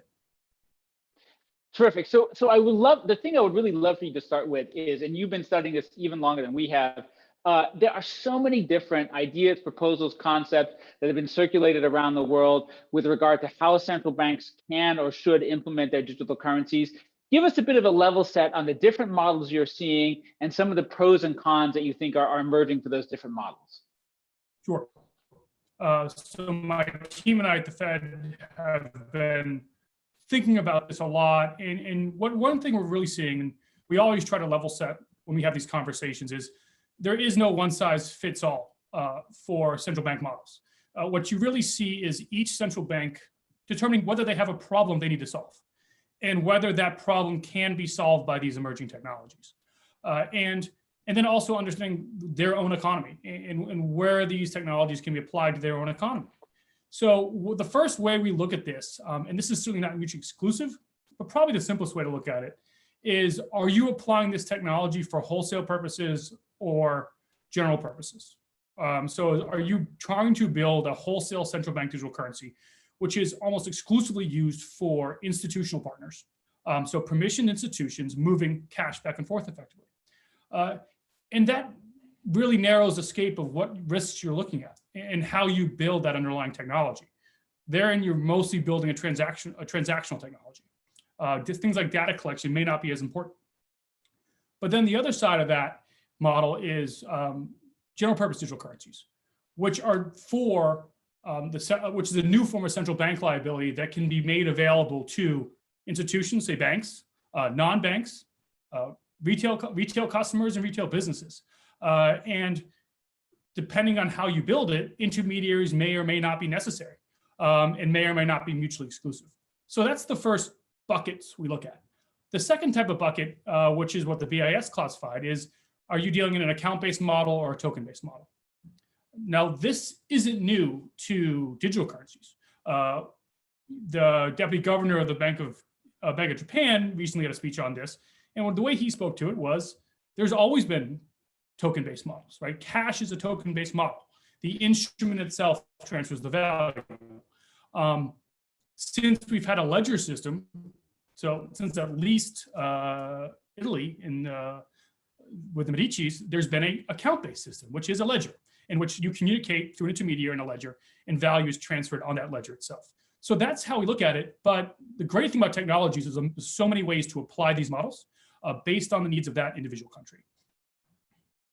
Do you see, like, among the different models, where do you see like the return on investment? Like if you were thinking about it from the lens of, okay, what's the value that we can create? Sometimes the value is a literal value. We can make the economy more efficient. We can have a better understanding. Some of the value might be, we can have a better understanding of risk. Where so far do you see kind of the big buckets, keeping with our bucket theme, where are the big buckets of a value that central banks are seeing in this?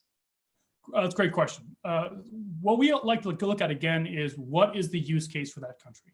And so when we talk with other central banks, their use cases can differ dramatically. I'll start with one end of the spectrum, which is the Eastern Caribbean Central Bank, which is one of the closest central banks in the world to actually launching a digital currency. They've been working closely with a US-based company, and their main goal was to make moving money faster than it currently is. And so currently in the Eastern Caribbean, it's a collection of several dozen countries. In order to move cash, you have to put it on a boat or a plane and move it from island to island. And that's a use case that doesn't apply to Poland, right? Poland's not a collection of islands. And so the Eastern Caribbean, it costs you $100 flat fee to move any cash. So at the Eastern Caribbean Central Bank, their model is it has to be faster than a boat or a plane, and it has to be cheaper than $100. And so that's what they have to solve for. And so there's a great ROI for a country that has significant economic hardship to be able to move money between families in the Caribbean for cheaper than $100 and faster than a boat. On the flip side, you have some market-based economies such as Singapore and Switzerland, who have very robust capital market programs. And like a lot of capital market countries and capital market economies, the cash settlement system is on completely different rails than the security system. And so one thing we've seen from our central bank counterparts who have done research in this area is that there is significant potential return on investment, reducing settlement times between the securities markets and the cash markets. Switzerland has gone as far as experimenting on a single rail for both cash settlement and security settlement, which is really, really interesting. Certain markets in the US take months to settle from a cash perspective. And so people a lot smarter than me at the Federal Reserve are looking at what kind of efficiencies can be gained there. So those are some of the ROIs that are really interesting. But again, you always come back to what is the problem that central bank is trying to solve based upon their country's economic needs. It can go differ between moving money faster than a boat or trying to radically change global capital markets. So I think you'd have a lot of volunteers for moving money around the Eastern Caribbean for less than $100. Maybe not as faster than a boat, but at the same speed for a lower price. I think you might be flooded with volunteers. One thing I was going to ask you about, you didn't mention it, but a statement I heard from a number of central bankers was actually around competition. I heard, and I don't want to disclose the countries that I talked to, but one of the things that I heard several times was that whether it's in credit cards or kind of mobile payments, there are a number of countries where the level of competition in those markets is very small. And central banks think that the introduction of a proper digital currency could lead to a significant increase in the banks, entities, and institutions that can easily manage digital money transfers and would kick up the level of payments competition to a whole new level. Yeah, we've seen that as well. Certainly the People's Bank of China has discussed the need for a competition amongst their two heavyweights, Alipay and WeChat. They really got into mobile payments by leapfrogging into the 21st century. And they've been very public that they see systemic risk in those two rails, and they need to add a third leg to that stool. And so that's one area where they need competition, not necessarily for pricing, but for systemic risk itself. Other countries such as Sweden have had robust digital payment systems in place. Cash is going away there. And so they're creating a central bank digital currency to add a state-based competitor to the payment systems because cash is going away. And one critical need for any currency is that it's universally accessible by people. And if all persons can't access your nation's currency, whether it's digitally or physical, that's a big problem for central banks. And so you're really seeing the need for a government option. Now, whether that government option works through banks and fintechs, or works directly with a central bank, there is a feeling of a need for a central bank or government option. So perfect answers. You kind of touched on some of the key case examples that we've also spoken to in that need for competition and the value of competition. Talk to me a little bit about kind of the role of programmability in central bank digital currencies. If you think about systemic risk, if I know where the cash is, that's one piece of it. But in reality, if I have some cash, but I've also entered into a digital contract for a very risky security, there's an order 10, 100, 1,000 times more risk in the digital security contract than there might be in the cash. So tell us a little bit about the programmability thoughts that exist in different countries with regard to central bank digital currencies. And this is a great topic for people who are deep in this space about the pros and cons of programmability. I'm a big fan of the Niki Lauda statement of add lightness, which effectively says that when you add more things to something, it gets more complex, and it can sometimes get less efficient. Programmability adds a lot of interesting options to a payment system if you're dealing with multitudes of assets for depending on the contracts you're trying to use. However, when you add programmability, one thing we're also hearing from central bankers and academics is you also add a lot of surface area, right? Or attack surface, if you will. And so, one thing that when we look at the recurring themes from central banks, the overwhelming theme we hear is security is number one. To put the full faith and trust of a government vis-a-vis their currency into a digital object, that needs to be as unhackable as possible. And every extra layer of code you add on to that instrument is a widening of the attack surface.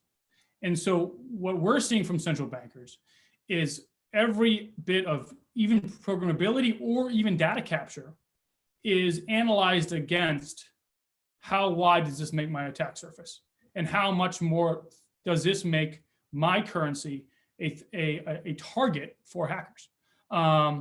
Because safety has to be everything. And then once you move to safety, you get to what we think is the second phase, or what we talk to other central bankers, which is speed. Your digital currency needs to, going back to the boat example of the Eastern Caribbean, right? Their digital currency needs to be faster than a boat.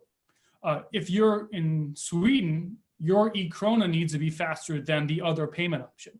And so the second level of requirement we're routinely hearing is this has to be just as fast as what we just left from, or what we're leaving from, or the problem we're trying to solve. And so if you can get programmability after the security question, and then after the throughput question, then you can get really interesting. We've seen research on this regarding as 5G networks tend to increase. The best example of this is the Amazon stores, right? You walk in and out of an Amazon store without any kind of particular transaction. It reads your mobile device and a payment is processed. As 5G continues, as server speeds continue, transaction speeds may actually get a whole lot faster. You may actually transact a lot more without a device, without any kind of, with maybe even biometrics. And so what does that mean for speed, and what does that mean for programmability? So that's really interesting. I think what you're getting at, and I think folks that like to think about more of the you have the Bitcoin camp and Ethereum camp. The Bitcoin camp focused on transaction speed. The Ethereum camp program focuses on the Turing complete capabilities of Ethereum. If you start combining assets and thinking about doing transactions asset to asset, such as commodity trading or derivative trading, for example, that can get really interesting. But again, you have to look at the first order effects of how wide does this make my attack surface, and how much does this slow me down? Because if you can't meet the highest levels of cybersecurity, and you can't move as fast as at least the most recent technology, I think programmability is a nice to have and a not must do. But it's really interesting. So actually, this is a very interesting segue, right? So if you think about stable coins that are out there, right, dollar-backed stable coins, when we go into a world of central bank digital currency, will there really be a need for traditional stablecoins? And if some of the value of traditional stablecoins goes away, is the value of stablecoins now moving from it's dollar-backed to it's programmable? And is there some way that you can use stablecoins that are out there that are not issued by a central bank as a mechanism for dipping your toe in the water or testing out programmability without doing too much too quickly at once? I think I've had wonderful experience all along the stablecoin spectrum. I was at Circle leading the regulatory efforts during the boom, and so we saw Tether very closely, and the challenges they had on the Omni network. So settlement was fairly slow on Omni, and that's why they moved to Ethereum. Then I had the pleasure of building a USDC with the teams from Circle and Coinbase along the Center Consortium, and so we saw a lot of possibilities there. But for the most part, the stablecoin world remains a tool to escape volatility in crypto assets on exchanges and in the OTC space. And it really hasn't left that yet, but you have learned a lot about, every Tether transaction, every USDC transaction is an experiment that researchers can look into and learn why are traders migrating to one stablecoin or the other. Currently most stablecoins this day are digital representations of commercial paper, right? So most of these stablecoins have agreements with a large bank or several large banks that hold reserves, and they are tokenized representative of those reserves. Some are more transparent than others. We certainly tried our best at USDC to get there as close as possible. Now that being said, what role will these central bank digital currencies play to compete with the stablecoins depends on the use case of that central bank. So, if you have a highly permissioned model that only banking institutions can offer either wallets or accounts on a central bank digital currency, well, then you might not have banking access to the current crypto exchanges. So nothing might change for the stablecoin space. If you have a more permissionless model in some countries, then you could see a wider adoption. But again, you're always balancing those policy perspectives of where are we allowing that money to go? Do we know who's using that money? Will we know our customer? Will we be following the FATF guidelines? And that's going to be a consistent balancing act. And I think stablecoin providers, make best efforts to meet those standards. But at the same time, the financial institutions certainly have not jumped full in and created their own stablecoins, for example. So, and speaking of that, what do you think it's going to take, or do you expect to see at some point financial institutions being comfortable to jump into the water of creating stable coins? Do they think they'll wait till there's a real central bank digital currency, or do you think they might sort of start to proceed soon? Well, you've seen public statements by two large U.S. banking organizations. Certainly, JP Morgan has done significant research and has dedicated a lot of time and money and headspace to building the Quorum platform off Ethereum. And then Wells Fargo has announced their project with R3 based on Corda. Again, these primarily remain from their public documents, wholesale mechanisms. And I think there's a lot to be gained there for certain clients. But I think, again, they have to be looking to solve a problem, right? These are fun thinking exercises. And for the engineers we work with and the engineers I worked with in my prior career, it's really fun work to do. But some countries have spent almost a decade on this and have ended up in traditional data architectures and have remained not using blockchain because of concerns of speed and security. So again, you have to make sure that for the nail you're trying to hit, are you using a hammer, or are you trying, the example I always use is, I can hammer a nail with my iPhone. I may get 2 nails in, but my iPhone's gonna be broke at the end. But sometimes you just need a hammer. And you don't need Turing completeness to hammer a nail.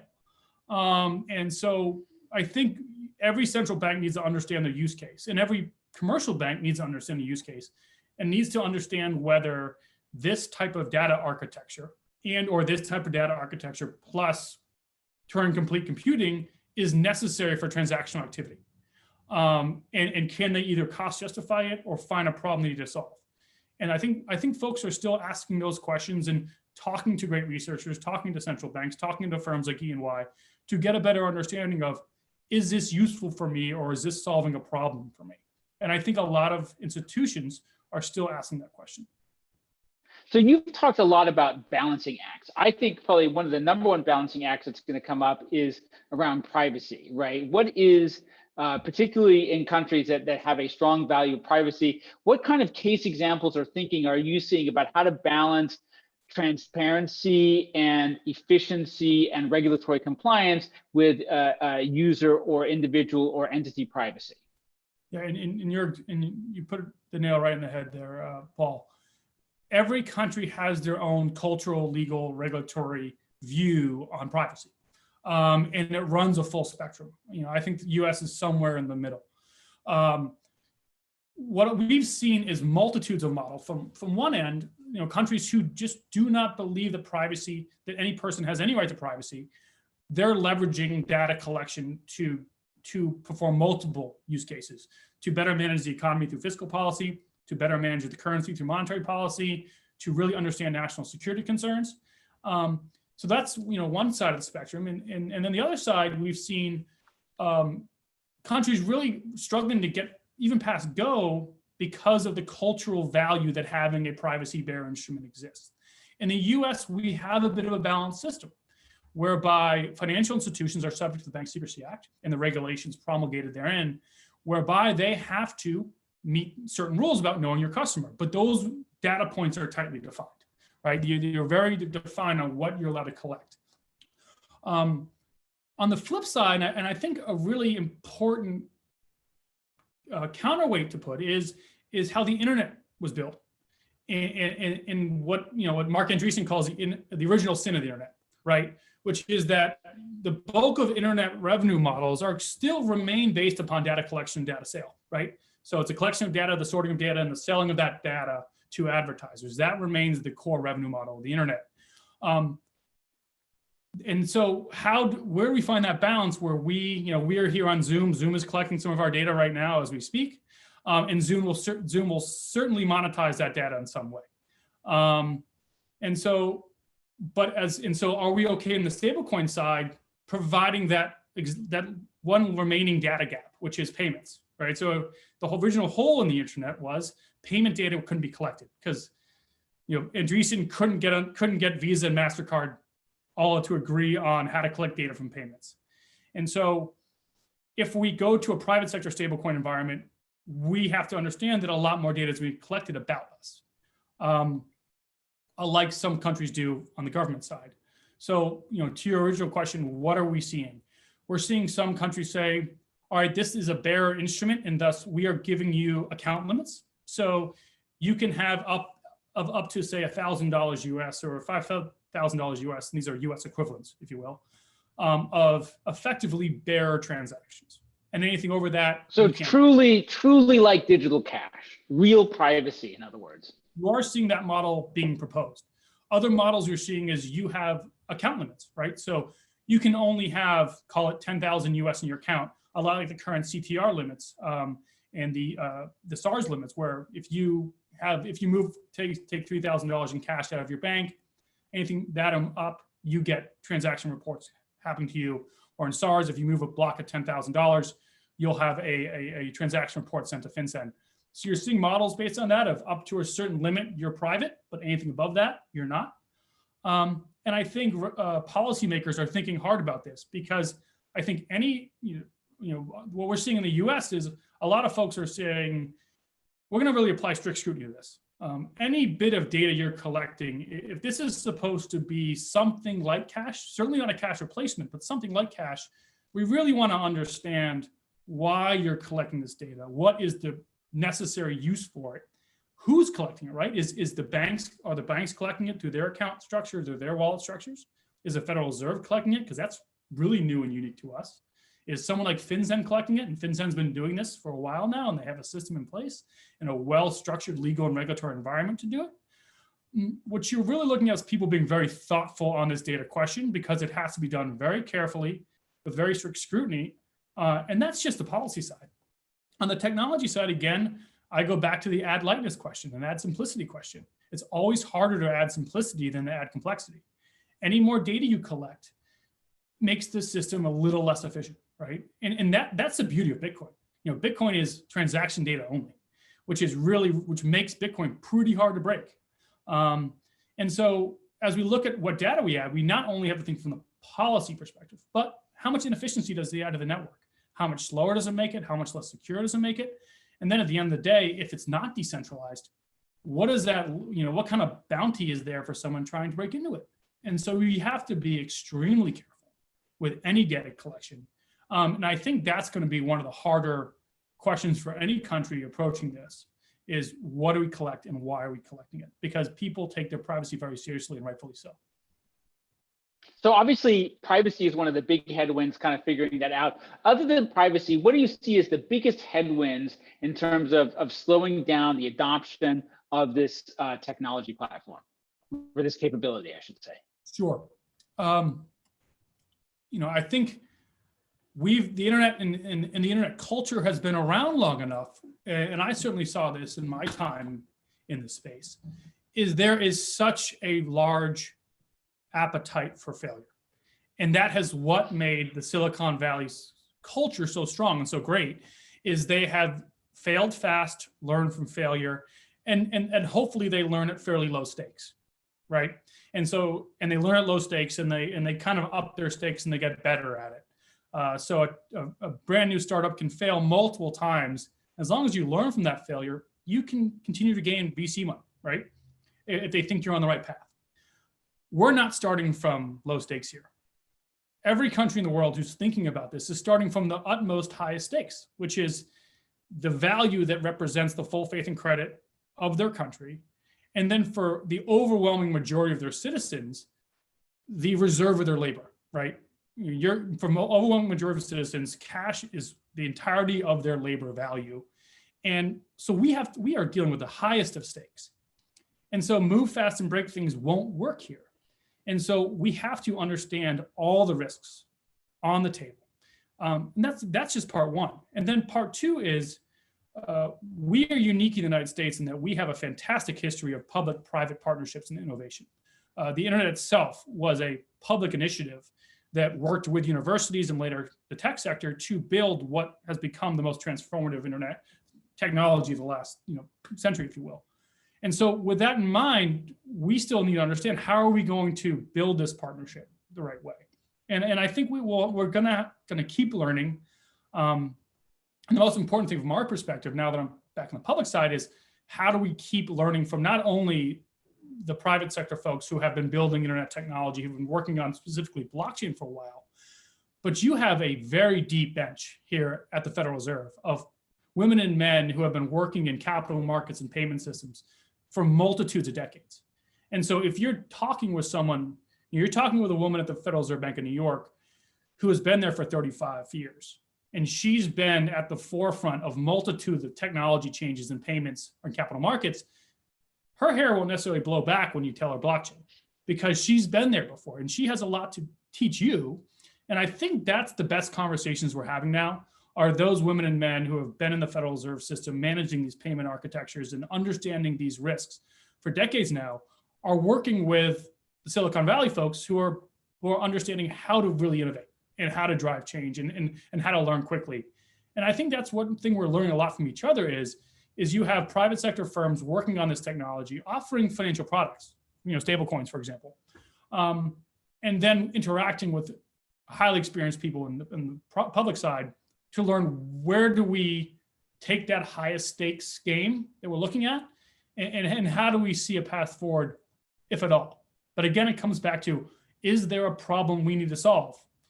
Or are current methods good and are current methods working for us? And that's kind of the core question we come back to, and every country has to come back to is, what problem are we looking to solve? And does this tool solve that problem? This is, you very much remind me of something that we talk a lot about at EY, which is this phrase that we use, if it ain't broke, don't fix it.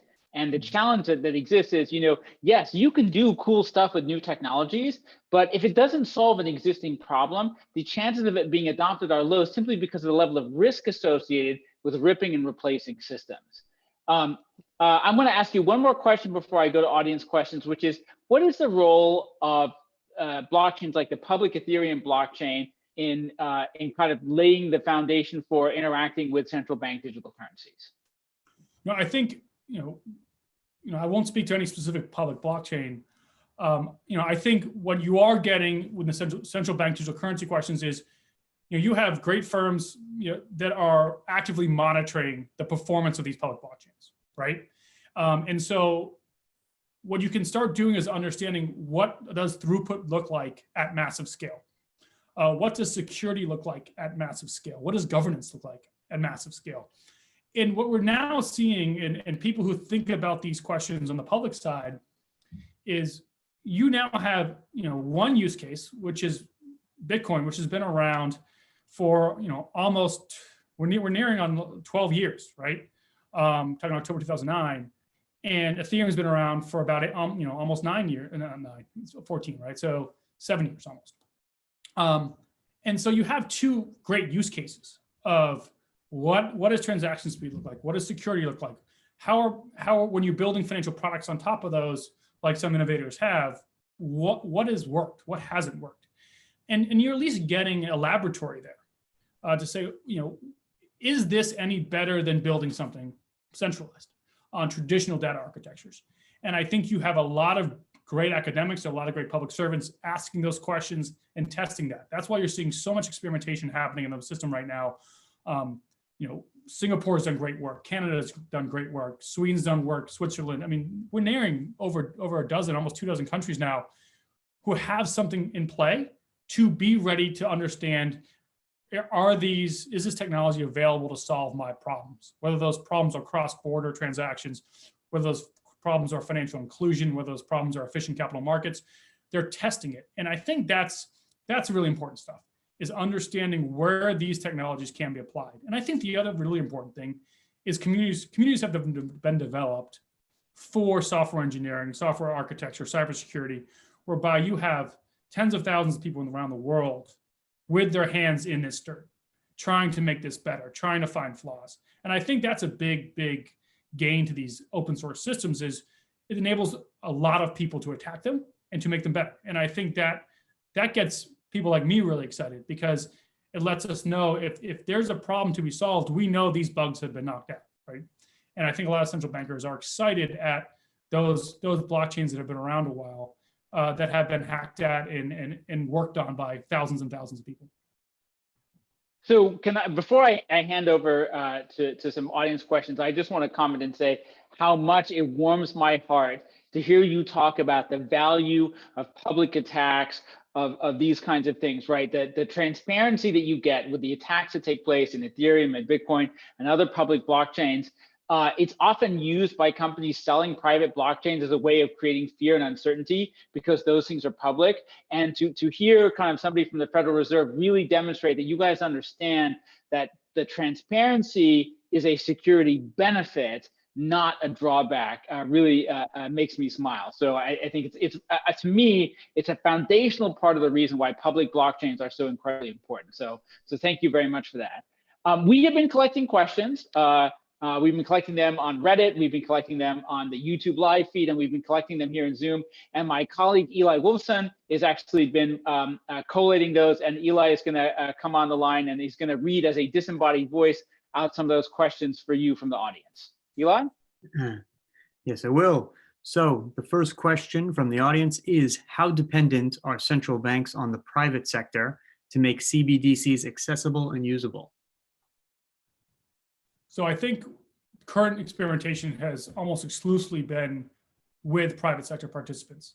Certainly, but I think that's changing. I think central banks are learning that what I call the leverage effect of having a great engineering and data science teams.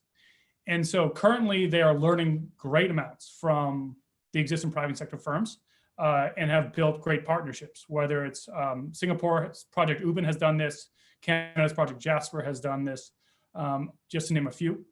But like any, I think, again, the value is public and private partnerships. And where we can learn from each other, it's critical.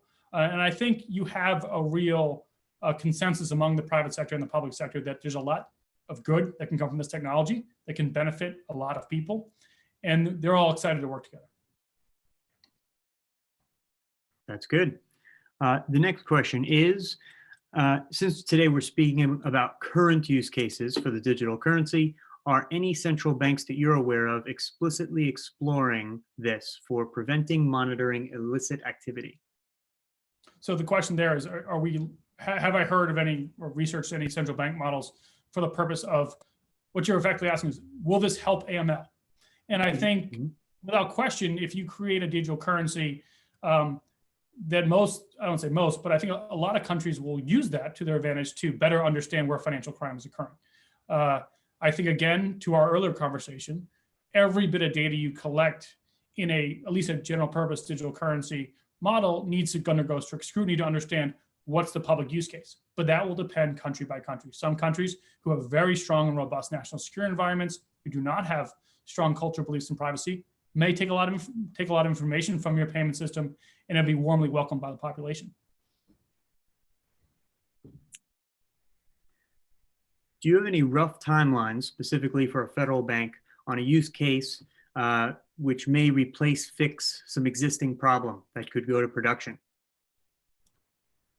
I used two examples earlier today. So one, Sweden has made it clear that cash use has gone down significantly, and they want to provide a digital currency that is universal.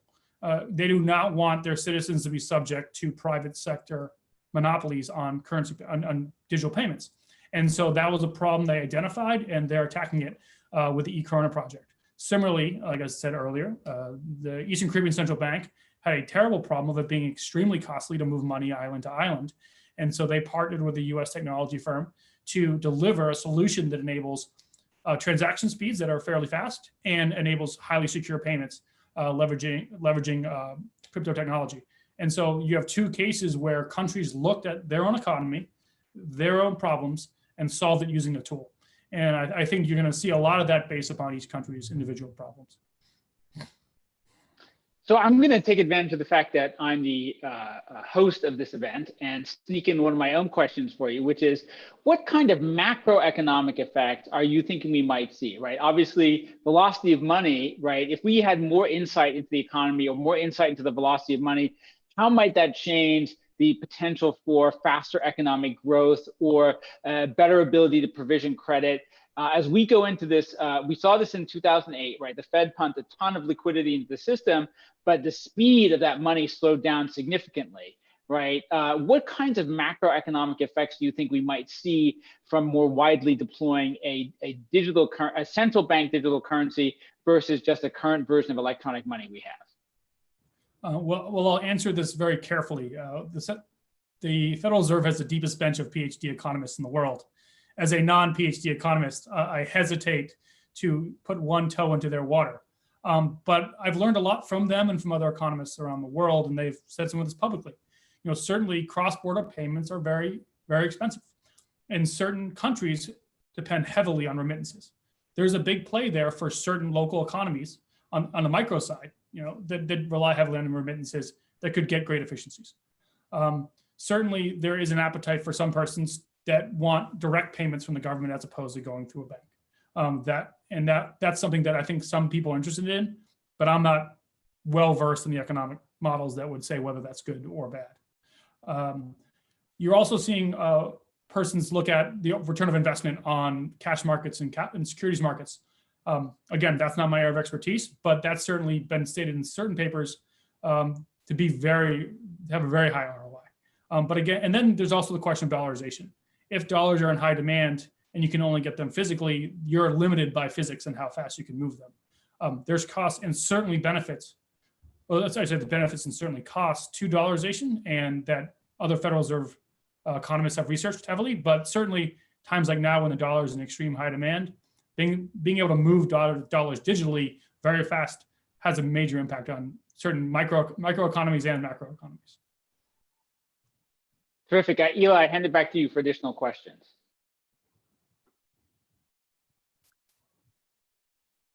Sure. Do you think governments can benefit in increases in efficiency of coordinating government processes among different branches by using the public Ethereum chain and programmability?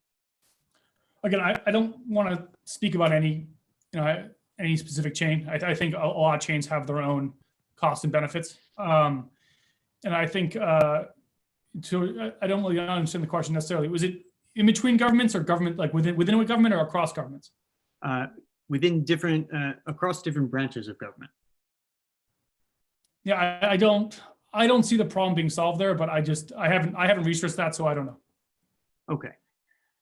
I'm gonna bring us towards a conclusion. We've got, I think, time for sort of one last thought here. So Bob, what I would really love is if you would sort of sum up or give us your thoughts about how quickly we will see some action around the world, and how long you think it will take central bankers to kind of absorb those lessons and start acting on them? I think, again, this is going to go back to how these problems emerge and how central banks get a lot smarter on how this technology can solve those problems. I think you will have announcements by several major economies that they are going forward. And I think that should be happening within the year. I think the Wall Street Journal has reported that might on that yesterday. I think what you're going to see again is the application of this technology, the better understanding of this technology to existing problems. And as people become more digitalized, I think that problem is going to emerge more. I think Sweden is going to happen in more places of people using more and more digital currencies, or digital payments and people desiring to use digital payments in other ways, and understanding whether or not this technology solves it better than the private sector. And I think that's the real question for a lot of folks is government stepping in here, providing a digital currency, going to provide a better solution than the private sector? And I think in most cases, that remains an open question, but it's important that the public sector continue to understand what questions to ask and to continue to look for those problems in case we need to be prepared to move. Fantastic. I want to thank you, Bob, for joining us today, for giving us your insight. This has been absolutely tremendous. Thank you so much. And we really appreciate your time and the insights that you brought to our discussion. So greatly appreciate it. Thank you, Paul. Thank you for having me. Excellent. Well, we are now coming to the end of day 2, and we are not quite finished with day 2. We are about to go into kind of a little bit of our final wrap up here. And what I'm going to ask my colleagues to do, my guest stars, we've got Lou Kerner, Megan Nab, and now we have Jeremiah Nickel, JT Nickel from the Ethereum Finance Forum. And so what I would like to do is really kind of in a closing round, ask Lou and then Megan to share us their kind of closing thoughts on the day. And then we'll finish up with JT after them. I've got a couple extra questions for JT because it's his first time joining us today. So Lou, I'm gonna go in order from left to right on my screen, and I'll start with you, please. Sure. So I thought it was a great day, Paul. Great job by E&Y getting some great speakers. The whole day really worked flawlessly. And it was a super interesting discussion to end on. You know, with regards to the last panel, I was surprised by, you know, it seemed his, I guess, lack of enthusiasm for the programmability of money, the fact that, you know, they were really solving more for security and speed, and programmability would slow that down. And also, you know, what he didn't talk about was to the degree we're getting into, you know, digitized currency. You know, I think there's the possibility or the hope that there will be a lot more competition between the different currencies. And I think programmability of your currency and innovation in your currency, you know, if it works anything like Silicon Valley, you know, that's gonna, I think, you know, be, you know, super important for which currencies people want to hold to the degree they have the option of holding different currencies. Very good. And Lou, can I just thank you again for taking the time to be with us and share your insights today? I greatly appreciate it. Thanks, Bob. Megan, thank you so much for joining us. Dying to hear, you're still on mute, by the way, but dying to hear your closing thoughts as soon as you unmute yourself. Yes, thank you so much for having me. It's been a pleasure to get to be a part of this event. You know, my perspective is, especially listening to, you know, Bob's takes on some of the things that we were just talking about an hour ago, makes me really optimistic to be an entrepreneur in this environment, right? That, you know, the people like leading these initiatives at the government level have an open mind, are interested in seeing what the private sector can come up with. And I really appreciate the approach of, you know, optimizing for what central banks need to be solely focused on, right? Which is, you know, security and speed. So it's very encouraging to me. I'm really looking forward to following up on day 3 and all the good stuff that you guys have going, you know, and continue the conversation. Fantastic. Thank you so much. Thank you, Megan, for joining us. And now, JT, if you'll put your video back on. I want to say first, I just want to say thank you again. The Ethereum Finance Forum, not just for this event, but for more than the last couple of years, has been the place where we go to hear thoughtful questions and analysis. I think more than any other group, when we put out a statement or we lay out our product vision, we get great questions. And I think what we have learned over the last couple of years is that great questions and great engagement come from terrific moderation. So before I go any further, JT, first of all, thank you. Secondly, would you just tell us a little bit about the Ethereum Finance Forum on Reddit, and then share a couple of thoughts about the day that we've had so far? Okay, so the ETH Finance Reddit was born in August of last year. It was born out of ETH Trader when several of us moderators left to start kind of a new way of doing Reddit. And since that time, I mean, we've got a pretty good approach on trying to, we've developed like a monthly developers thread where we invite teams large and small, anybody to come in and they can put their URL, their information, their LinkedIn, their Discord, all their information, because what we found back in the ICO days is that we were trying to pick and choose which projects were legit and which ones weren't. And that was utterly impossible. And so we figured out if we build a little bit of a sandbox and use the community's input to kind of help us take out the scams, then I think we can bring some visibility to smaller teams out there and, you know, get the conversations going. And, you know, the pandemic in this situation here we figured out a way to do a long form conversation and help bring summits to life on ETH Finance. And you know, moving forward, I hope that we can be a custodian for some of the content that other summits may have. I feel very good about the positive energy from the community members there. We've got everybody in that place, everybody from accountants, lawyers, all the way down to the unemployed, to people that work in just general labor jobs. And we need all those people. And that is kind of your community of investors. And there's also this guiding light of helping people find the right places to get code if they want to try to develop. And then we're doing a handshake with our ETH staker, where I'm a mod there, where we're going to help people learn about staking. And it may be to not just teach them about staking at their house, but also staking as a service, and teaching about all the different options that are out there with 2.0 coming down the pike. So yeah, JT, I mean, one thing I really like is, you know, at Ernst & Young, we have passed we are not a scam test on ETH Finance, so I'm very happy that we passed that benchmark. Yeah, you made it. You've arrived, Paul. You made it on Reddit. Isn't that congratulations? No, I remember finding you in the comments. I think it was after the Nightfall announcement or so, maybe 18 months ago. And since then, you know, this is the first time that you and I have had a chance to video chat with each other, and it's been awesome to, you know, finally get to meet you and all these panelists. You know, normally I don't come on a video conference after a person from the Federal Reserve is, you know, in the previous segment. So it's neat, but just to go back to the community again, I mean, the ETH Finance community it's wonderful, and they cross-pollinate into other areas too.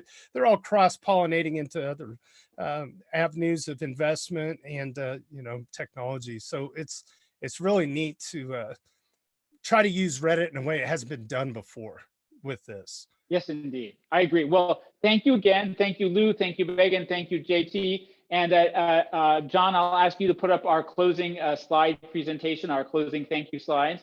I mentioned this at the beginning. I want to hit it out again. The team at EY that has put this stuff together over the last really 30 days under incredible time pressure has done an astounding job. I want to thank all of our panelists, Stefano Alessandri this morning, Namil Dalal, Amy Lowe, Jared Shaw, Nathan McCauley, Raquel Garva, Vincent Annunzio, Bob Bench, and Joao Reginato. Greatly appreciated. I want to express my gratitude again today to the EY my fellow EY partners and presenters, Giuseppe Peroni in Italy, Anna Gosine, Jeffrey Davis, David Middleton, Paul McIntosh, Todd Smith, Dennis Post, Frank Putman, and John Robotham. I said it yesterday, I will repeat it again today. I am so proud of how EY is operating. I know everywhere around the world things are a little bit different, but here in the US, our leadership committed no layoffs during this time. We also committed that we had some layoffs that were in progress and we stopped them because we did not want anybody going out into this job market, and we will honor every single one of our job offers. And those are the kinds of decisions that I would like to make, even though as partners, we're all gonna take a hit here. It's the right one, and I'm just really, I feel proud to be part of a group of people who have made the right choice around this. I wanna thank the team that has done this, Marikit, Lindsay, Kaylin, and Barbara, as well as Eli and John, Mahir, Suraj, who have done so much. And of course, one more thank you to JT Nicole and the Ethereum Finance Forum. We will be back tomorrow with a deep dive into privacy and technology on blockchain. And until then, I hope you all have a terrific evening. And thanks again for joining us. Bye-bye.